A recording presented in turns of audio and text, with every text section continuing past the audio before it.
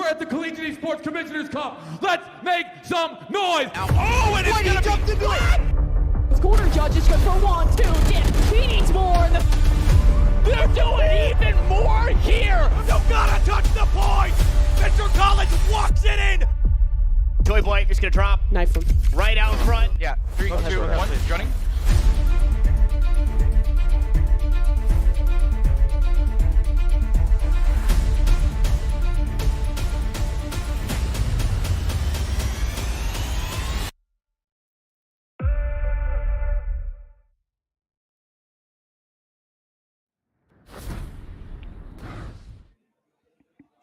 Hello everyone, I hope you're having a great day. It's me, Zaki. With me here is the Nerdy Bird, and we are going to be taking you through the Paidia Cup CECC qualifier over the weekend. How are you feeling, Nerdy Bird? I'm excited, but just in case somehow my studio lights aren't hiding it, yes, I do have massive bags under my eyes.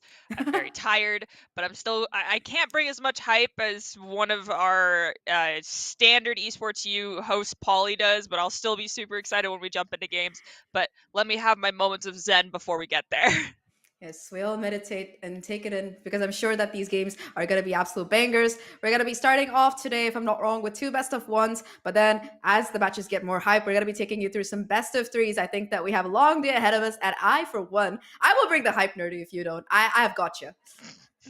Thank you. I appreciate the cover. I mean, studying for school, I'm pretty sure all of these players, because this is a college qualifier tournament, understand that schoolwork must come first. And last night, I wrote about 10 pages of an essay. So hopefully someone who is as tired as I am is playing today, I will bequeath you whatever remainder energy I have. I will send it to you over the internet. So good luck to everyone. Yeah, I think that as somebody who's doing a master's as well, I completely agree. Most days I'm up until 3 a.m. And well, yeah, enough about me though. Just a little bit of an overview. This is going to be the Paidia Cup, which is sponsored by Xbox. We also have the matchmaking season going on right now. It's a 9-week long season that's hosted by Esports University that allows women Valorant teams to compete with other teams who are online and ready to play. You know, you can still sign up. Signups are going to be open right now. Yeah, so go ahead and do that, because you might have a chance to, participate in the show match. But for this qualifier, there is going to be something huge at stake, which is a spot at playing the CECC game in Texas all the way. Yes, the Arlington, Texas LAN, that'll be happening the first weekend of May. They'll be competing against the other winners from other qualifiers, such as University of Arizona that just won the West qualifier, the regional that happened at Boise State University, and then anyone that went to the Last Chance qualifier. Most likely, I'm calling it now, probably going to see either Boise State or Grand Canyon University make it through that Last Chance qualifier, one of the California schools, possibly from the West Coast. So I'll have to wait and see. But yes, they'll be going up against stacked squads, but this is a surefire way to guarantee a ticket into that Arlington, Texas LAN and get your name up on that board at one of the, if not the biggest esports LAN event for college in North America. Woo! Yeah, anyway, so today for the best of 1, we're going to be starting off with Michigan versus Buckeye Gaming here. And I think the rosters for both the teams are going to be ready, so let's have a look.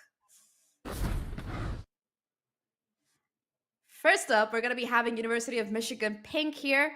Oh, they look so adorable. I just want to stare. Yeah, we have, sadly, nothing in the mood. Tina, Scrambled Meg, and Julie rounding out that roster for University of Michigan Pink. And in a moment, we'll swap over to the Buckeye Gaming roster. And we'll see all of those beautiful faces that make up that squad as well. It's going to be Blankets. I am so sorry if I butcher this one. Yeah, Cats. I'm gonna have to just go with Cats. Yeah. Katze und Mace, I think it's German. But yeah, we'll just call her Katze during our cast. Browskers, Zulia, and Jesui rounding out that roster.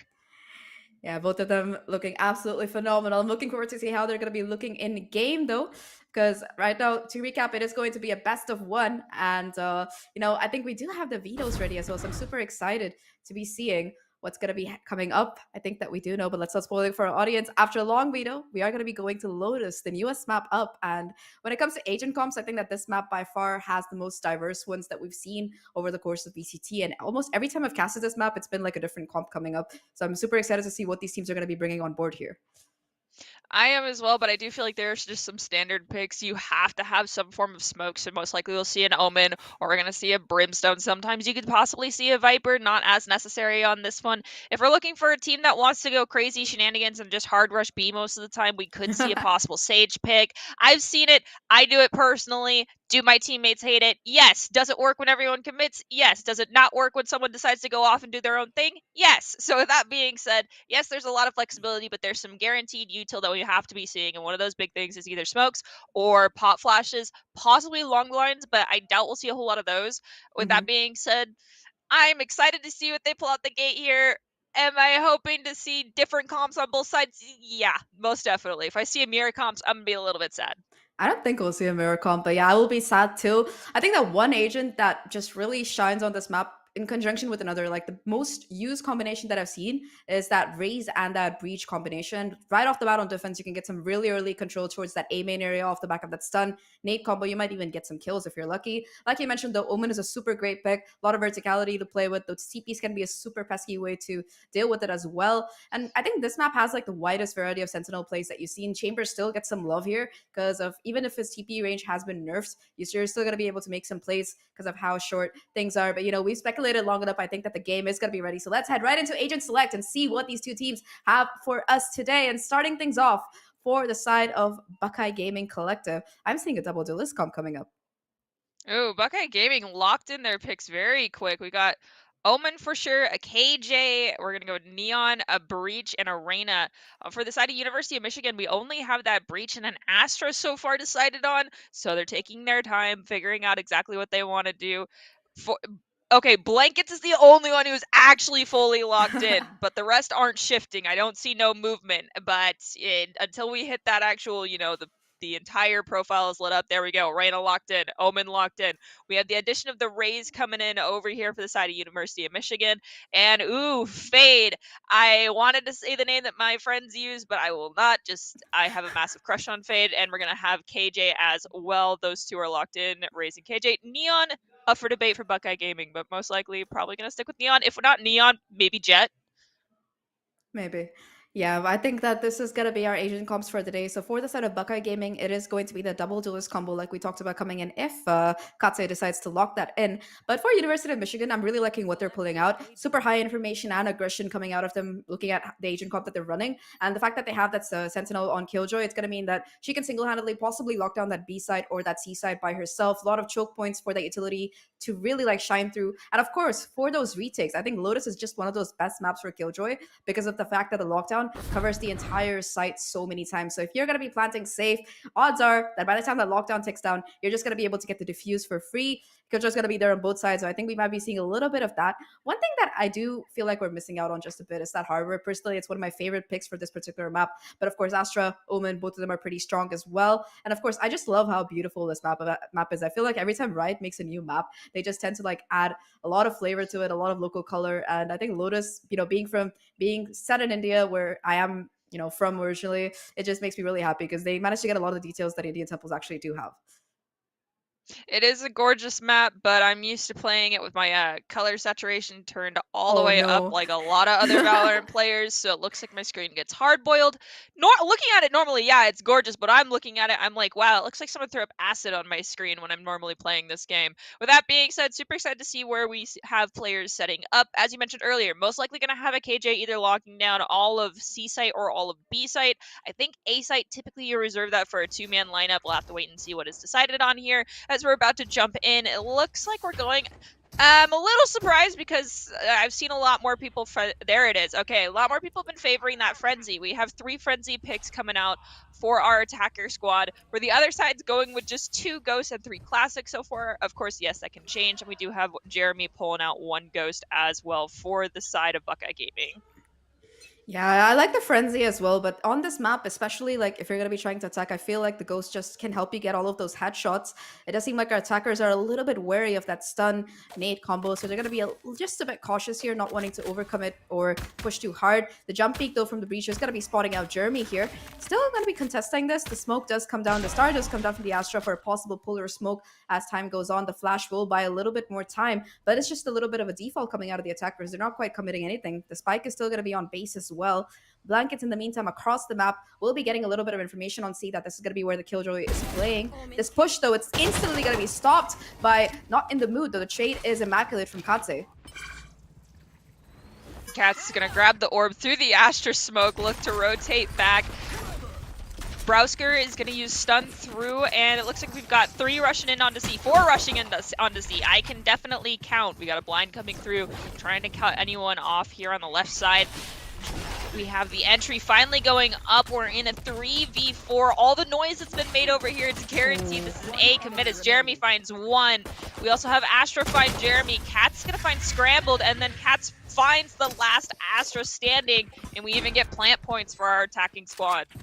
Yeah, it's always nice to have that extra 300 in the bank here. But yeah, the duelists for the side of the attackers both showing up absolutely huge. Katse finding 3, Jeremy finding 2. And off the back of that, they're going to be having a really, really good buyout coming in this particular round. Spectres across the board with the exception of Browskers, a Bulldog as well for Jeremy. Just a little bit extra firepower for the Reyna here. And I think last round, something to point out is how exactly, like, Jeremy was able to get that first kill, overheal, 150 HP, just a tank in that pistol round, and finding the next other frag after that, opening up the site. Beautiful play coming out of them. But right now, it is going to be that combo that we talked about. Doing a little bit of chip damage, but not getting any kills quite yet. And that's going to slow down these attackers. But with the weapon advantage, we might see them just pushing forward once again. We have a slow peek into B site right now. We might have a 2-on-1 if we don't see Not in the Mood rotate. Check box. It's a good check. Now, just holding up corners. This is where patience becomes the name of the game, and also jump scares. Fair warning to anyone that's not super familiar with Valorant, because Cats is not looking and checking that far left corner. We do have some fire traded out, and Sulina finds Not in the Mood, and Blankets finds the Astra, as well as Scrambled Meg. Yeah, flawless round coming in. They're going to be able to hold on to all of these weapons. Not the plant money, though I don't think they need it, considering that they didn't lose any players, so don't have to worry about buying in. And now this is the full buy kicking in for the defense. No ultimates on either side quite to work with, although Jeremy's only 1 off of that Empress. They might be able to pop it, and with that Bulldog, even find some additional frags. We did see Browsker switch over to the Phantom towards that last second. They're going to be keeping that rifle heading into this particular one as well. And it looks like they're going to be going for a super aggressive play towards this A side. You see all of them, in fact, stacked up here. However, the Breach and the Raze, we saw them do a bit of chip damage with that combination. They might be able to pull it off yet again, especially considering that there is going to be that Astra smoke in order. H.O.'s immediately doing quite a bit of damage to Katse, as well as Blankets there. Not quite getting the kill, though. And off the back of that, at least they have the information that this A site, there is heavy presence from the attack. Towards the crossfire being held as well. The door not quite broken, so Fade won't be able to have as much of an impact here. And on site, it is going to be Selena finding that first blood. The Spectre is going to be getting that first kill, and now it's just Lina isolated on site. Browskers will clean up. Upgrades across the board, and now it's all down to these 3 remaining players. Can they make this retake work? Jeremy got some fire in, but I'm not positive if they managed to get any sort of damage. Yeah, unfortunately, Bulldog versus Phantom. Sometimes the Phantom, even though it doesn't do as much damage, still works out a little bit better. Bulldog does a lot, but the spread's a bit worse. Scrambled Eggs is sitting inside the smoke. We have some stars being dropped. Not in the Mood is looking to peek around and pick up this Breach. We're in a 2v2 situation. Scrambled Eggs did find 1 just a moment ago. Sulina, who's hiding in the smoke, takes out Not in the Mood. Now we're in a 1v2. Attackers have the advantage. Slight, just touching that trigger, but can they find the last one? They will not. The attackers are going to win. In the words of many Valorant players, pros stick it, but in a 2v2 situation, I don't know if you want to try and stick it. Yeah, exactly. I like the awareness coming out of a Julie there. The knowledge that Selena might be still towards that tree area, has to put the smoke down, has to try and isolate these fights. And unfortunately, despite knowing the position of Browskers, they weren't able to make that 2v1 really work out. The Julie had to watch for the push. And now with their full buy completely falling apart, it is going to be an equal round coming out of these. The defenders here, just pistols across the board. And the attackers, they have a lot to work with. Empress on Jeremy, from the shadows on Selena. Just really good ultimates to try and have, especially, you know, if things get a bit dicey. But with the weapon advantage, there should be a pretty easy round that they can convert without too much fuss. I appreciate the full save that we see coming out. That's a smart financial decision for these players, because it does look like the 2008 recession right now for one of these squads after losing out often on a full buy force round. We have an Astra who's just patiently waiting, trying to hear some noises. Gonna drop down a few stars as they've identified that C site's where they're going. They do get concussed. So the ring that's have to buy a few more go down. Spike has begun to get planted. Yeah, the Killjoy utility buying a little bit of time, but ultimately kills going in favor. Solina watching this flank here will be able to take the engagement with the angle. The stun flash does come out, does connect with Solina, but still, it is going to be Jeremy finding a kill across the side, and now it's just these last two players going for the flank here. Solina, aware of the possibility, sadly super low, just a ghost in hand, and will at least be able to do quite a bit of damage, take off the armor.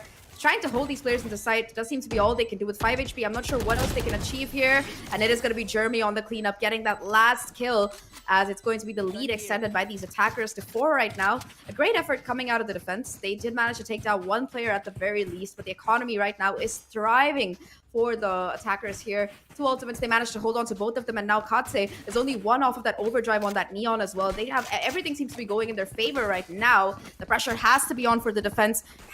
They do have that Cosmic Divide available for a possible retake here. Nothing else quite close to the Nightfall is only 2 away. We might be seeing that come into play as well, but for the side of the defense, their duelist has to try and perk up Tina. Not really getting the most favorable fights so far. However, though, that combo that might do just a bit of damage. Never mind, they managed to walk away.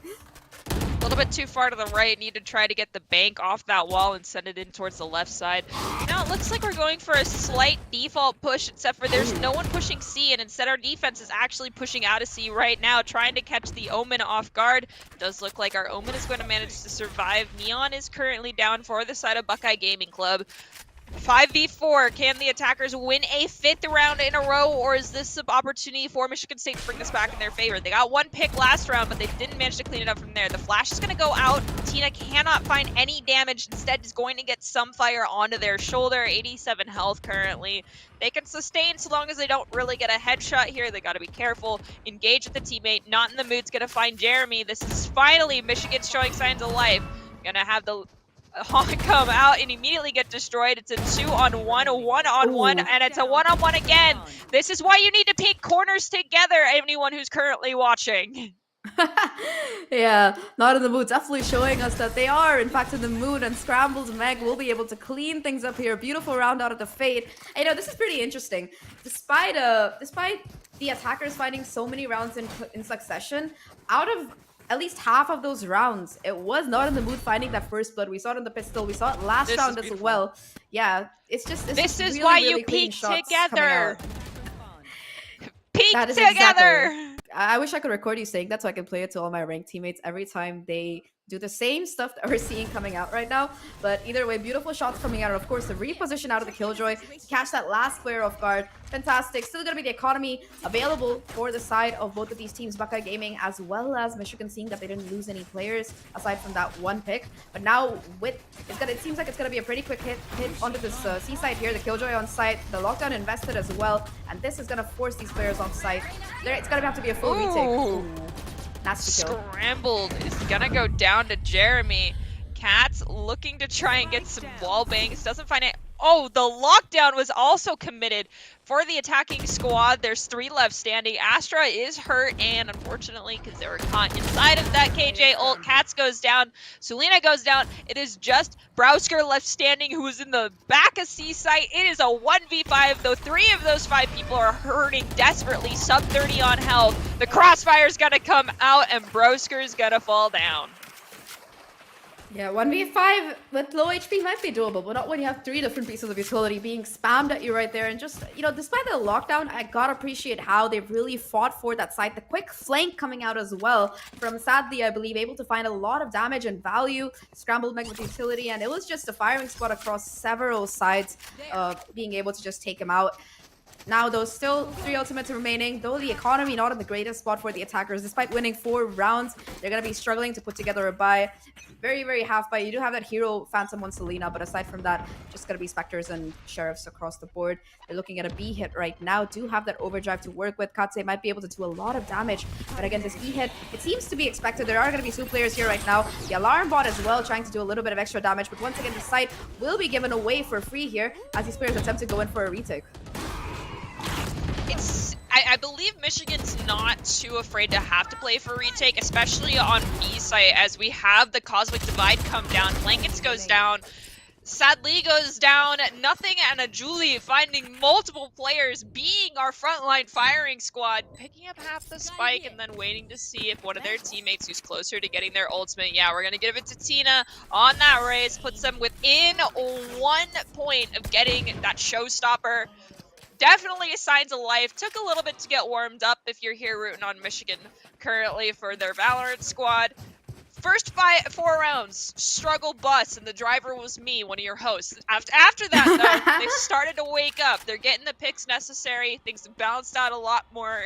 The economy finally has swapped. It looks like the bubble finally burst for the side of Buckeye Gaming Club.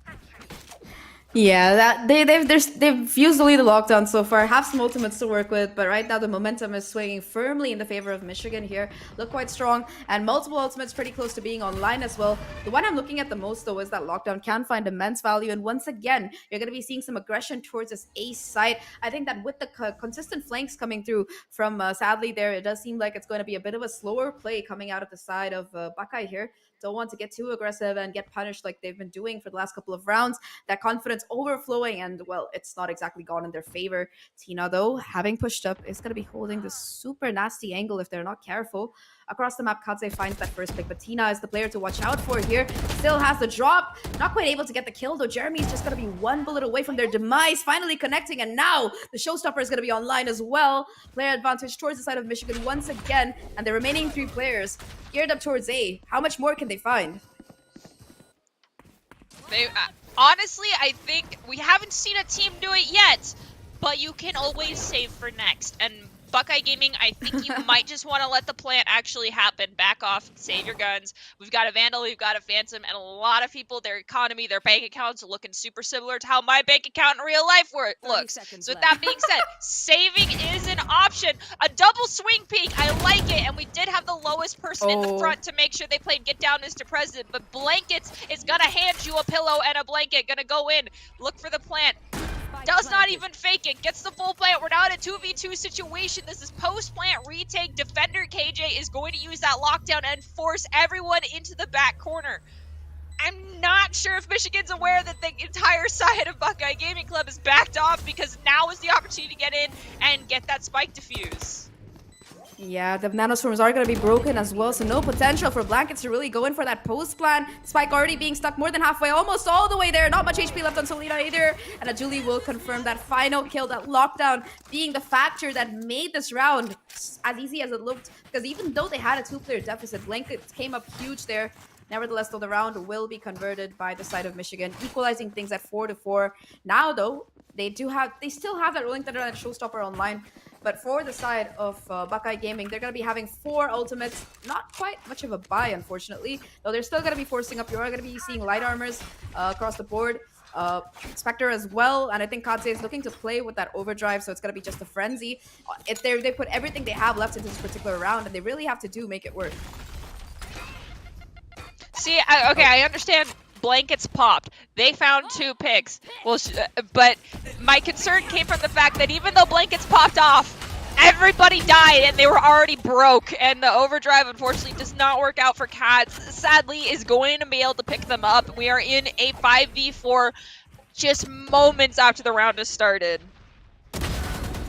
Oh, the lineup for Not in the Mood, being able to get 2 right there, and now, just like that, a 4v5 is doable, a 2v5 not so much. Like you mentioned, the economy in absolute shambles. Not in the Mood finds the 3rd as well, looking for the 4th. The will connect! An absolute dirty shot coming out of them, and the 4K once again for the Fade, giving them that Nightfall if I'm not wrong, and once again, it's going to be a very broken buy coming in for the side of Buckeye Gaming. They started strong, but Michigan, they've struck back, being able to find their footing, find their momentum. Look at the Fade, 13-6. That's what you expect to see out of your duelist. And, well, Fade, they've decided, Not in the Mood is like, yeah, you know what? I am in the mood today. The mood to absolutely slay out. Okay, so last round we had we had something similar to what we see here. Honestly, really, I think the side of Buckeye Gaming Club needs to commit a full save. They are too hesitant to do so, and this Nightfall is going to mark everybody on the side of Buckeye Gaming. It's gonna also slow them down along with the C is there. The information is there. They also do have the stack coming in. And in the meantime, sadly, has once again managed to push out holding A main control super aggressively here. The players are going to be stuck on every single side of the map right now. The turret is going to be the one thing stopping Sadly from flanking all the way, though Kadse will be the one to open things up with that first pick onto the Killjoy. That's going to make Seaside much more vulnerable. Talking about vulnerable, though, it is going to be the spray down coming across the firing squad, hitting and not in the mood once again. Being able to connect those kills is huge. Kadse slides in, finds that one pick, but the trades are there. It's going to be yet another round coming in for Michigan. Remember, these guys were down 0-4, and now it's 6-4. They've taken the lead, and they look nowhere close to stopping. Did invest a few ultimates, but all things considered, I think that went really well for them.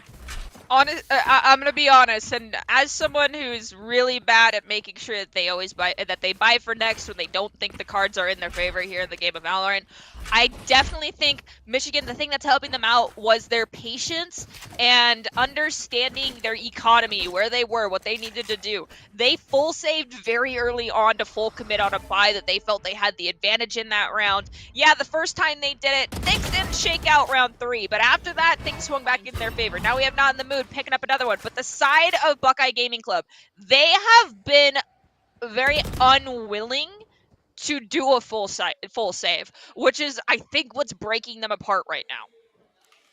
Yeah, they just seem to be putting in whatever they can. It's not quite working out in their favor. Once again, you do see that early pick coming in. The duel is going down, which is huge. Blankets with the lockdown might be able to find some value, but they're just going to be trying to play in the smoke, expecting perhaps the push coming out of Not in the Mood. But Not in the Mood is just going to be trying to play it, you know, kind of passive. They do have that numbers advantage. They want to try and hold on to their utility as well. And now it does look like the side of Michigan, the side of Buckeye Gaming, they're looking towards the C side instead, where there's just a slaughterhouse utility looking at them. The last time they tried to push the site, remember, they lost a player just to the Killjoy Mollies on site. And they're going to have to be able to break all of that before heading in, because the combination of that Astra Star with the pull as well as this Molly will be able to do a lot of damage. They have learned their lesson. They're going to be playing it a little bit more cautiously here as they try to go in. Rolling Thunder being invested will push the players off the side, will at least let them possibly get down a plan, and they can also buy some extra time with the help of that lockdown spike being planted for main, so they could still make this situation work. Scramble deck being taken down there is huge, with Blankets is still going to be alive, still going to be having the utility to try and work with. And these last 4 players from Michigan,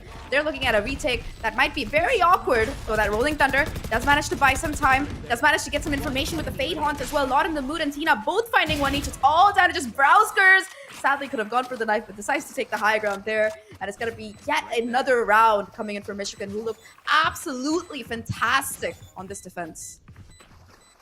Losing out 4 rounds in a row, they were undeterred. They were posted up and ready. They're like, they're warm-ups. We're fine. We're fine.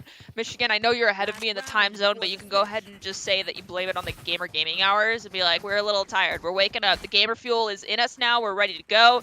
And yet again, I mean, I understand this is the last round before the half, but the previous round, truly, Buckeye Gaming should have saved so that everyone could have full bought this round. We need a financial advisor on the side of Buckeye Gaming Club right now, and currently they've got a teenager spending all their money. Yeah, it is the last round though, so they're just gonna be putting in everything that they can. Now it's buy everything we can, throw it all at the wall, whatever sticks, it works. But had they saved and played for last round, things might have been a little bit better. We do have some wall banks going out, and it looks like they've already decided to destroy the door from B over towards A main. We're going to have Brewsker throw in that concuss. It's actually going to be concussing the enemy breach. Smokes have gone down from the Omen. Tina's hiding out in said smoke. Play your time quietly and just wait. Omen's going to use their ultimate. The question is, where is this Omen gone? The answer is back of A site. Can they come in and assassinate? They will find Sadly and lock down that entire angle for their team. For once, the numbers advantage in several rounds going towards these players. The second one confirmed by Kadze as well, and now the overdrive is online again. It looks like they're going to be overheating possibly. There No, we Julie go. will fall to that ultimate. The last 2 players right now make that one. It's all down to just Tina here, and they're not going to be able to find anything. As Buckeye Gaming, they strike back. They say, you might have had 7 rounds in a row, but we're not going to let you get this last one. A flawless to boot, and now the side switch comes in. It is going to be Buckeye on the defense this time around. The thing is, though, for the side of Michigan, they have a lot of utility to work with, especially in that post plan, that aftershock, those KJ mollies. They also do have that Astra pull if they want to commit that. So if the spike goes down, BCG, they're going to have a very, very difficult job at trying to retake. Looking at the scoreboard, though, you do see Not in the Mood right on top there. They really should consider changing their IGNs. But yeah, across the board, it seems to be pretty much even, with the exception of Browsker Stairs, who's having a little bit of a tough game. But of course, on that initiator, you're not going to be the one first peeking, of course. And a lot of the times, they've been caught in a bit of an unfortunate position as well. So I think that this could still be anyone's game. But if Michigan, their attack, if they have some strats, if they have that post plan in play, it might be the hugest difference maker you've seen. Oh, wow. Ooh, that was, to be blunt, a bold move and goes punished very quickly. Down go 2 for Buckeye Gaming. Okay, I understand you're a duelist. I understand you're playing Neon, but that does not mean put yourself directly in front of the enemy, as we have Jeremy get a pick onto Tina, use the dismiss. Blankets found not in the mood, so top frag, you're currently down for the side of Michigan. We're in a 3v3. Door is also destroyed. It's a 3v3, but Reyna, instead of using overheal, had to use dismiss. Otherwise, they would have been eliminated. Oh. Now we're going to see Blankets have to grab a pillow and lay down until the next round. Full rotation, it looks like, over towards C site, and it looks like Omen's dwindling near B. Might be able to hear these footsteps. I think so, but really not going to be able to go through the revolving door and has to go through C from the other entryway, as we have Reyna rotating all the way through CT to get to point. Yeah, the C-side is going to be completely abandoned. This 2v3 is still doable, but it's going to depend a lot on how these two players go in for the retake. The Killjoy, as well as the Astra still being alive, is huge. Note to point, though, Julie has already gotten 3 kills on this particular round. Looking for the 4th as well. Will confirm it. And now it's all down to just Selena, a 1v3 to try and prevent Michigan from running away with this. A turret as well out for possible information. And it's just going to be them walking into scrambled Meg's crosshairs.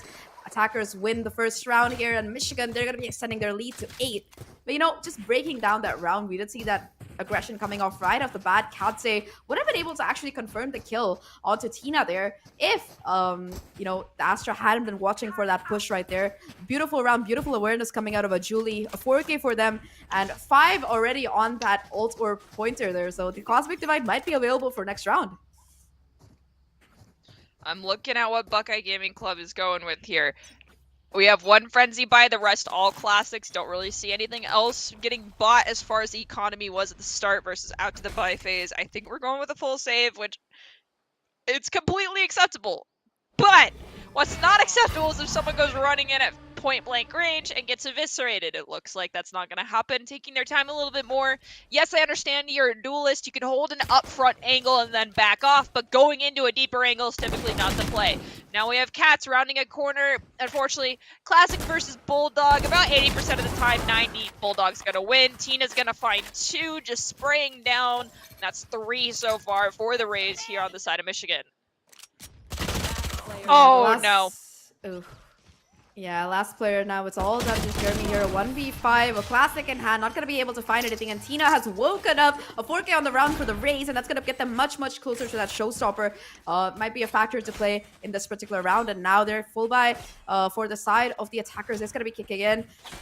Sorry, for the side of the defenders is going to be kicking in. No ultimates to work with, but at least the weapon advantage is going to be there. No rifles on the side of Michigan quite yet, though they do have that Cosmic Divide like we talked about in that previous round. And now they're going to have to try and make this attack work. When you have lesser weapons, you really want to try and take those closer angle fights. That's why they're probably looking towards B, but the expectation from the side of BGC is there because they have put down all the Killjoy setup, and it might make pushing into this just a little bit of a hassle. Prowler's going to go out. It is going to expire. We're going to have Astra come in. Yep, here comes that Cosmic Divide. Most definitely. Yep, there it is.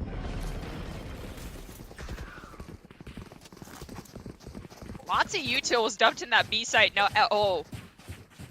I really wish our attackers had decided to exit quietly, because immediately as soon as that stomping started in the opposite direction, we saw our defense spread out. However, only one is lingering near B site, well, C site, and that's going to be the Omen. And they're going to get almost immediately spotted out by this Boombot if it doesn't expire before rounding that corner. It is going to expire. KJ has heard it as well. There's the spike plant, planted for main. I'm interested to see, Neon, are you going to be able to pick up some picks here, or are you going to get picked off first? 5v5 right now. The retake is on, and Jeremy finally able to confirm that first blood. They're still aware of the possibility that there might be more players towards the CT side as the push has materialized. You want to take these closer fights, and the run and gun is immaculate. However, the counterplay is there, and now it's going to be a 2v3 advantage geared up towards BCG. Make that a 2v2 right now. The push out is immaculate, but Scrambled Mech still has some utility on the spike, still being able to buy some time. They have to make this work. The clock is ticking, and now it will be the cleanup finally happening. Just enough time left on the defuse if Browser sticks it. I don't think there's not enough time. Oh, never mind. I am absolutely wrong. I'm wrong. Yeah, Jeremy, you saw that, right? I saw that. Precise. They crouched down and then just sprayed in an arc. This is how I know that like people are used to taking long fight engagements and are not used to the very up close firing, because I understand it causes anxiety. You still need to feather that trigger. It don't matter if you're super duper close. The spread on that weapon is disgusting. You need to feather that trigger finger. And B, there was no flick. There was no control of that crosshair. That was, I am going to maybe hit you in the waist. Yeah, the run and gun mechanic, it's not intended, doesn't quite fit in with what Valorant advertises as precise gameplay, but hey, if it works, it works, and it worked great for the side of Michigan there, being able to convert that bonus round, and now for the defense, it's just going to be this hero rifle on Katse. They have to force up here, they can't quite afford to go in for a full thrifty, though Katse has the positional advantage, not in the mood though, expecting it, will be able to get that kill, confirm it, and across the map, it is going to be the second one found as well. With the Omen going down, the C side is looking extremely vulnerable. Just a breach here with the classic, not quite able to find anything though, and it's going to be the counter breach saying, hey, breach diff right here. These last two players once again in an unenviable position of trying to find the retake. Jeremy with the Spectre does manage to escape from taking damage, that Boombot giving away their position, and the rotation has to come through. It might be better to just try to hold on to these guns, or at least do some kind of damage. I don't think they're going to be able to find anything on this round. In the words of Artie 4 rounds ago, that's my other name other than Nerdy, just in case anyone gets confused. You're in a 2v5 situation and saving is an option. Okay, Blankets, that's fine. That does not mean you have to go in.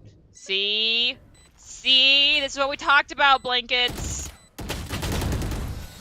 At least in Jeremy's case, they had a Spectre, so I can excuse them for going that. But yeah, Blink should have definitely tried to hold on to that rifle, because that was not that was a bit of a half fight. They are going to be able to buy in, but I agree they should have tried to hold on to that Vandal, because the economy is looking like in a very, very bad spot right now for BGC.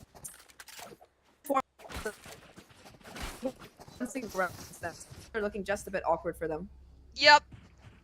I understand it sucks, but sometimes you really just gotta commit to a save round, but we have to force it again, and that's exactly what we're gonna see happen. Equal on both sides as far as firing power goes. Now, as far as buying power, not so much next round if the side of Buckeye Gaming Club cannot get this win. Yeah, they're looking at the barrel of match point here. Katse, with that pressure mounting, finds that first kill. It is going to be the top fragger for the side of Michigan being shut down there. Without that Fade utility, things are looking just a little bit more difficult for them. They don't have that information anymore. No more Haunt, no more Prowlers available to clear out pesky corners. Still do have, sadly, available with that Breach utility. That might make a difference maker here. Scrambled Mech, though, will find that trade, as it is going to be Katse getting a little bit over eager. The Killjoy going down as well towards his A side. Tina with the showstopper has to work some magic here. These last three players, one of them looking super low. They're desperately trying to do everything they can to make their way onto this A side, avoiding the Killjoy utility at the very least. But Jeremy has a lot of heavy lifting to do, and Julie will deny it. And now, once again, with these two players remaining, they have to play for overtime here. There's no way the retake is going to work out. If it does, I will be very, very pleasantly surprised. And the save call, well, it doesn't seem to be materializing again, Rudy. Well, it be like that sometimes, but when your economy is as bad as yours is, having two guns is better than none! Okay, Sulina, I see you found Tina. That rhymes. But there is a lot of util being dropped on you right now. You do manage to make it out. Not scot-free, but now sadly is going to send you both to the Shadow Realm. And now we have to play for a 7-round undefeated record for the side of Buckeye Gaming Club. And they do not have the money to do it. This is why I was trying to ESP to them, save your money this round. Play for next. Yeah, the save at the economy is management is, like you mentioned, it's in the hands of a very inept teenager here. I met some teenagers who can do some really good math and economy balance. I was sadly not one of them, but it seems like neither are the sides of BGC, so I feel okay about it.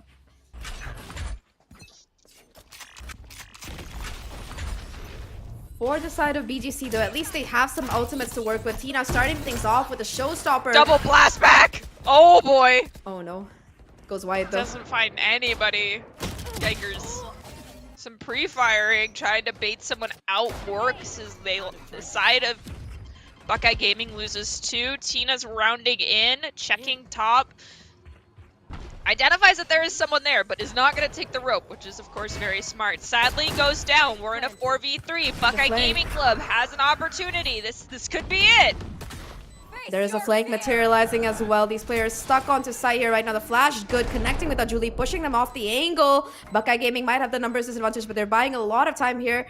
And these last 2 players on this side, they have to make things work right now. Not in the mood. Finding that first one. Knows the position of Jeremy as well. Julie will be able to convert, and it's all down to just Selena here. Selena against the world. A 1v4. Finds the first.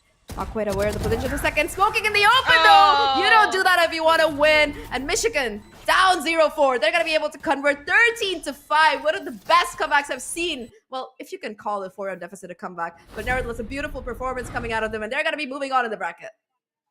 They are. I mean, just take this advice if you're watching right now as a player who's going into the other matches. There are 2 things that you can definitely control before a round starts. How you use your economy and where, and after the round is closing, like, or near the end, if you're gonna save. You don't always have to commit to a retake or even a plant if your team is down agents and util and your economy is looking bad. You don't always have to force buy. You can save. It's okay to lose a round when you know that the other team has all the rifles in the world. Your team can barely afford it.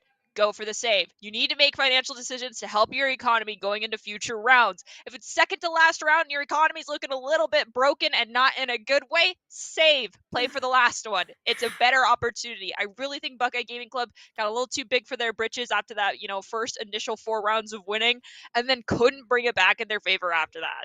Yeah, things looking just a little bit rough right now. One thing that I would have liked to see, or like you mentioned, apart from the economy, one more thing that I would like to see was like better ultimate management coming out of them, because they had so many ultimates. They just kept popping them at random times or dying before they had a chance to pop them. We saw the coordination coming out of Michigan there, being able to, like, for example, use that Nightfall to deny a push, use that lockdown for a retake. Just so much that they have in their pockets to try and make things work. And they managed to shepherd it very well throughout the course of the entire game. They had like at least one ultimate online, but the same couldn't be said, unfortunately, for Buckeye there. Bit sad out of them, but I'm sure that we're going to be seeing more of them sometime soon. Maybe not in this event, but after that, for sure, a nice try coming out of them. But remember, for those who want a little bit of a perk on Valorant, there was a new agent just released. I believe Gecko is his name. Gecko! Really cute, has a lot of fun abilities as well. And if you're like me and you don't want to like grind out all 5 tiers to unlock him, and you don't want to spend like, I don't know, $10 or whatever it is to unlock him in full either for the tiers, here's your chance, because Riot Games is on Game Pass. You can play all the games. All you have to do is link your Xbox profile to your Riot account, and you can unlock agents, champions on League of Legends, XP boosts, and way more. You can join now at GamePass.com and get your first month for only $1. That's what I did. I'm not going to grind out Gecko just like that. I'm fine with grinding out Gecko because I'm a Sage main. Like, the odds of me playing anyone but Sage are very slim to none. So I just, I activate the contract, and then I'm like, yo, all right, what agent do you want? Oh, you said Sage, right? And someone, of course, is crying for a flash or a smoke. And I'm like, Sage, okay. And I just lock the Sage. My teammates are normally my friends anyway, so they can sit there and cry all they want. And I'm just going to laugh at them and act like I don't care. Because at the end of the day, it is Valorant. It's not me playing Overwatch. So I can toss their games on Val as much as I want. Yeah, ex-professional player, by the way, coming out. But, I'm that person who plays everything except a duelist, and I like having everything unlocked. So about me, I think at this point, I've unlocked every single agent contract except Gecko to their full. My account is like level 400. I don't have a life, so yeah, nerdy knows me. Yeah, but anyway, I think that's gonna be it for this first game. We will be having more coming up though, so I think we're gonna be having a short break before we come back right in. So don't go anywhere.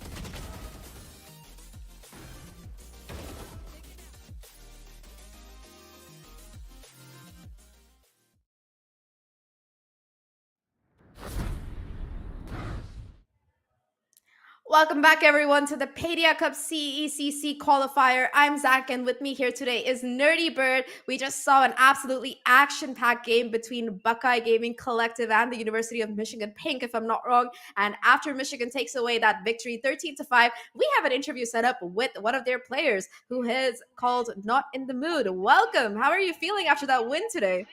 I'm feeling just on top of the world. Yeah, especially with that slow start, having us come back and just as you saw, like I played a really amazing game. I'm not usually playing at that level. So yeah, I'm really excited. All right. So first question, you talked about that slow start. You guys were 0-4 down. Then you just like blazed through the rest of the half. I don't think you lost a single round after that. What was the mental like? And did any of you give like a pep talk? What really went down? Give us the behind the scenes. Yeah.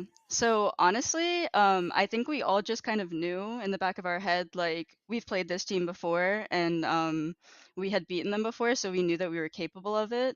And when we had that slow start, I think we just all realized we were just a little nervous and we just needed to bring ourselves back and try and approach the defense in a different way. So we kind of started to take a bit more space, especially on the A side. If you saw, like our breach and our raise kept pushing up, and that was really helpful because OSU kept pushing that really hard at the start and just winning it. So I feel like that change was huge, just kind of taking more space where we could.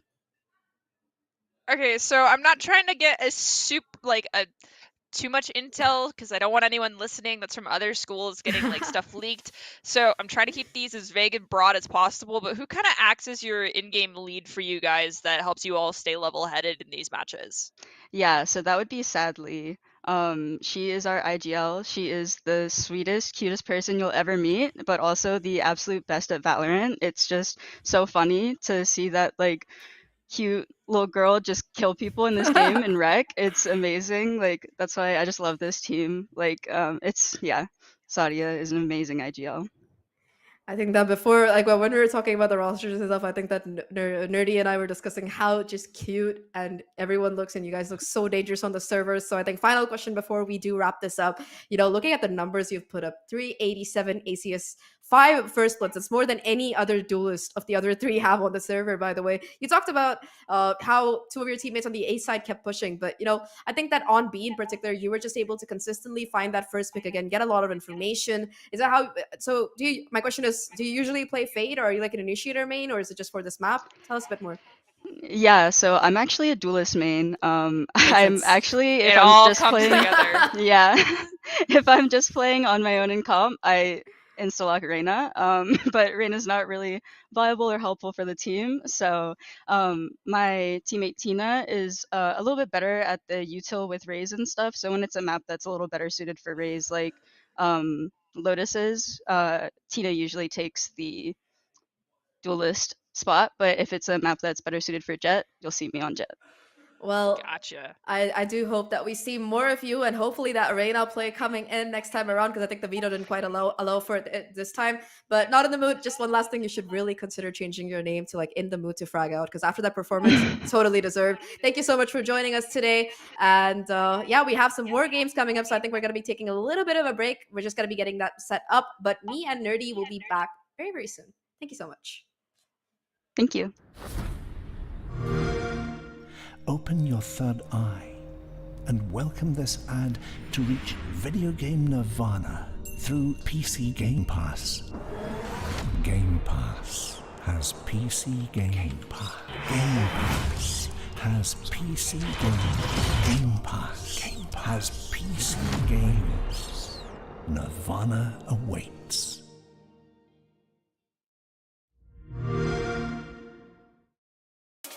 We'll turn this around. Gotta turn this around. We'll turn this around. We'll turn this around.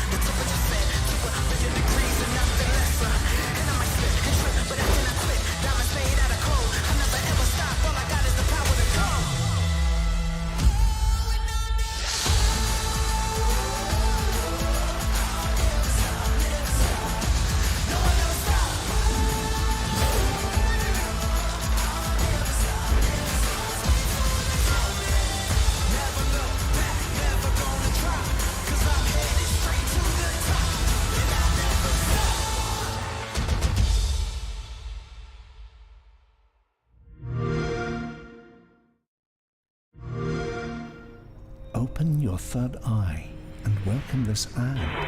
Game Pass has PC games. Nirvana awaits.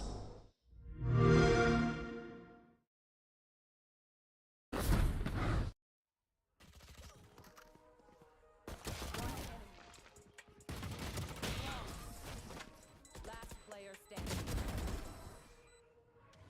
One enemy remaining. Enemy remaining. Spike down. Attacker spawn.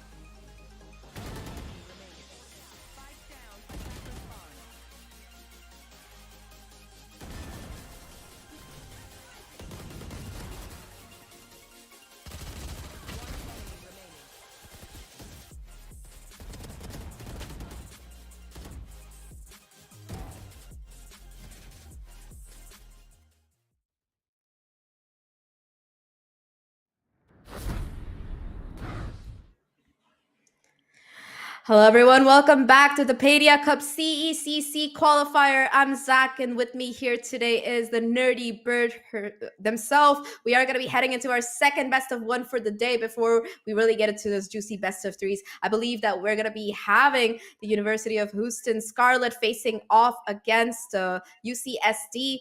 It's going to be a best of one, just to recap. And I think that for this particular tournament, favorite is going to be University of Houston Scarlet. I've casted them before. Absolutely fantastic team, just on fire consistently. And I'm going to be excited to see what they're bringing to the table today. I'm excited as well, and I do believe we could take a quick look at the rosters that we have for both these squads. We could start out with Scarlet since they are the favored pick out of these two teams, and I think overall in this tournament this weekend. University of Houston Scarlet's going to be Orchid, Binko, Raven, Ultier, and Alita. Again, a bunch of gorgeous human beings across the board. I like the black and white theme we're going with, but of course, as someone who adores the color pink, if we could just shade them all pink, I'd be happy with that as well. And we could take a quick look at the other roster for our second squad. Coming out for UCSD Esports, it is Tina, Day, Bean Cube, Shroom, and Soba. I think that if I think last time I had an interview with University of Houston Scarlet, I think that we had Raven come up, and I think she had pink hair. So if we get an interview with, if Scarlet managed to win this and we get an interview with them again, you might be able to get your wish come through because the interviews are in full color. But anyway, like you mentioned, two fantastic teams heading into this. They are both some of the highest seeded teams that we have, so there should be an absolute banger of a matchup here. I'm really excited to see what they're going to be bringing to the board. Last time I casted them, I think that we saw some Pearl in particular coming out of Scarlet. I don't know if we're going to be having that today yet again, but they have one of the most cleanest defenses I've seen on that particular map, and I do hope we get to see that coming up in this game next. I actually did get to see quite a bit of UCSD's main squad for Valorant at the Boise West Regional Qualifier.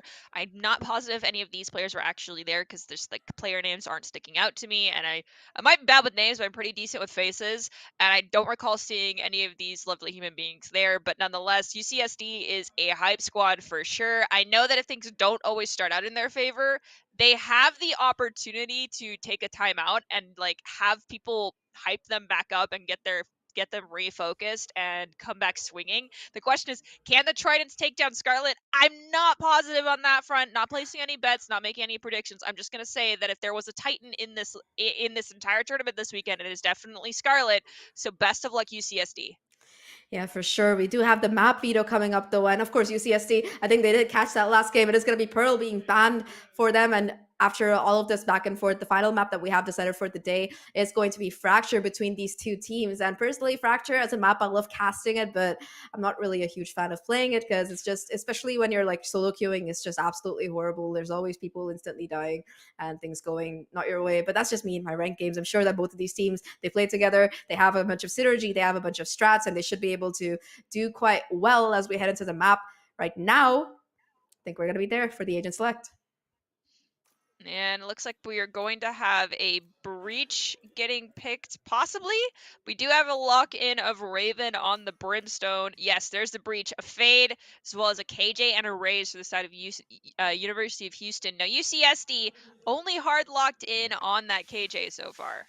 I mean, it's understandable. We know after that chamber nerf came in, the Killjoy's pick rate has just skyrocketed. Like for a fun statistic here, at day one of ECT lock-in, I think that she had 100% pick rate, which is saying something because before chamber across every single international tournament, he had like 70% plus. But since that nerf came in, thankfully, no more chamber installers. We're going to be having some KJ love coming in instead. But for both of these teams, it does appear to be a little bit of a mirror matchup that we're going to be seeing. Of course, it's understandable. It is mostly meta picks coming in. For the controller, you see a little bit of variation. We see some Harbor, Astra, even Viper come in sometimes, but Brimstone is still going to be a favorite because you have those, the smokes are really solid. And more than that, just that ultimate can buy you so much time, so much space. The Raze as well makes perfect sense because just like on the previous map that we saw, Lotus, you can pull off a lot of combinations with the Fade and the Raze this time. That Seize and that Nade combo always going to be a favorite towards that A main area. The double initiator pick for both of these teams shines through as well because Fracture being such a big map, you really want to try and get that information early. You have a lot of utility on board, both for executes as well as for retakes. And I think that a lot of pressure is going to be falling on the shoulders of the duelists here, especially on this attack side, because And it's a really good pick because Rays can just buy you that space for free. Those Sachos, if you know how to do them, it's going to be fantastic coming in. And I think Orchid in particular for the side of University of Houston Scarlet is a player that has time and time again proved their skill at just really being able to pop off entry and overall just get them whatever they need. The sight, yes. The kills, yes. Whatever else, it's there. And one agent, of course, we won't be seeing entirely this weekend because I'm pretty sure they're banned because they're so new, is going to be Echo. But if you yourself are wanting to fast track your Valorant games with the PC Gaming Pass, members unlock all current agents plus 20% match XP boost given to Battle Pass, Event Pass, and active agent contract progress. Plus, get day one access to every new agent as they are released. Join now at GamePass.com and get your first month for $1. As we're jumping in, looks like we've got a solid rotation coming over towards Arcade, coming out from our attacking squad. They haven't done much. The Haunt was dropped from one side and destroyed. There's the Prowler. It's gonna pick up Binko, but they're already in the safe zone of Heaven. Plant's going to begin here as Orchid dropping util to clean out some angles. Oh. Raven and Orchid both picking up one, and we are in a 3v4 situation. Yeah, Spike having gone down, all of the defenders, they decided to play the side for retake, but when you're going up against the Killjoy, not quite the best idea. Tina, though, able to find a lot of damage. Sova confirming that kill, bringing things back down to a 3v3. They know the position of Raven, have them isolated, but Binko is still going to be on the side, able to find one before finally being shut down. This Nano Swarm as well from main. Alita just buying time, going for that post plant here, all up to her right now. A 1v2 situation, both players are so low right now. Isolates the kill, gets the damage, has the turret as well to make things even more challenging here. Tina, with the clock ticking, has to try and stick half here. Does manage to get so, but Alita, knowing that the timer is short, all she has to do is confirm that kill, will manage to do so. And that is going to be the first round coming in for University of Houston Scarlet there. Really nice execute. They did lose a player while getting the spike down, but after that, the post plant, they were really good at getting those trades in. And off the back of that, they will be able to get not just the plant, but also the round in their favor off that clutch from Alita. Right now, it's going to be Spectres for all 5 of them. For the side of UCSD, though, I'm just looking at 4 classics and a shorty. You can see Amelo deciding whether or not they want to buy that shorty to set against it at the end, because as a breach, you have a lot of you need to spend a lot of money utility every round, so nothing much out of them. I appreciate seeing a full buy coming out from the side of UCSD. It definitely shows that they are well aware of how their economy needs to be controlled in this game. We have Tina dodge some util, unable to dodge that Prowler. Be forced back. Has the shorty in the smoke. Takes a little bit of stick damage. Is going to get pulled in. The decay is over. They managed to pick up Altier. Gonna rotate over towards the side. Doesn't get the reload in time though, so Raven picks them off in animation. Sucks, but it happens. You got the entry for your squad, and now we have post-plant lineups being sent out. Molly already used though, which is interesting. Yeah, it is going to be 4v4, but the HP not quite the greatest on one of these UCSD players here. At least they managed to find a pick. At this point, if they can do some economic damage, it's going to be everything they need. Orchid and Raven, though, on site, just creating a slaughterhouse. Soba only able to find one before being shut down completely. And University of Houston, they confirmed their second round, lose two Spectres while in the process, so that's going to be a little bit less that they have to take into this particular round here. Against Rifles, every single bet helps, and them not having that is going to make things just a bit rough for them. Right now, though, UCSD, it is their full buy round. They are only 3 away from that showstopper, so if Tina can continue popping off, get a couple of kills, might be able to get that ultimate online, and perhaps knowing that they have a little bit of a lesser buy, they want to try and take these closer angle fights. They're going to be stacking up towards this drop as well as this arcade area. If anyone from University of California, San Diego gets a little bit too overeager, they might be instantly punished. But so far, they're happy to play it passive because they know they have the guns, they know they have the utility. All they have to do is wait them out. Soba is going to be waiting up near window. We have that ult orb grab. Not sure if anyone was close enough to drop from the defense on B site to hear that. No, there's no way someone was. And we're actually going to have a backtrack towards arcade. Soba might swing peek here after hearing that ult orb get grabbed, but does not do much damage. Only 15 onto Orchid. Instead, they actually took a lot themselves. So that KJ hiding up in tower is sub 50 health now. Yeah, the HP not quite in their favor, but still having the utility online might be able to make a difference. And all that noise towards that A site was just a little bit of a red herring.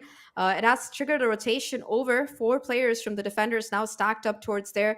But the spike itself is going to be going towards B, where it's only the Killjoy player left there, but it's rotated over towards B. It is going to be rotating over. Soba very low, caught off guard, being taken down there by Raven. An absolutely huge kill, and that will open up the site right now for the side of Scarlet to be able to get the spike down. That's a rifle as well that they managed to pick up, and that might be the difference maker in this particular round. Not having your KJ utility online for retake, as well as this pesky post line coming up. No orbital strike available either for that defensive side Brimstone. Otherwise, they could just clear out this area completely or get that. Oh, the orbital strike is going to be online though for Scarlet, able to just push off CT, get a couple of kills off the back of that, and with these Spectres, just slaughter everybody trying to go in for the retake. A third round, the bonus buy confirmed for Scarlet here, and so well played. They go for that A side, make a little bit of noise, bait some utility, do some damage, fake it on B, and just, fake it on A, and then just go back to B. 3-0, similar to what we saw in our first game of the day. Of course, not these two squads. It was not University of Houston, UCSD, but nonetheless, 3-round advantage. Now, unfortunately, UCSD after force buying is going to save here.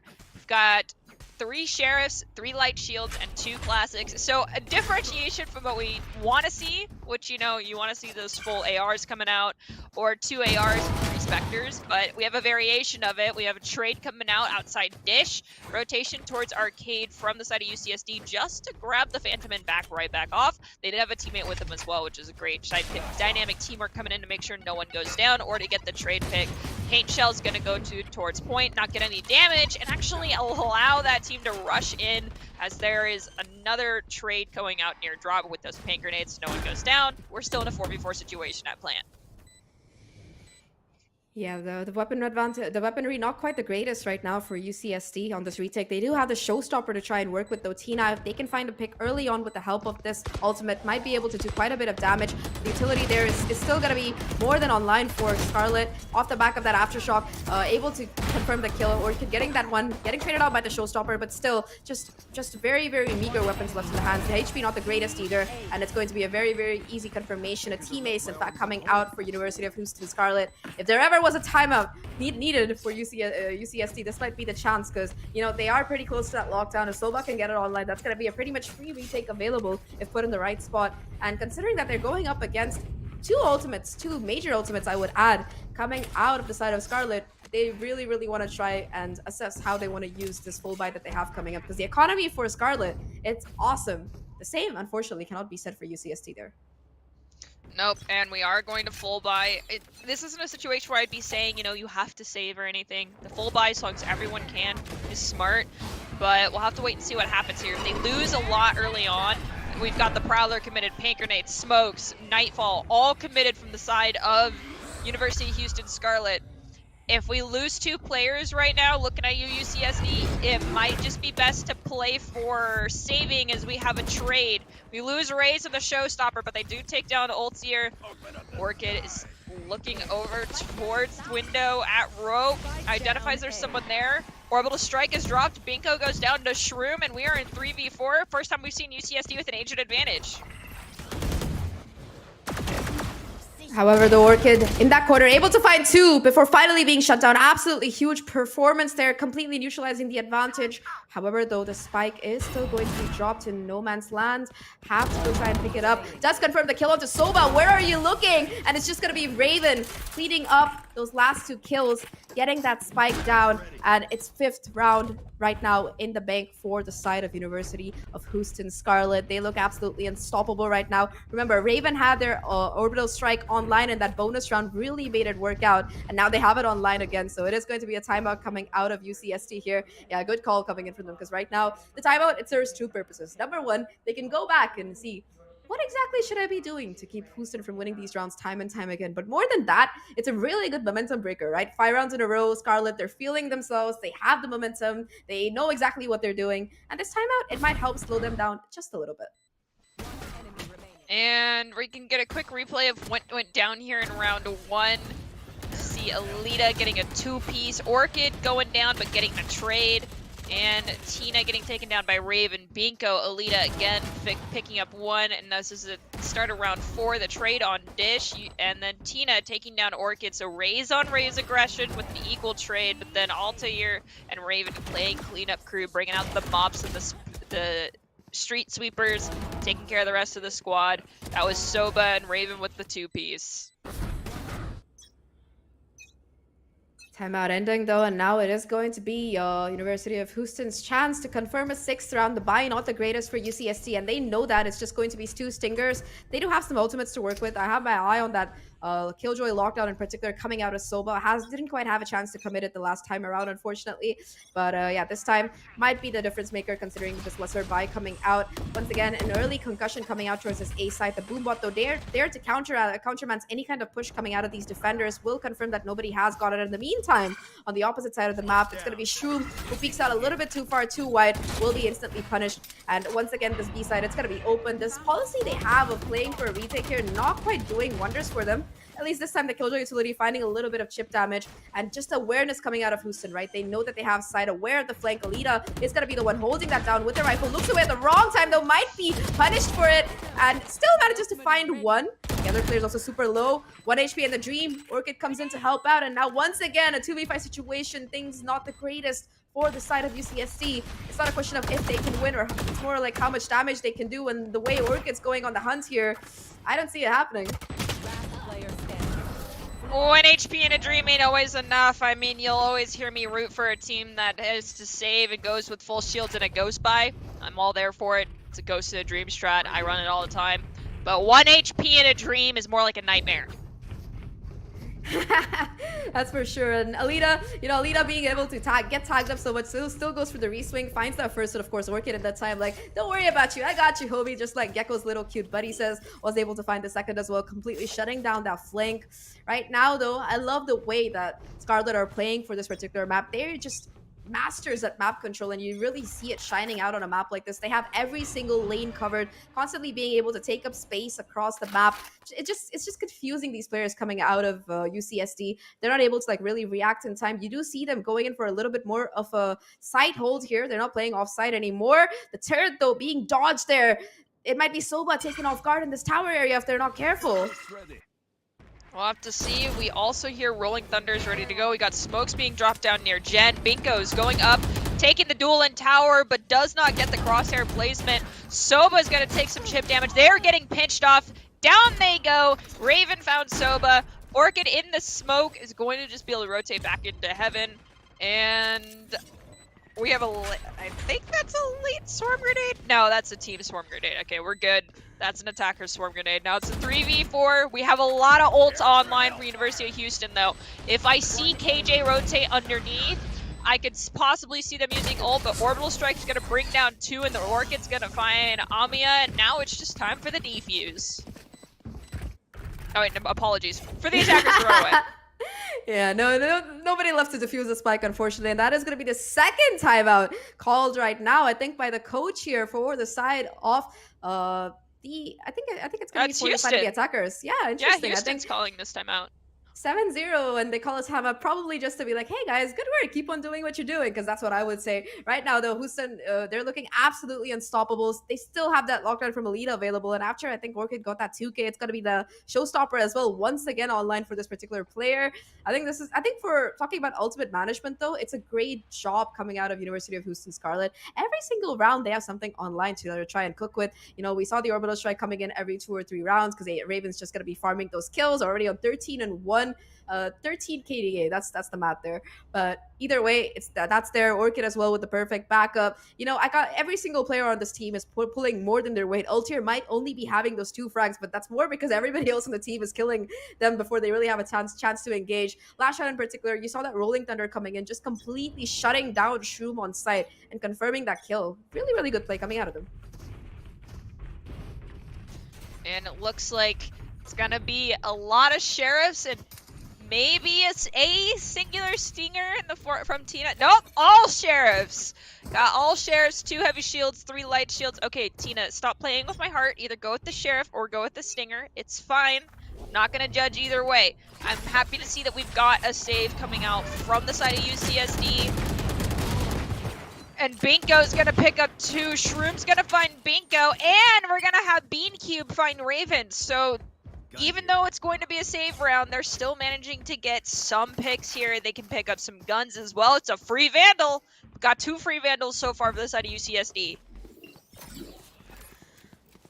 Plants will go down. Finally, numbers advantage in the favor. Not in the favor, but at least not at a deficit for the side of UCST. However, the spike has gone down. Alita still going to be alive to try and do things with an ultier. Having that Rolling Thunder online might be a huge difference maker as well. It's going to be holding the angle. The Nightfall comes through. However, you have to check your corners there. Being cubed will be shut down. Now it's just going to be ultier being able to get that kill. Showstopper as well, tagging Shroom up. It's going to be Shroom against the world. Not going to be able to find anything as Ultier tucked away in that corner. Walks away with 3 for their troubles. And Houston, they get to 8 now. Holding on to still a lot of these ults here. Both Alita as well as Ultier holding on to that long-term Rolling Thunder. That's just going to give them a free B-side plans if they play their cards right next round. But in this one, a great start coming out of UCSD. Able to like try and at least do some damage before being shut down. But unfortunately, it seems like once they let the site go, they just are not capable of a successful retake. It's looking really, really rough for them. I understand that University of Houston Scarlet is a very intimidating team, but we're seeing a lot of our defense play very far back. Raze is pushed up a little bit here on A, but is not. No, looks like they are going to come toe-to-toe with the firing squad. What I was about to say is push up a little bit, but pushing up into the face of a full 5-man squad, probably not the best idea. And they're going to rotate out anyway, as Tina is going to be a little late to recognize it. There is a sprint, and we mentioned it earlier. B-site lockdown. Soba's going to use it. The defensive lockdown is from tower. The offensive lockdown is underneath in tunnels on the right side. We could see a counter lockdown after that lockdown is done. This is just trying to prevent them after they realize that the rotation had come out.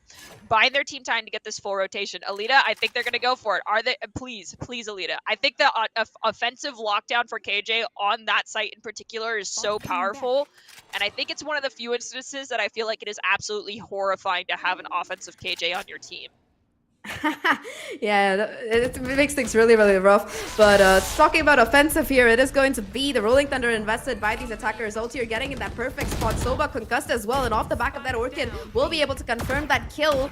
However, it is going to be BeamCube finding one of their own. 30 seconds left. The spike still hasn't made its way onto site, though. Alita will be able to get it online right now. Counter Rolling Thunder invested by the defense here, trying to deter the spike plant from coming in, but Alita still will be able to get it down. Now it's the retake situation once again. Player disadvantage for the side of UCSD. Alita making it worse. On site, just being able to find that one across the crossfire between the rest of the players will clean up house on the rest. Right now, University of Houston Scarlet are just running away with this game. Look at the kill board here. Orchid and Raven on 13 each in 9 rounds. Absolutely phenomenal for the side of UCSD. Well, they are able to win out straight on gunfights, but the amount of utility that is being used in conjunction by the side of Scarlet here, they have no answer to it, and that's just what's been plaguing them since the start of this entire game. I can't argue with you. The one thing that I mentioned earlier was just the pre-fight planning of positionings and honestly utility usage. Once again, they're playing a little bit more hesitantly here for the defense of UCSD. They're in the middle of the points. They're not pushed forward. They're not listening for audio cues. They're not looking for util being dropped. Down goes Nightfall. 2 are going to get marked. That's basically identifying everyone on point. Rushing in right now is Raven. We have Ultier and Raven both pick up 1 with the assist of that Nightfall. I mean, when you can't hear anything and you're in a brimstone smoke, it makes it really difficult to survive.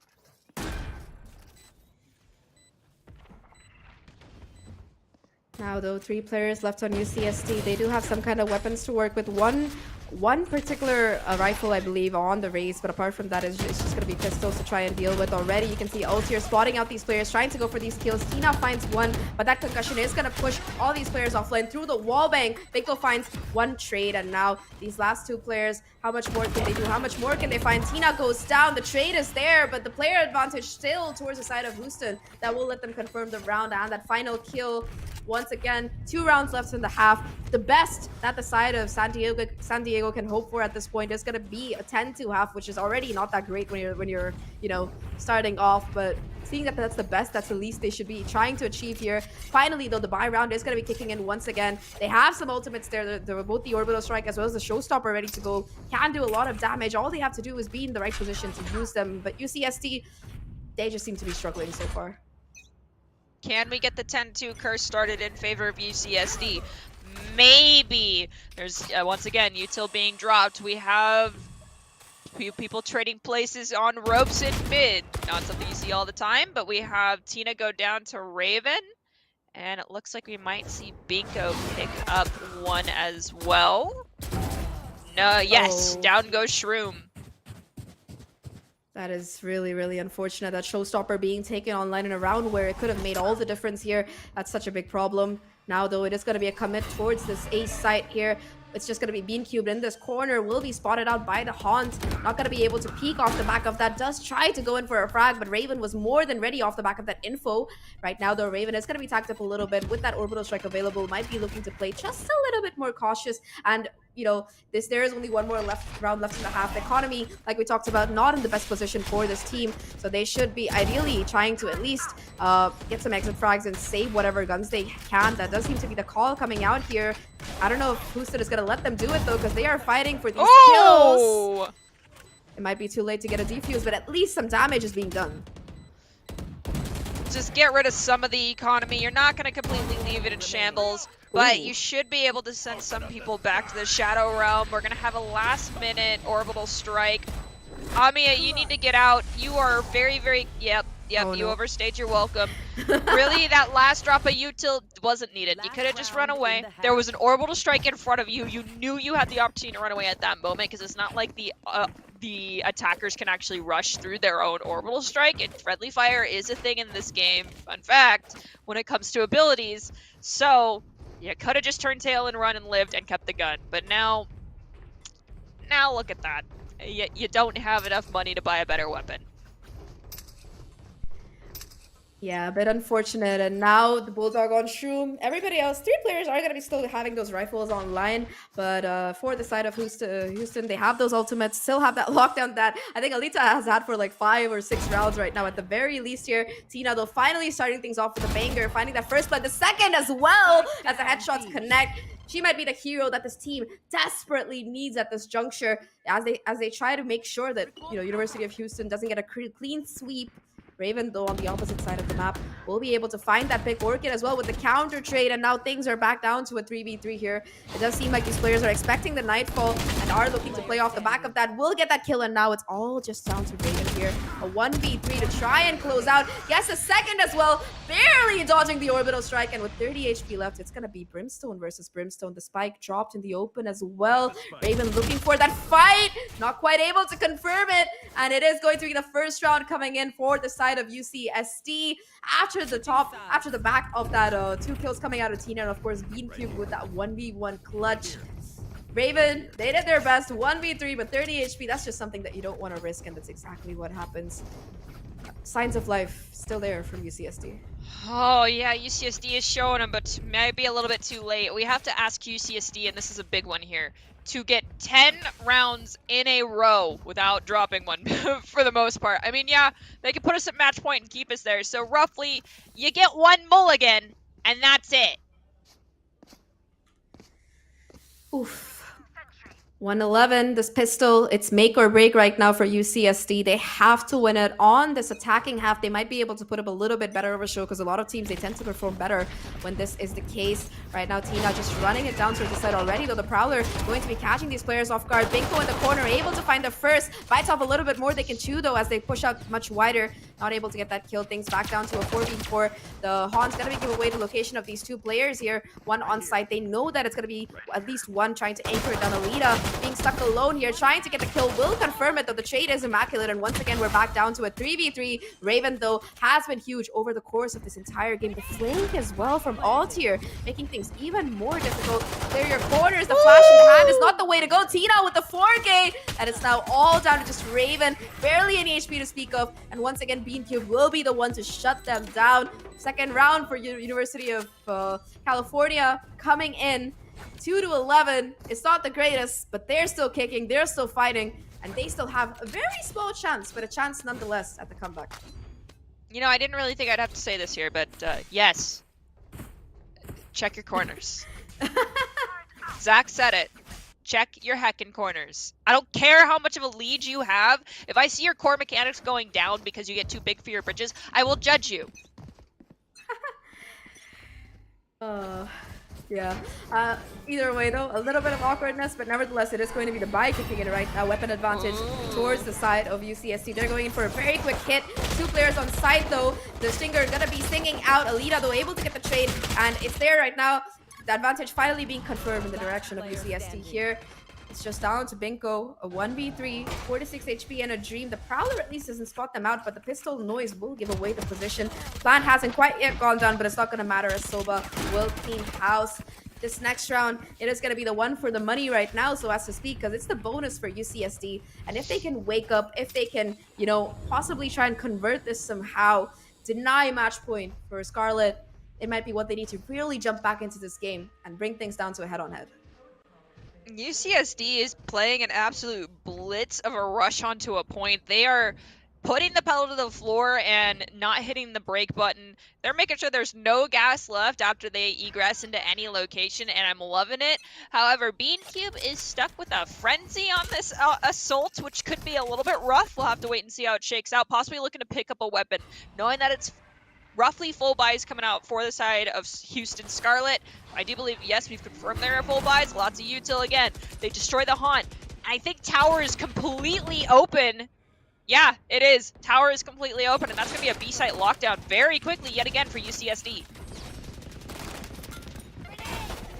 Oh, that Killjoy alarm bot does catch multiple players vulnerable, not confirming kills, though it is going to be the Fade tagged up to just a sliver of HP left. Swinging out at the worst time, though, BeanCube, as the smoke goes down, will be dropping the spike in the open to make things worse. And despite having side control, the spike isn't going to be able to go down at all. It's just these Vandals and Phantoms singing, and a flawless round for University of Houston Scarlet will shut down any kind of dreams of UCSD, confirming it. Match point right now as University of Houston look at moving up in this lower bracket with one of the most dominant performances that we've seen. Okay, hear me out though. We knew that was bonusing again for the side of UCSD. They knew they were going into full ARs from the enemy team. I'm a little upset that they dwindled and dilly-dallied so long there on site when they had Spike, and we had our Spike carrier peak at the wrong moment. Instead of just kind of going with the, the safety plant that only really has view from tower, they tried to still go for that mid plan around boxes to get wall banks for possible defuse. But nonetheless, had they just stuck with their tried and true, get in, get situated, get the plant very fast, it would have been better. It was their bonus. It's okay. Ignore the fact we're at match point. Play it again. But they've slowed back down. They're not doing what we saw from them earlier. So they are, so to speak, fearful of losing this. So they're falling into old habits and allowing the defense to pick positioning. But UCSD, Shroom coming through strong. Finds 2. Amia goes down. Shroom with another one. Is Shroom with our first ace of the day? Question mark. Am I trying to jinx it? No. Am I going to stir the pot and add pressure? Yes, of course. That's my job.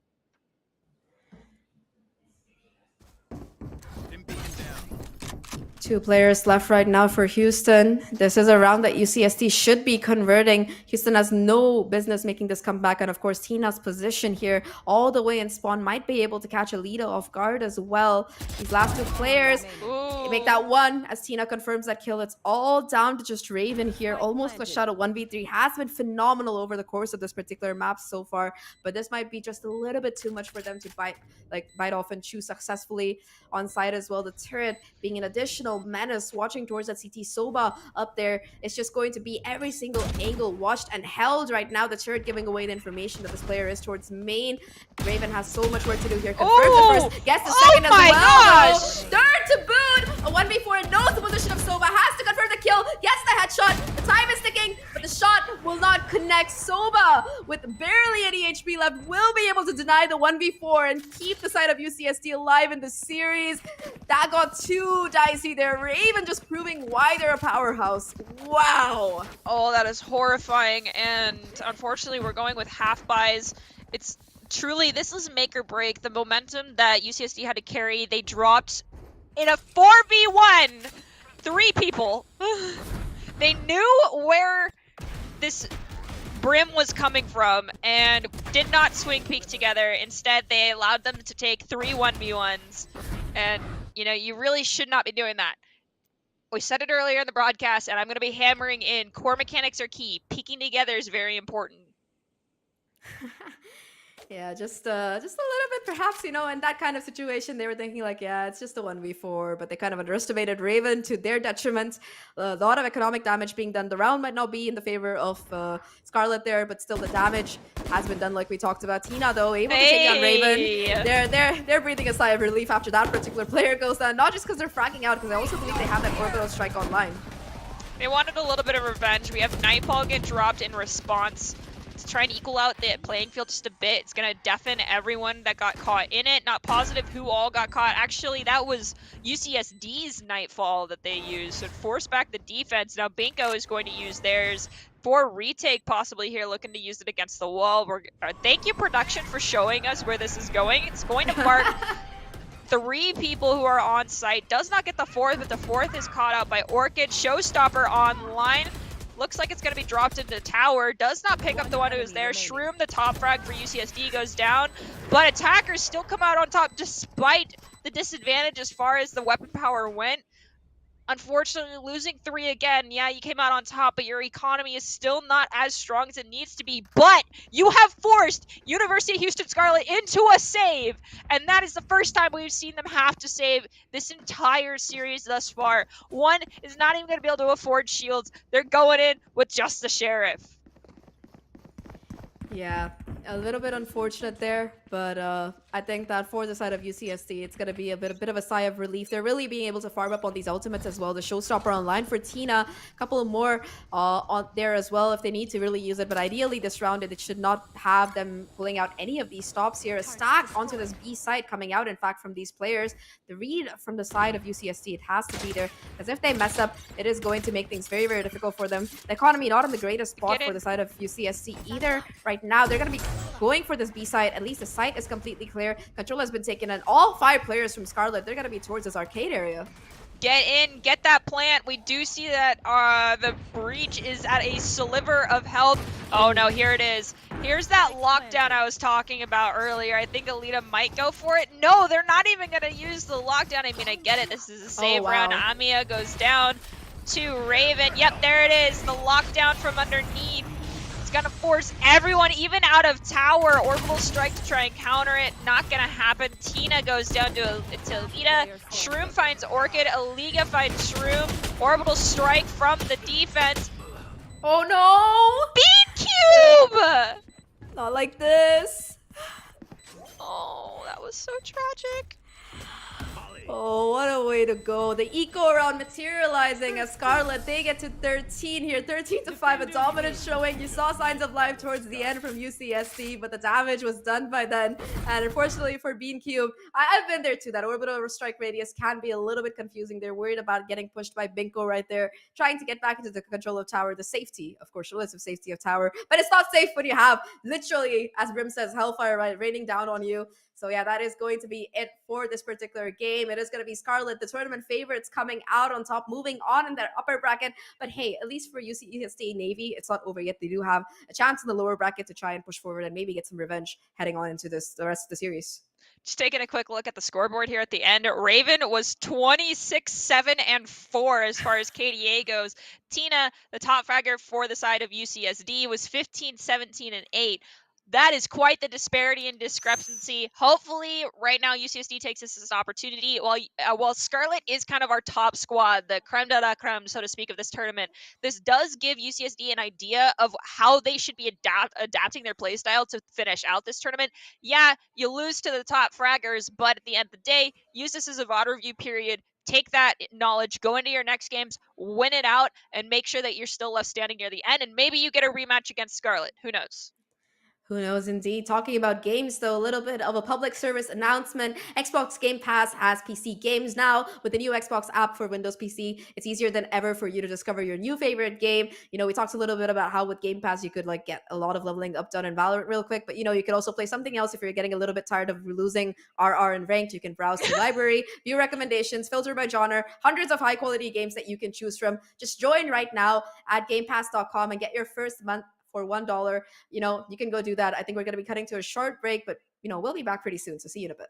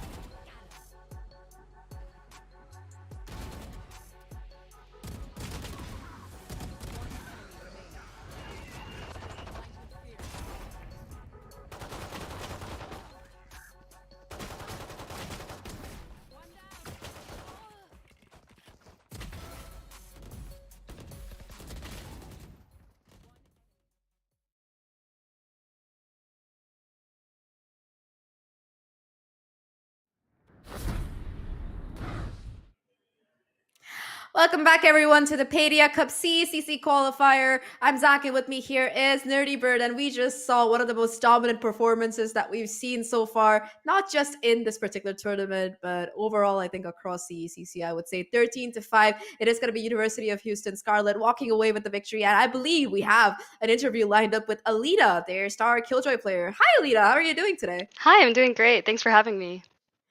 All right, so first question heading into the interview, let's talk about that first half a little bit. 11-0. Well, there was a timeout that was called around round 7 or before round 8, if I'm not wrong. So why did you guys call a timeout when you were so far ahead, and what exactly went down in it? Was it like a little bit of celebration, like, yeah, let's keep doing this, or what else? Mostly never that. We're always proud of ourselves like after every round, but we're not gonna like spend too much time, being excited about a game that hasn't finished yet. So really what we were doing for the most part in that timeout was reviewing what we could have done better.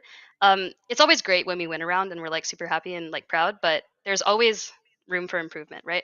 Especially because like as a new addition to the team, it's gonna take me a bit of time to like get used to like the team and like play with them and like understand their strats. So a lot of times when we take a break, just like in other like if we're doing well even, we'll just stop in the middle and then figure out like, hey, we could have done this better. It would have been a flawless rather than like a 4v2 in the end.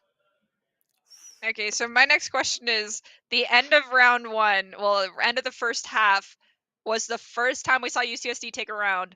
What happened? Was there just a moment that went wrong, or did you guys kind of just relax a little bit too much for that one round? Sure, yeah. So I think that I usually set up a B as Killjoy on pistol. This time we wanted to switch it up because I think we were calling for a push strat on B. I can't exactly remember, but we did want to switch it up. We wanted to go more heavy A. Once we gave up Sands, I think there was a bit of a miscomm between me and the other people on my team. I was like, Raven had said like, oh, I'm playing offsite, and like I hadn't listened the way that I should have. So since I was playing onsite, it was a bit of a disconnect. But even still, I mean, I think we like almost had it. I just like whiffed a couple of shots, in onsite. But yeah, basically that's what happened. But we did pick it up pretty fast after. So it happens. I totally get that. Nonetheless, you course. guys had an absolutely stellar performance. I'm excited to see more from you. Though I think most of your games will be off broadcast until tomorrow. Nonetheless, it was a pleasure to be able to cast you guys. It was a pleasure to play. Thank you. Yeah, I think I'm pretty sure we're gonna be seeing more of Scarlet tomorrow. I'd stake good money on it at this point. But yeah, one last question before we let you go. I know it's a little bit on the nose, but you are the favorite heading into this particular tournament. Are you guys gonna be able to win it and make it to CECC? We sure hope so, and we're definitely prepping so that that's the case. But yeah. All right. Anyone you'd like to shout out for today? One of your teammates who really popped off, or somebody who just held it together? Not that you needed much holding together, but anybody in particular that you'd like to shout out before we send it off to a break? Honestly, honestly, every single member of my team, I wish I could shout them each individually out, but I think I'd have to say Trish. So on your screen is probably Ultier. Like the whole game, she's just so calm and collected, and this is like not, a different thing. It's like it happens every game, and it's just so great. The comms from her and everything, and yeah, that's probably who I would shout out. All right. Thank you so much for joining us today, Alita. Hopefully, we'll see more of your team tomorrow. Right now, though, we're going to be heading into a short break before we head into the best of threes upper in the bracket. We'll see you guys back pretty soon. Great. Thanks for having me. Open your third eye and welcome this ad to reach video game nirvana through PC Game Pass. Game Pass has PC Game Pass. Game Pass has PC Games. Game Pass has PC Games. Nirvana awaits.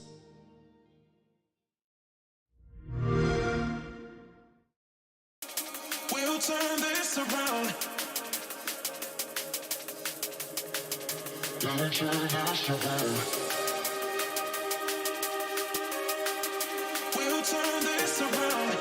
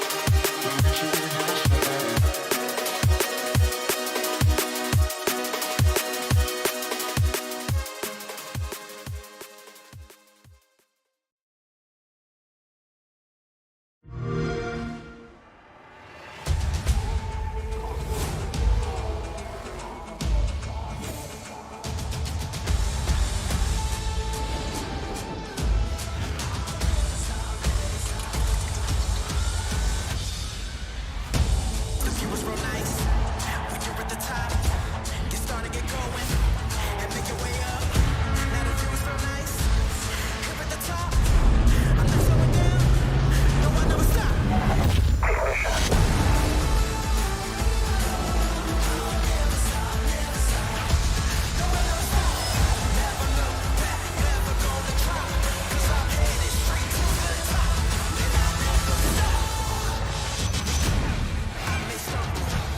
Might even fall, brushing the dirt off, and I'm back giving it my all. Eyes on the prize, only a matter of time. Before my sacrifice, bring me closer to paradise. You see the blood is red, all the sweat and the tears been shed. I put my fears to bed. If I get me, I'll be dead. And I feel the pressure. Yes, sir. The temperature set to 100 degrees and nothing lesser. And I might slip and trip, but I cannot quit. Diamonds made out of coal. I never ever stop. All I got is the power to go.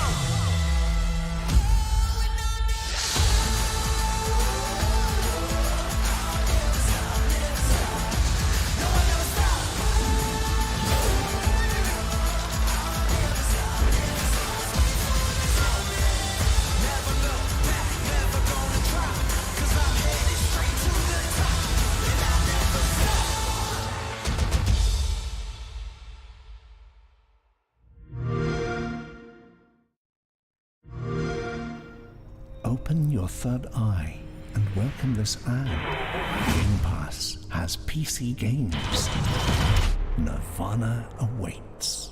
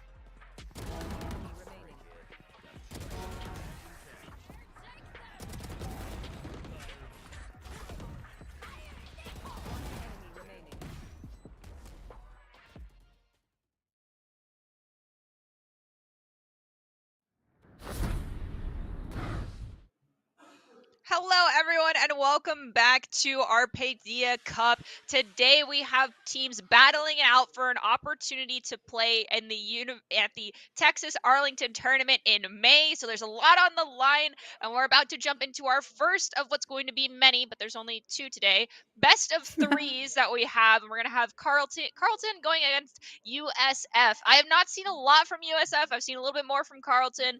Do you have any insights on either of these teams, Zach? I mean, I think that when it comes down to seeding, Carlton is definitely up there, one of the favorites in the tournament. But like you mentioned, we haven't seen much of their opponents here. South Florida, kind of the unknown wild card heading into this particular matchup. So I'm not going to be able to speak for them. But Carlton, for sure, I think that both of us, I haven't had the opportunity to really cast them, but I've caught some of their gameplay. And I think that they are one of the more dominant rosters out there. In fact, I might be getting a little bit ahead of myself, but I wouldn't be surprised to see them all the way in that grand final tomorrow. But like I said, we're getting a little bit ahead of ourselves. We are going to be heading into the first best of 3 for today between these two teams, and I think we have our rosters ready. So let's take a look at the players that we have coming in. And since these are a little bit of wild cards for USF, we'll start with them. It's going to be Baby, It's Daisy, Gizmo, Jinxed Rose, Teddy, and Shimmer rounding out that roster. All gorgeous women coming in for these squads yet again.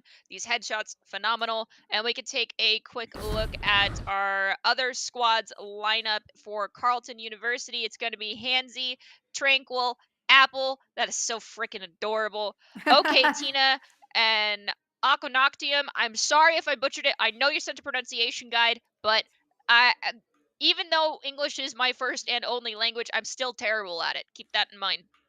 I think it's all good. I think it's Queen Octium, but I think we should just shorten it to Queen because I'm sure that looking at her, she seems like an absolute queen. But heading into this particular best of 3, we do have our map veto ready for the day. So let's see what exactly we're going to be heading into. The first map, it is going to be USF's pick, and it's going to be CU starting off on defense. It's Haven coming up, a map that's been tried and tested. I'm sure that both of these teams and all of us, including the casters, have a lot of practice at this particular map. Map number 2, though, we just saw a really dominant fracture coming out of Scarlet. Now we're going to be heading into that once again between these two teams. And of course, the decider, one of my personal favorites, Split. Yeah, Split was gone for so long. I'm glad that it's back in rotation and that people are willing to pick Split. I'm a little sad. I know that there's like a love-hate from a lot of people about it. I love Icebox. I personally adore it. Probably not going to see it at all, and I get it. But nonetheless, I'm satisfied that we're going to be shaking things up a little bit, at least with our intro pick here. Fracture, we're seeing it again. Not surprised on that front, but I'm going to be interested to see what agent picks we have coming out from both these teams. I do believe we're about to get into that agent select screen in just a few moments so we can see what the plans are going into this. Of course, this is going to be a triple point. So with that being said, it does make it a little bit more creative as far as agent picks can go. It looks like most of USF has already prepared and figured out who they want. And of course, we have my favorite Fade coming in. KJ definitely on lockdown. Wouldn't be surprised if we saw maybe a Viper or a KJ coming out from the side of Carlton. They do have Jet. First time we got to see that today, as well as a Sova and a Cypher. Don't know who Hands is going to go with, but most of University of South Florida is ready and locked. We're just waiting on Teddy. It's going to be the Rays. Is it going to be someone else? Probably Rays. Yeah, probably Rays as well. With that Fade, a lot of synergy coming in. We talked about it a little bit before in other maps as well, but Fade and Rays, just a goated combination in particular. Slow down players with the Prowler, catch them with the C's, throw paint chills in there. That's going to be free kills, boom.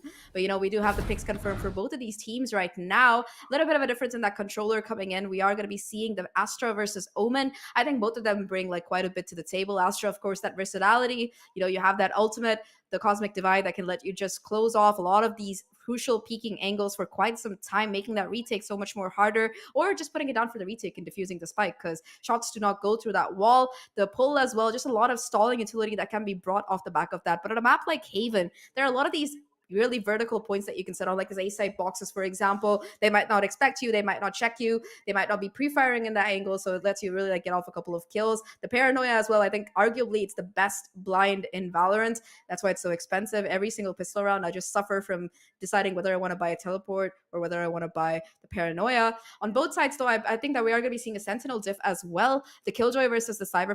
Personally, I favor Killjoy a little bit more just because of how valuable that lockdown can be, but Tranquil might have the answers on that Sova. And yeah, we know what Hans is picking. It's going to be that breach. So a lot of utility really available right now for the side of the attackers here as they look to be proceeding towards this garage area right off the bat.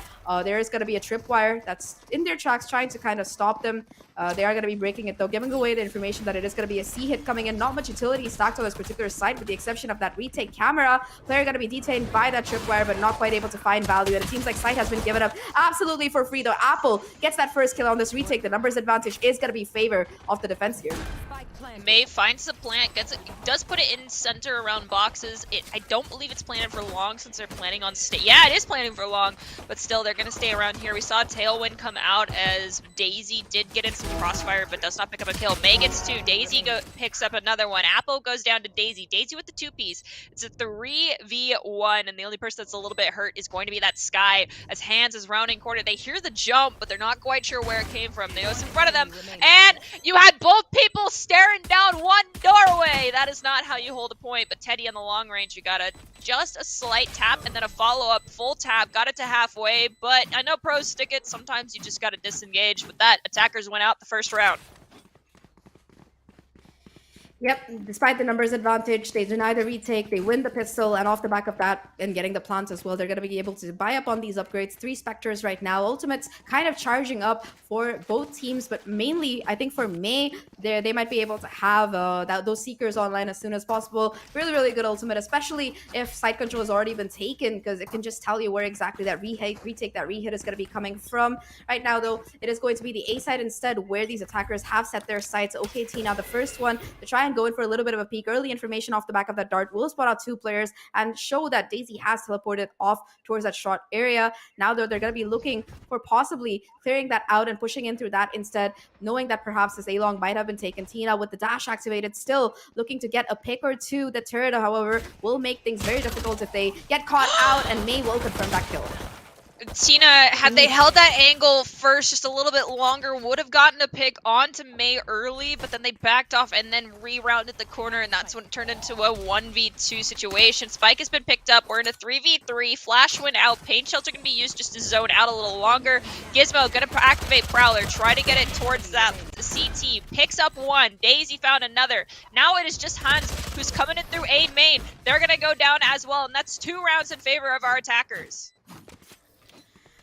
Oh yeah, that's gonna be it though. 2-0 right now, the lead confirmed, but this is gonna be the round where CU have a chance to pick it back up and win, because not only do they have that rifle advantage heading into this, they are also pretty close to some ultimates. I think Hans in particular, after getting those 2 huge kills, will be just 3 away from that Rolling Thunder. Might come into play this round, but most likely we're not gonna be seeing any ultimates coming out of either of these teams. The Spectres, once again, you really want to take those close fights if possible. Garage does seem to be the area of interest right now. There's gonna be not much utility set up for that angle aside from 1 tripwire. It's going to be just Cypher trying to hold it down possibly, but there is going to be some more backup this time. And that pistol, we only saw Apple playing around this area, but now they're going to have some additional availability of players coming up from that Astra as well. It's going to be tucked into that backside. The the Trailblazer doesn't quite catch them off guard, unfortunately, and with that smoke down, they're going to be able to just dance around it if things go well. Wallbang's coming out. May is going to use their first Hawk. Does blind a few, but Aquanoctium's going to be taken down. May goes down. Daisy goes down to Hans with the 2-piece. 4v3 right now. USF down 1 agent's going to use util dump into that garage area. Does not find that Cypher who's going to round out, and Tina rounded from CT, picks up 2. Apple picks up Gizmo, and that is the first round win for the defenders. Worked out great. They only lost 1, and I think the one person they did lose, Aquanoctium, unfortunately had to light by shields that round.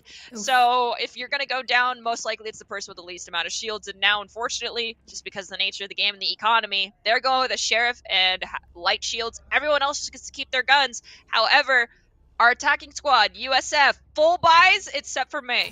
They've got a light shields. Are we going to see May go down early? Possibly. I mean, the nice thing about being a Sky is you're not expected to really lead the battle charge here, especially with that overheal available. You want to be just holding back, kind of using your utility for your team and trying to stay alive so you can get them back into fighting shape as soon as possible. Right now, though, the Executor is going to be gearing up towards his A side. No early recon. They know that this is probably going to be where the hit is coming, but only 1 Seeker is going towards side, giving away information that there is going to be only 1 player playing on top. In fact, the Trailblazer will spot them out as well as the Seeker, but OKT9 in the corner doesn't get detected, is able to confirm that kill heal and dash away. Now it's just down to the side anchor. Tranquil finding one before being shut down, maintaining that numbers advantage for the team, though May is quick to trade it back. Things up to a 3v3. Retake utility available. The shot's not quite coming through for Jinx. Froze there as Oketina gets a second. And now these three remaining players. The flash is immaculate. The kill is confirmed off the back of that. And now it's going to come down to a 1v1. We talked about May before, how that light shield might be a deterrent. It is going to be Apple at full HP. The neural theft as well to give away the location. 2 pings on that, in fact. And the flash, it will buy a little bit more time. But however, the position is going to be known right now. It's going to be just coming down to whether Apple can get the spike before the timer really ticks out. About 20 seconds left. May pushes out. However, that was a bad decision. Apple confirming that kill and getting CU to their second round. Truly, I think playing for time there and waiting for the initial just tap on spike would have been the better play as opposed to trying to actually swing peek out of sewers. But at the end of the day, of course, you know, hindsight's 20/20. Understanding when you have time is very difficult when you're under pressure. We're only early in this. We're tied to a side. Might as well be 0-0 as we're hopping into round 5. We're unfortunately going to see USF get punished slightly. We're going to have 1 Guardian, 1 Spectre, and 3 Sheriffs.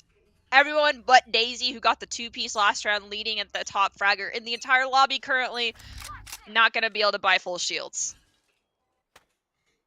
Yeah, that's a little bit unfortunate. But, you know, the nice thing is with these rifles, a lot of the time, especially considering there are so many Vandals on the board, it's not going to be a huge difference maker. Even though May didn't go down last time, I think that was more of them getting a little bit too over-eager more than anything else. Apple just waiting for that peak coming in was rewarded for that patience. Right now, though, more of a default play than we've seen coming out of the attackers than before. Before that, it was just them rushing into side full on. But now they're going to be trying to get some information across the board here. Finally, though, C is going to be where the attempt seems to be coming. Apple being able to hold down the fort, goes for the jump peek, finds the information, gets the kill as well off the back of that, and will be able to back away safely. No trade incoming right now. Those cyber cages making things really, really dicey for the attackers. Talking about the attackers, though, they have managed to walk up onto C-Long here, though Noctium tucked into this corner, going for the trigger discipline play, might be able to get more than their fair share, and they're rewarded for their patience, getting 3 before finally being shut down. Jinx Rose does get that trade, but it's a little bit too late as Oketina with the Blade Storm will clean house. Carlton, they get to 3 here, and they are looking super clean on this defense. Just the way they're set up, the way they're able to play off each other, fantastic. Hold up for Oketina coming in. First op we've seen in this tournament. Of course, it's going to be a Jet with an op. If anyone in chat says anything about an op crutch, I'm going to be angry with you, because if you can buy it, if you know how to use it, yeah, it's a 1-shot, 1 kill. Is it a little broken? Yeah. Do I like it? Yeah. Do I hate peeking it? Also, yes. Gotta bait that first op shot and then get through. But the issue is that there isn't a whole lot of speed coming in for our attackers, our defense crew. Let's see how long they hang on to this op, or if they lose it early due to a poor decision being made by the Jet. And that's a lot of spam going down through that Astra smoke, not finding anything as everyone just backed off out of LOS and is hiding in that first cubby and also in long. Scout destroyed. Well, now once again, though, it is going to be a Trailblazer this time from May, invested towards the C side. Not going to be able to catch anyone. Talking about catching people, though, it's going to be a bit of a Sentinel diff coming out as Apple confirms that kill onto the Killjoy. Now with the potential of a lurk coming through, a play coming through, they're going to have to try and check the rest of the map. Tina already having taken lobby control, has pushed out, is holding a very aggressive angle, and now it looks like it's going to be May just walking into it. Tina being able to get away with her life, tagged up a little bit, but all things considered, still pretty huge. The Omen as well in heaven with the spike. A lot of work to do here. They expect the position as well, because look at where the rest of these players are looking.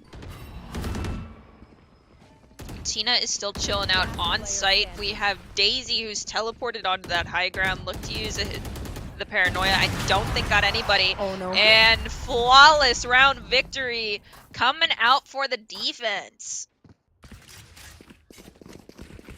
Oof, that was really, really clean coming out of them, of course. Just that first pick by Apple, you know, just completely tearing apart the attackers, any line of attack there. And of course, Oketina with the operator finally having a chance to get a couple of frags. So far, the focus off the side of USF has been towards the C and garage area. We haven't seen much towards B except A for that one round, and the second time around, they're instantly punished. Now the operator going to be positioned towards the mid instead. The buy not the greatest for the side of USF after that loss, once again being pushed into an eco situation and once again, the tips of the heads being popped, spotted by that operator. Tina able to get that first kill and reposition for a possible second. Gizmo walking quietly, try not to reveal themselves. We have Tranquil, who's chilling out right outside A main. Question is, are we going to peek together, peek one-on-one? And we're not going to check our angles entirely, so down goes Jinx to Rose, and now we're going to have the Hawk come out. Well, the Owl Drone does identify Gizmo. Gizmo does not get the crosshair lined up fast enough, so Tranquil, that's spiked down. But May manages to come in. That's also a free gun. I think it might have landed in a spot that May can still grab it. Yes, we're in a 2-on-4. Can both these players theoretically grab 2 apiece and get this plant? We'll have to wait and see. Yeah, I've gotten some kind of side control at the very least. A side, though, it seems to have been left up for retake. Once again, the numbers advantage strongly in favor of CU here. At the very least, though, it's going to be a little bit of extra money if they can get that plant down, but that Gravity Veil is completely going to disrupt it. With that smoke going away, if they decide to peek, it is going to be denied, but Tina will be able to confirm the kill, and now it's all down to just the Omen. Stinger in hand, does find the first, but not much bullets left. The flank is on from Hans as well, and that's going to be the 5th round as CU are taking the momentum, running away with the lead. I believe that's 5 rounds in a row there, Nerdy. It is, and honestly, when a team goes 5 rounds without dropping one, and you know that OK Tina has been perpetually getting these intro kills, perhaps just a quick moment, take a timeout, figure out a quick plan, use more than 30 seconds for our attacker squad. They've got 4 ults. It's important we don't dump them all at once. They're going into 3 ults. They got to make sure they don't all conga line in like lemmings down one small alley, or you're going to get Hunter's Fury. Truly, they need to make a plan here, and it looks like they're not going to use a timeout. They have it figured out. KJ with Spike. Let's see where they choose to go. It looks like default to start to possibly get util and intel. Yeah, they really want to figure out where this operator is before committing further. The lack of that Sova just showing up here, because while Sky is a good initiator, she can't quite find as much information, though that little bit of a half peek will reveal Tina's position. And now it seems like they're reconsidering whether they want to go towards this A side here. A little bit of a walk away, you see, as they go towards mid instead, now that they know where exactly the operator is going to be positioned. C is going to be the hit this time. They're not going to be dry picking into garage just this time yet. Apple being hit by that paranoia, the smoke as well coming through, and off the back of that, they look to make some kind of headway into this garage area. Tripwire is going to be triggered with a kill. Not going to be confirmed, unfortunately, for Apple. On the C side as well, it has been taken right now. It's going to be a full-on 5v5 retake that we're looking at, unless, of course, this alert gets caught out or found out. Yep, that's going to be the case. 4v5. USF, the one with only 4 people. KJ ult dropped from inside garage, dropping a lot of util to keep it alive, but it's been identified. It is going to be taken down. Jinx, though, picked up 2 before they go down to Hands. May finds Hands as well. There's the showstopper trying to take out Aquinoctium, does not get the pick. May goes down. Now it's Jiggle peeking to save your life. Made the first off shot, but couldn't find the follow-up taps, and I think that is just a quick defuse. Yes, Jet gets it because they need an extra point to get their ult now at this point.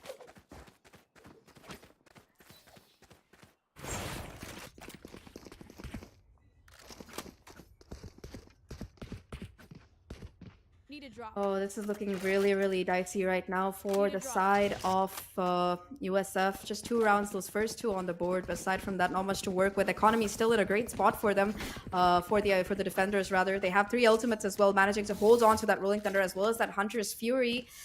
Talking about ultimates, though, I think that almost everything that the side of USF had was committed in that particular round. The lockdown almost muting things out. Jinx Rose making some magic work, but not quite going to be the case. And once again, this A side does seem to be where they want to try and hit the operator. Still not going to be here quite yet, but the information at least is there, along with the spike drop. So again, you can see the quick rotation coming out of these defenders. 3 players towards the site, just waiting for the push. The Trailblazers are going to put 2 more as well, and towards the CT. That additional operator is still online. Nightfall invested, though, by the defenders to try and deter things. And Teddy on site able to find 2 before finally being shut down.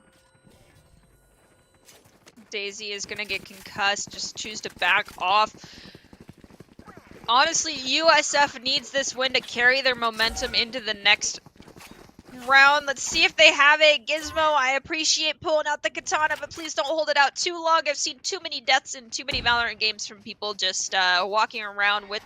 Oh, check your angles. Oh, no. And Trigger Discipline comes out strong.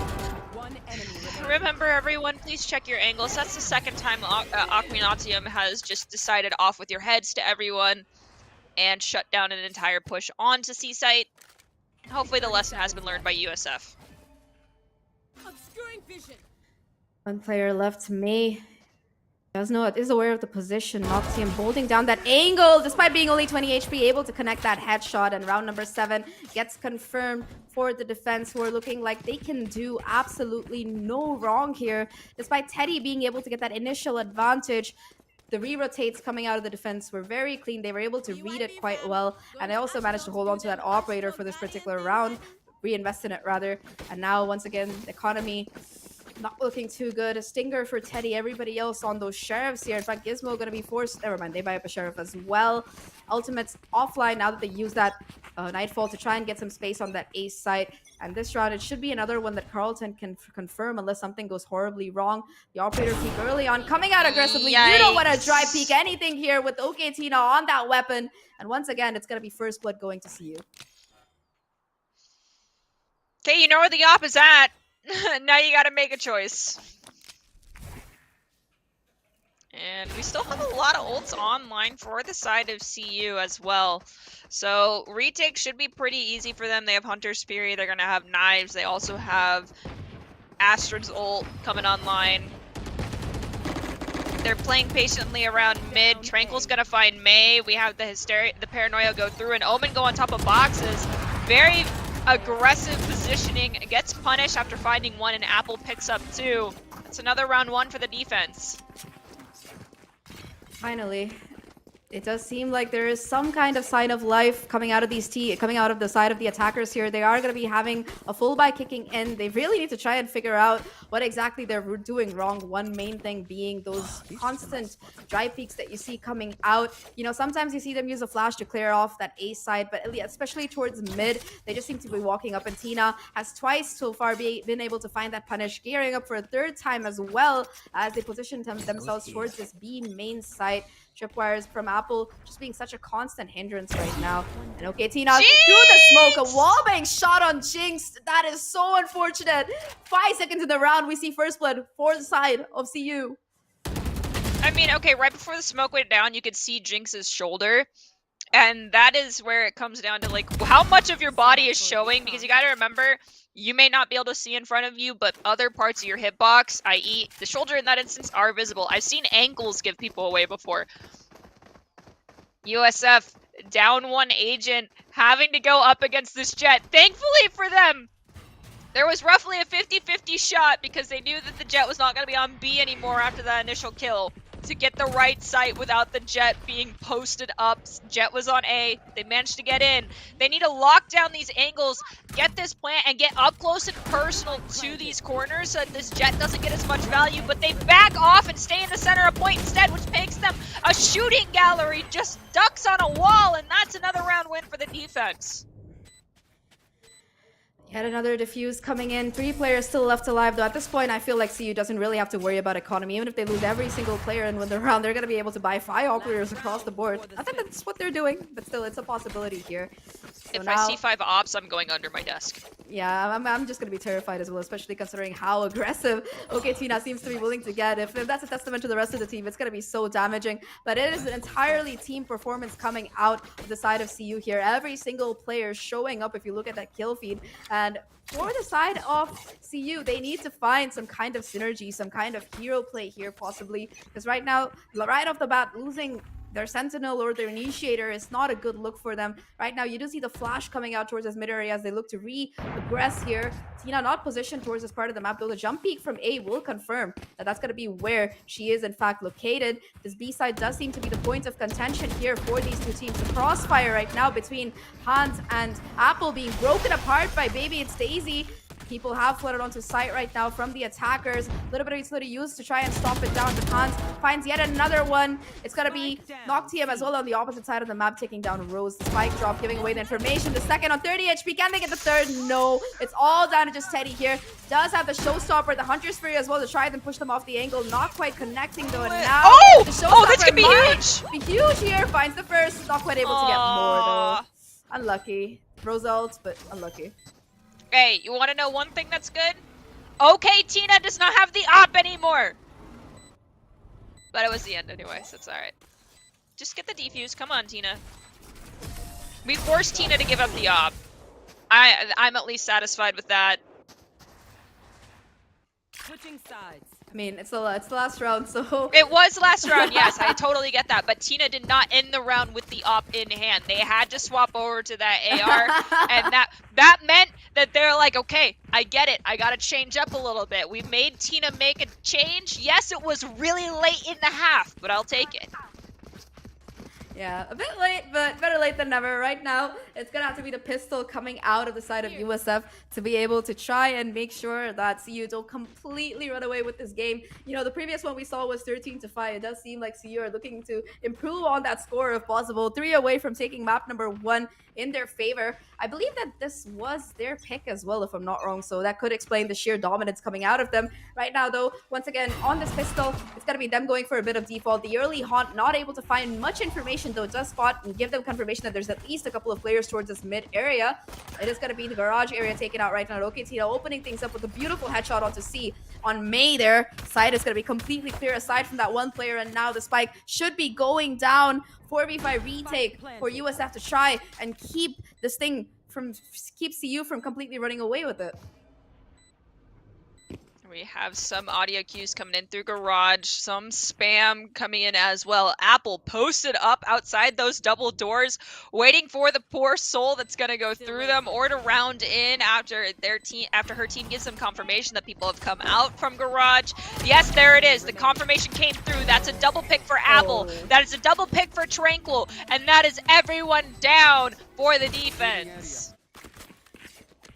It's a really, really rough situation right now. I'm very curious to see whether or not this team is going to be forced buying in. It seems like the defense is going to be opting to do that when you're down 11-2. Even if you have a little bit of a shambles of an economy, of course, you don't have the rounds to lose. You don't have much that you can really do it, though they seem to have reconsidered. 11-2 down. If they lose this, if they can't win this particular round, you do see some sheriffs coming across the road. They are looking at match point here on this first map. They're still deciding if they want to buy. I'm confused as well. But yeah, they are going to be buying in, investing everything they have in this particular round here. It might, only time will tell if this is going to prove to be the right choice as the attackers look to aggress on this A site. Just Teddy left alone. I believe that they have a stinger in hand to try and do some magical work with 4 players right now going to be aggressing on this particular position. I don't know how much more they can really do. The paint shell's buying a little bit of time, but the rotation from the rest of the team, it hasn't come through at all, which might be a good call because it does seem like on the call of Apple, perhaps they're going to be backing off a little bit. We've got 2 posted up for Crossfire on B site as soon as they enter in. It's just Jinxed Rose and her alarm bot as we throw... Oh, okay, so we have a Cypher Cage as well as Swarm Grenade. One traded on both sides, double Cypher Cage to allow Cypher to get in, eliminate that turret. Smoke comes out, prevents the kill off the Hawk blind. Gizmo finds Apple. Gizmo goes down to Hands. Jinx Rose finds Tranquil. There's another Paranoia getting dropped. Queen gets the spike plant. They're posted up, similar positioning to what we saw from the other team. They don't need to have these close angles, but they're because of just the economy they're going into from USF, unlike what USF was going into from CU on the retake here. CU has all lines of sight locked down except for C main. That's my biggest concern here. Last player standing. Oh, the Don't run and matter. gun. Gun here. Match point. Unlucky there. That full investment not quite materializing properly, and right now it's gonna be an awkward buy for both of these teams. For the side of CU, it's because it's their bonus round, but for the side of USF, it's because they did invest quite a bit in that previous round, and right now it's gonna be super, super difficult for them. Only a shorty available for Teddy right there, a Bucky for May.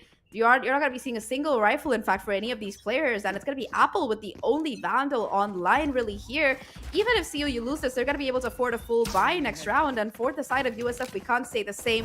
Knowing perhaps their economic situation, it's going to be a super quick aggress onto the C side. Only one player really playing towards the backside here. The flash, though, is going to catch him in the open, though. Jinx is still able to confirm that kill. Looking for more with the Sheriff here. Using the Nanoswarm as well to try and buy some space. But Baby Daisy, in the meantime, will be able to do quite a bit of damage. 3 kills already on the round. It's all down to just the lurker here. Apple, a 1v2 situation. The spike dropped onto site. A lot of work here and a lot of 2 kills for them to find to be able to close this map out. Omen is at half health though. If they pick off this Omen fast, they check your angles. Please check your angles. Oh, Yes! The flick, Gizmo's down. Bombman has come out. That neuro theft. We know exactly where you are, Daisy. Both equal as far as health, but Apple had the extra intel, and that is going to be round 1 going to CU. Map number 1 taken in their favor, extremely dominant, showing 13-2, almost flawless. They lost that pistol and that anti-eco, but after that, it was 13 rounds straight for them. Let that sink in. But hey, if you are looking to, practice more and get some XP while you're at it in Valorant, remember, you can fast track your Valorant game with the PC Game Pass. Members will unlock all the current agents, get a 20% XP boost to the Battle Pass, Event Pass, and the agent contracts. Also, if there are new agents like Gecko that just came out, you're going to be getting access from day 1 to every new agent as they get released. So join now at gamepass.com and you can get your first month for just $1. Anyway, though, talking about agents, I think that while both teams had really good agent picks, I think that overall, just coming out of CU, it was just so much more synergy that we saw better utility usage. And that was, apart from the sheer kills, of course, it was that really gave them the advantage into this. But it's not over yet. Remember, this is going to be a best of 3, and we have at least one more map coming up. If CU keep up their domination, it might just be 1 map, but if it goes the distance, it might. If USF can wake up on map number 2, but we're going to be having a short break before we head into second map of the series, which I believe is going to be Fracture. So stay tuned.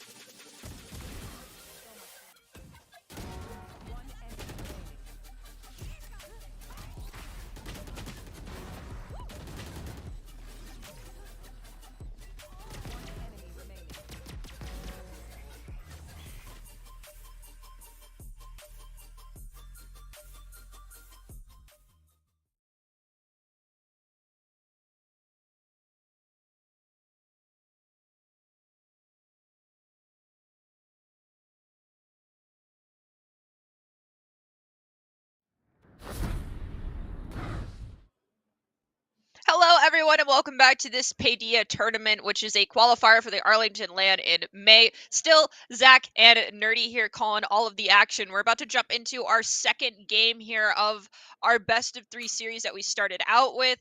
So far, Carleton definitely showing some prowess. They almost entirely swept our first round on Haven.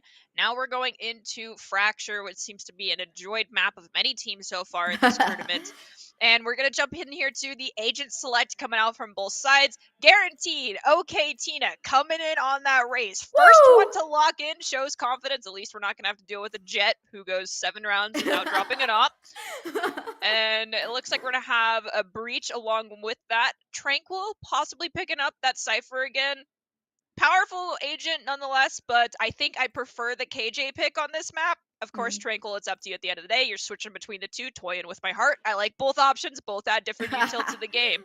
I think most of the other side here for University of from South Florida has picked who they want, though they haven't hit that final confirm button. First time we're going to be seeing Viper today. I'm super excited. Yeah, I really do like the Viper pick on this particular map. The only problem I have with Viper as an agent as a whole is that if you commit your wall, you cannot take it back. And that's just so annoying. You know, most of the maps that you see in pro plays where Viper is considered, apart from Icebox, you do see the second controller coming along. I think that maybe it's Daisy. It's going to be picking that Brimstone. That gives them a lot more versatility. And of course, just the post-spawn utility coming out of South Florida is going to be absolutely nasty if they can get the spike down, which on Haven they seem to struggle with a little bit. But I digress. Apart from that, it's going to be just a bit of a mirror comp. My personal favorite, though, for Carleton, I'm going to be secretly rooting for them just a little bit because they have that Harbor pick. One of my favorite agents to see in general. You know, when he came out, I wasn't super sold on him, but having watched him in action in like Lock-In and a couple of other tournaments, I think that he's just incredible for the amount of delaying utility and denial that he has in his player kit. And of course, that Cove is just so nasty for diffuses. If you take down the Killjoy and the Viper, you're not going to have any more lineups to really play. And you can just, you know, sit down in your Cove and just hold on to the spike while everybody else is fighting, calm amidst the storm, so as to speak. And that ultimate as well, while I feel as a solo ultimate, it doesn't have as much value. But, you know, if you pop that Reckoning, it's going to show exactly where players are. And if you have something like a Showstopper or an Aftershock or even some just paint shells available for you, it's going to just be super coordinated that you can just retake with absolute ease. So that Harbor pick, I'm personally really excited about that particular one. I mean, you were wanting a Harbor earlier today, so now you finally get it. I'm just glad that we're seeing some things a little bit different. I am enjoying seeing a Viper pick. I like seeing the depth that a lot of these players have when it comes to their agent their agent pockets. Like, how far down can you reach? How dynamic is your ability to adapt based off map, based off the playstyle you've been going into? And as we're starting out, it looks like we're going to have a pinch towards B site where there is nobody, not even util, from USF. Right now, though, it's just radio silence across the board. This early Viper wall being put down is going to like try and deny a little bit of knowledge, a little bit of space here. The Harbor utility, though, trying to let them get into sight, really. Nobody going to be playing, and this B side has been left completely open off the back of that high side. It is going to be the spike coming down. Brimstone smokes as well to buy even more time and deterrence available. Molly's on the spike. Everything is set up. It's going to be a full 5-1-5 retake on this pistol right now. Apple switching over from that Cypher to this Harbor role. A little bit more utility to try and play with. Right now, Tranquil as well with the turret to make things even more difficult. In these kind of pistol rounds, the turret is basically a player's 6, giving away information that in fact the retake is going to be coming. The Cascade, though, will be pushing this player right now. The Viper roll giving them some space to get into sight, but in the meantime, on the opposite side, it's going to be 2 kills found already, and the swiper round from Arcade is just there. A clean hold on the side, only losing 1 player in this pistol. You know, just a fun little fact, on the previous map, CU only lost that first pistol round on the anti-eco. After that, they just won 13 in a row. I think they're feeling a little bit sad perhaps that they couldn't get a clean sweep, and they're looking to kind of fix that for this time around here. I'm sorry, but when our prod followed Queen just around from Arcade, Queen got sight on, I think it was the Brimstone, and just was like, it's you I'm taking down. And then finally got the confirm after following this Brim around 2 corners. That's the commitment I like seeing. Right now, talking about commitment, it's going to be the buy coming in. Okay, Tina already starting things off with a beautiful entry onto May there. Not able to find anything else. It's all just a fake, though, towards this B site. The spike itself is going to be positioned towards A. The rotation is coming in, and the bait has been taken right now. The spike should have a relatively easy home for free on this particular site. It is going to be the Brim as well as the Breach leading the charge here. No one to really stop them, though. Perhaps spelling a rat. It is going to be USF trying to rotate back over. Might be able to find the timing, seeing the plant is in the open, but they're not going to be able to do anything as Tina is still going to be on the opposite side of the map doing quite a bit of damage, finding that kill onto Killjoy, who gets a little bit over eager, and right now the post-plant positioning is absolutely immaculate from these teams. Tina with the paint shells might be able to do a lot of damage there. Teddy just tanking it, just left with a sliver of HP, and right now these 3 remaining players, it's not a question of whether they can retake, but how much they can find. Oh. Ooh, Daisy goes down to Apple with the Bulldog. Now just kind of spray firing up into window by rope. Not sure if they realized that there was no one there. And Hands and OK Tina, Teddy and Gizmo both go down. And that is another round for CU. Yeah, a little bit. They look a little bit out of sorts, but to be fair, that was Pistols against the full buy here. Now, though, this is going to be the real round of contention because it is the full buy finally kicking in for the side of USF. Last time, you know, when they finally, I think they had it online, they weren't able to really do much with it, but now they do have the weapons advantage here against these attackers who are left with 2 Bulldogs and 3 Spectres. They didn't lose any players heading into this particular one, though, so that's something that they should be grateful about. Okay, Tina, only 2 away from that showstopper, might be able to have a huge amount of impact in this particular round if they can get it online. Right off the bat, though, it's going to be an early stun committed to try and get some space. Gonna be hitting 2 players, but not quite slowing down these attackers as they just seem to be intent on getting this particular site for free. Paint shells invested towards this tower area. On site, though, it is going to be the Breach there. Gets 1, but is shut down, and that's going to be a rifle available for pickup. May's gonna swing out from tower. Oh no. Is gonna go for the pop and swing, but it's a 1-on-2. Not an honorable fight. It's a lopsided and heavily CU favored fight. Hans is gonna find Teddy. The plant from Queen is going to begin. Not even get interrupted. 2v3. Breach is at sub half health, but I do foresee CU still gonna clutch this. I would concur with you there because the player advantage and the upgrades are in their hands right now. Alarmbot going to give away information that there is a player towards this arcade area, and Tranquil will be able to confirm that kill tucked away in the corner now. It's all down to just the Killjoy Jinx throws, but in this kind of 1v3 situation with the spike having gone down, with almost no information as to where everybody is playing with the exception of Tranquil, it might be better to just try to look for exits and hold on to that rifle in the next round. Turret tagging 1, but timer, like we talked about, it's going to be super low here. Jinx throws, trying to hold on to his weapon for dear life, does spot out Tranquil, but not able to get the shot, and it's going to be, like you mentioned, the clutch and the round, the bonus converted for CU here, 3-0. This is I honestly appreciate seeing Jinx Rose actually understand that, like, hey, our economy is not great. Me saving and keeping my armor, well, not keeping my armor, but saving this weapon is beneficial in this round. And not even trying to go for the exit frag, because you got to keep in mind that an exit frag can still get you killed. And so just hanging on for dear life in that instance was the better of the 2 options. For sure there. Now, though, the economy, very, very off-kilter. It's going to be a half bite coming out of the team. Jinx Rose, of course, having saved that rifle, will be able to hold on to it. A lot of the onus of the round is going to be falling on her shoulders right now. And on A side, it's going to be just her and the Brimstone trying to hold it down. Once again, though, it does seem like CU, after that successful take last time around, are looking for a hit onto this possible B site here. 2 players on site this time around. Poison Orb going up will deny a little bit of space and time for this particular team. But in the end of the day, weapon advantage is still significantly towards CU. They have some ultimates online, if I'm not wrong, as well. Apple still lurking around here. 3 players on the site. Any kind of frag they can find will cause a little bit of indecision. Crosser right on top of Teddy's head, almost like Apple knows that's where this player is. Now, wallbang, though, not quite coming through. Perhaps Apple trying to play the silent treatment here, holding on. And in the meantime, the spike itself is going to be towards this A site. Kind of Tranquil finding that opener. Okay, Tina across the map, getting a second as well. And now things looking absolutely dire for USF. Spike down A. Oh, it's a 2v3. It was a 2v4. And as I was about to say, it went into a 2v3. Okay, Hans. Jinx is down. Teddy is still standing. Here. Teddy, you have Spike planted. everything in your pocket right now, but This is going to be rough. I mean, clutch or kick at this point. Sometimes you just got to go for it.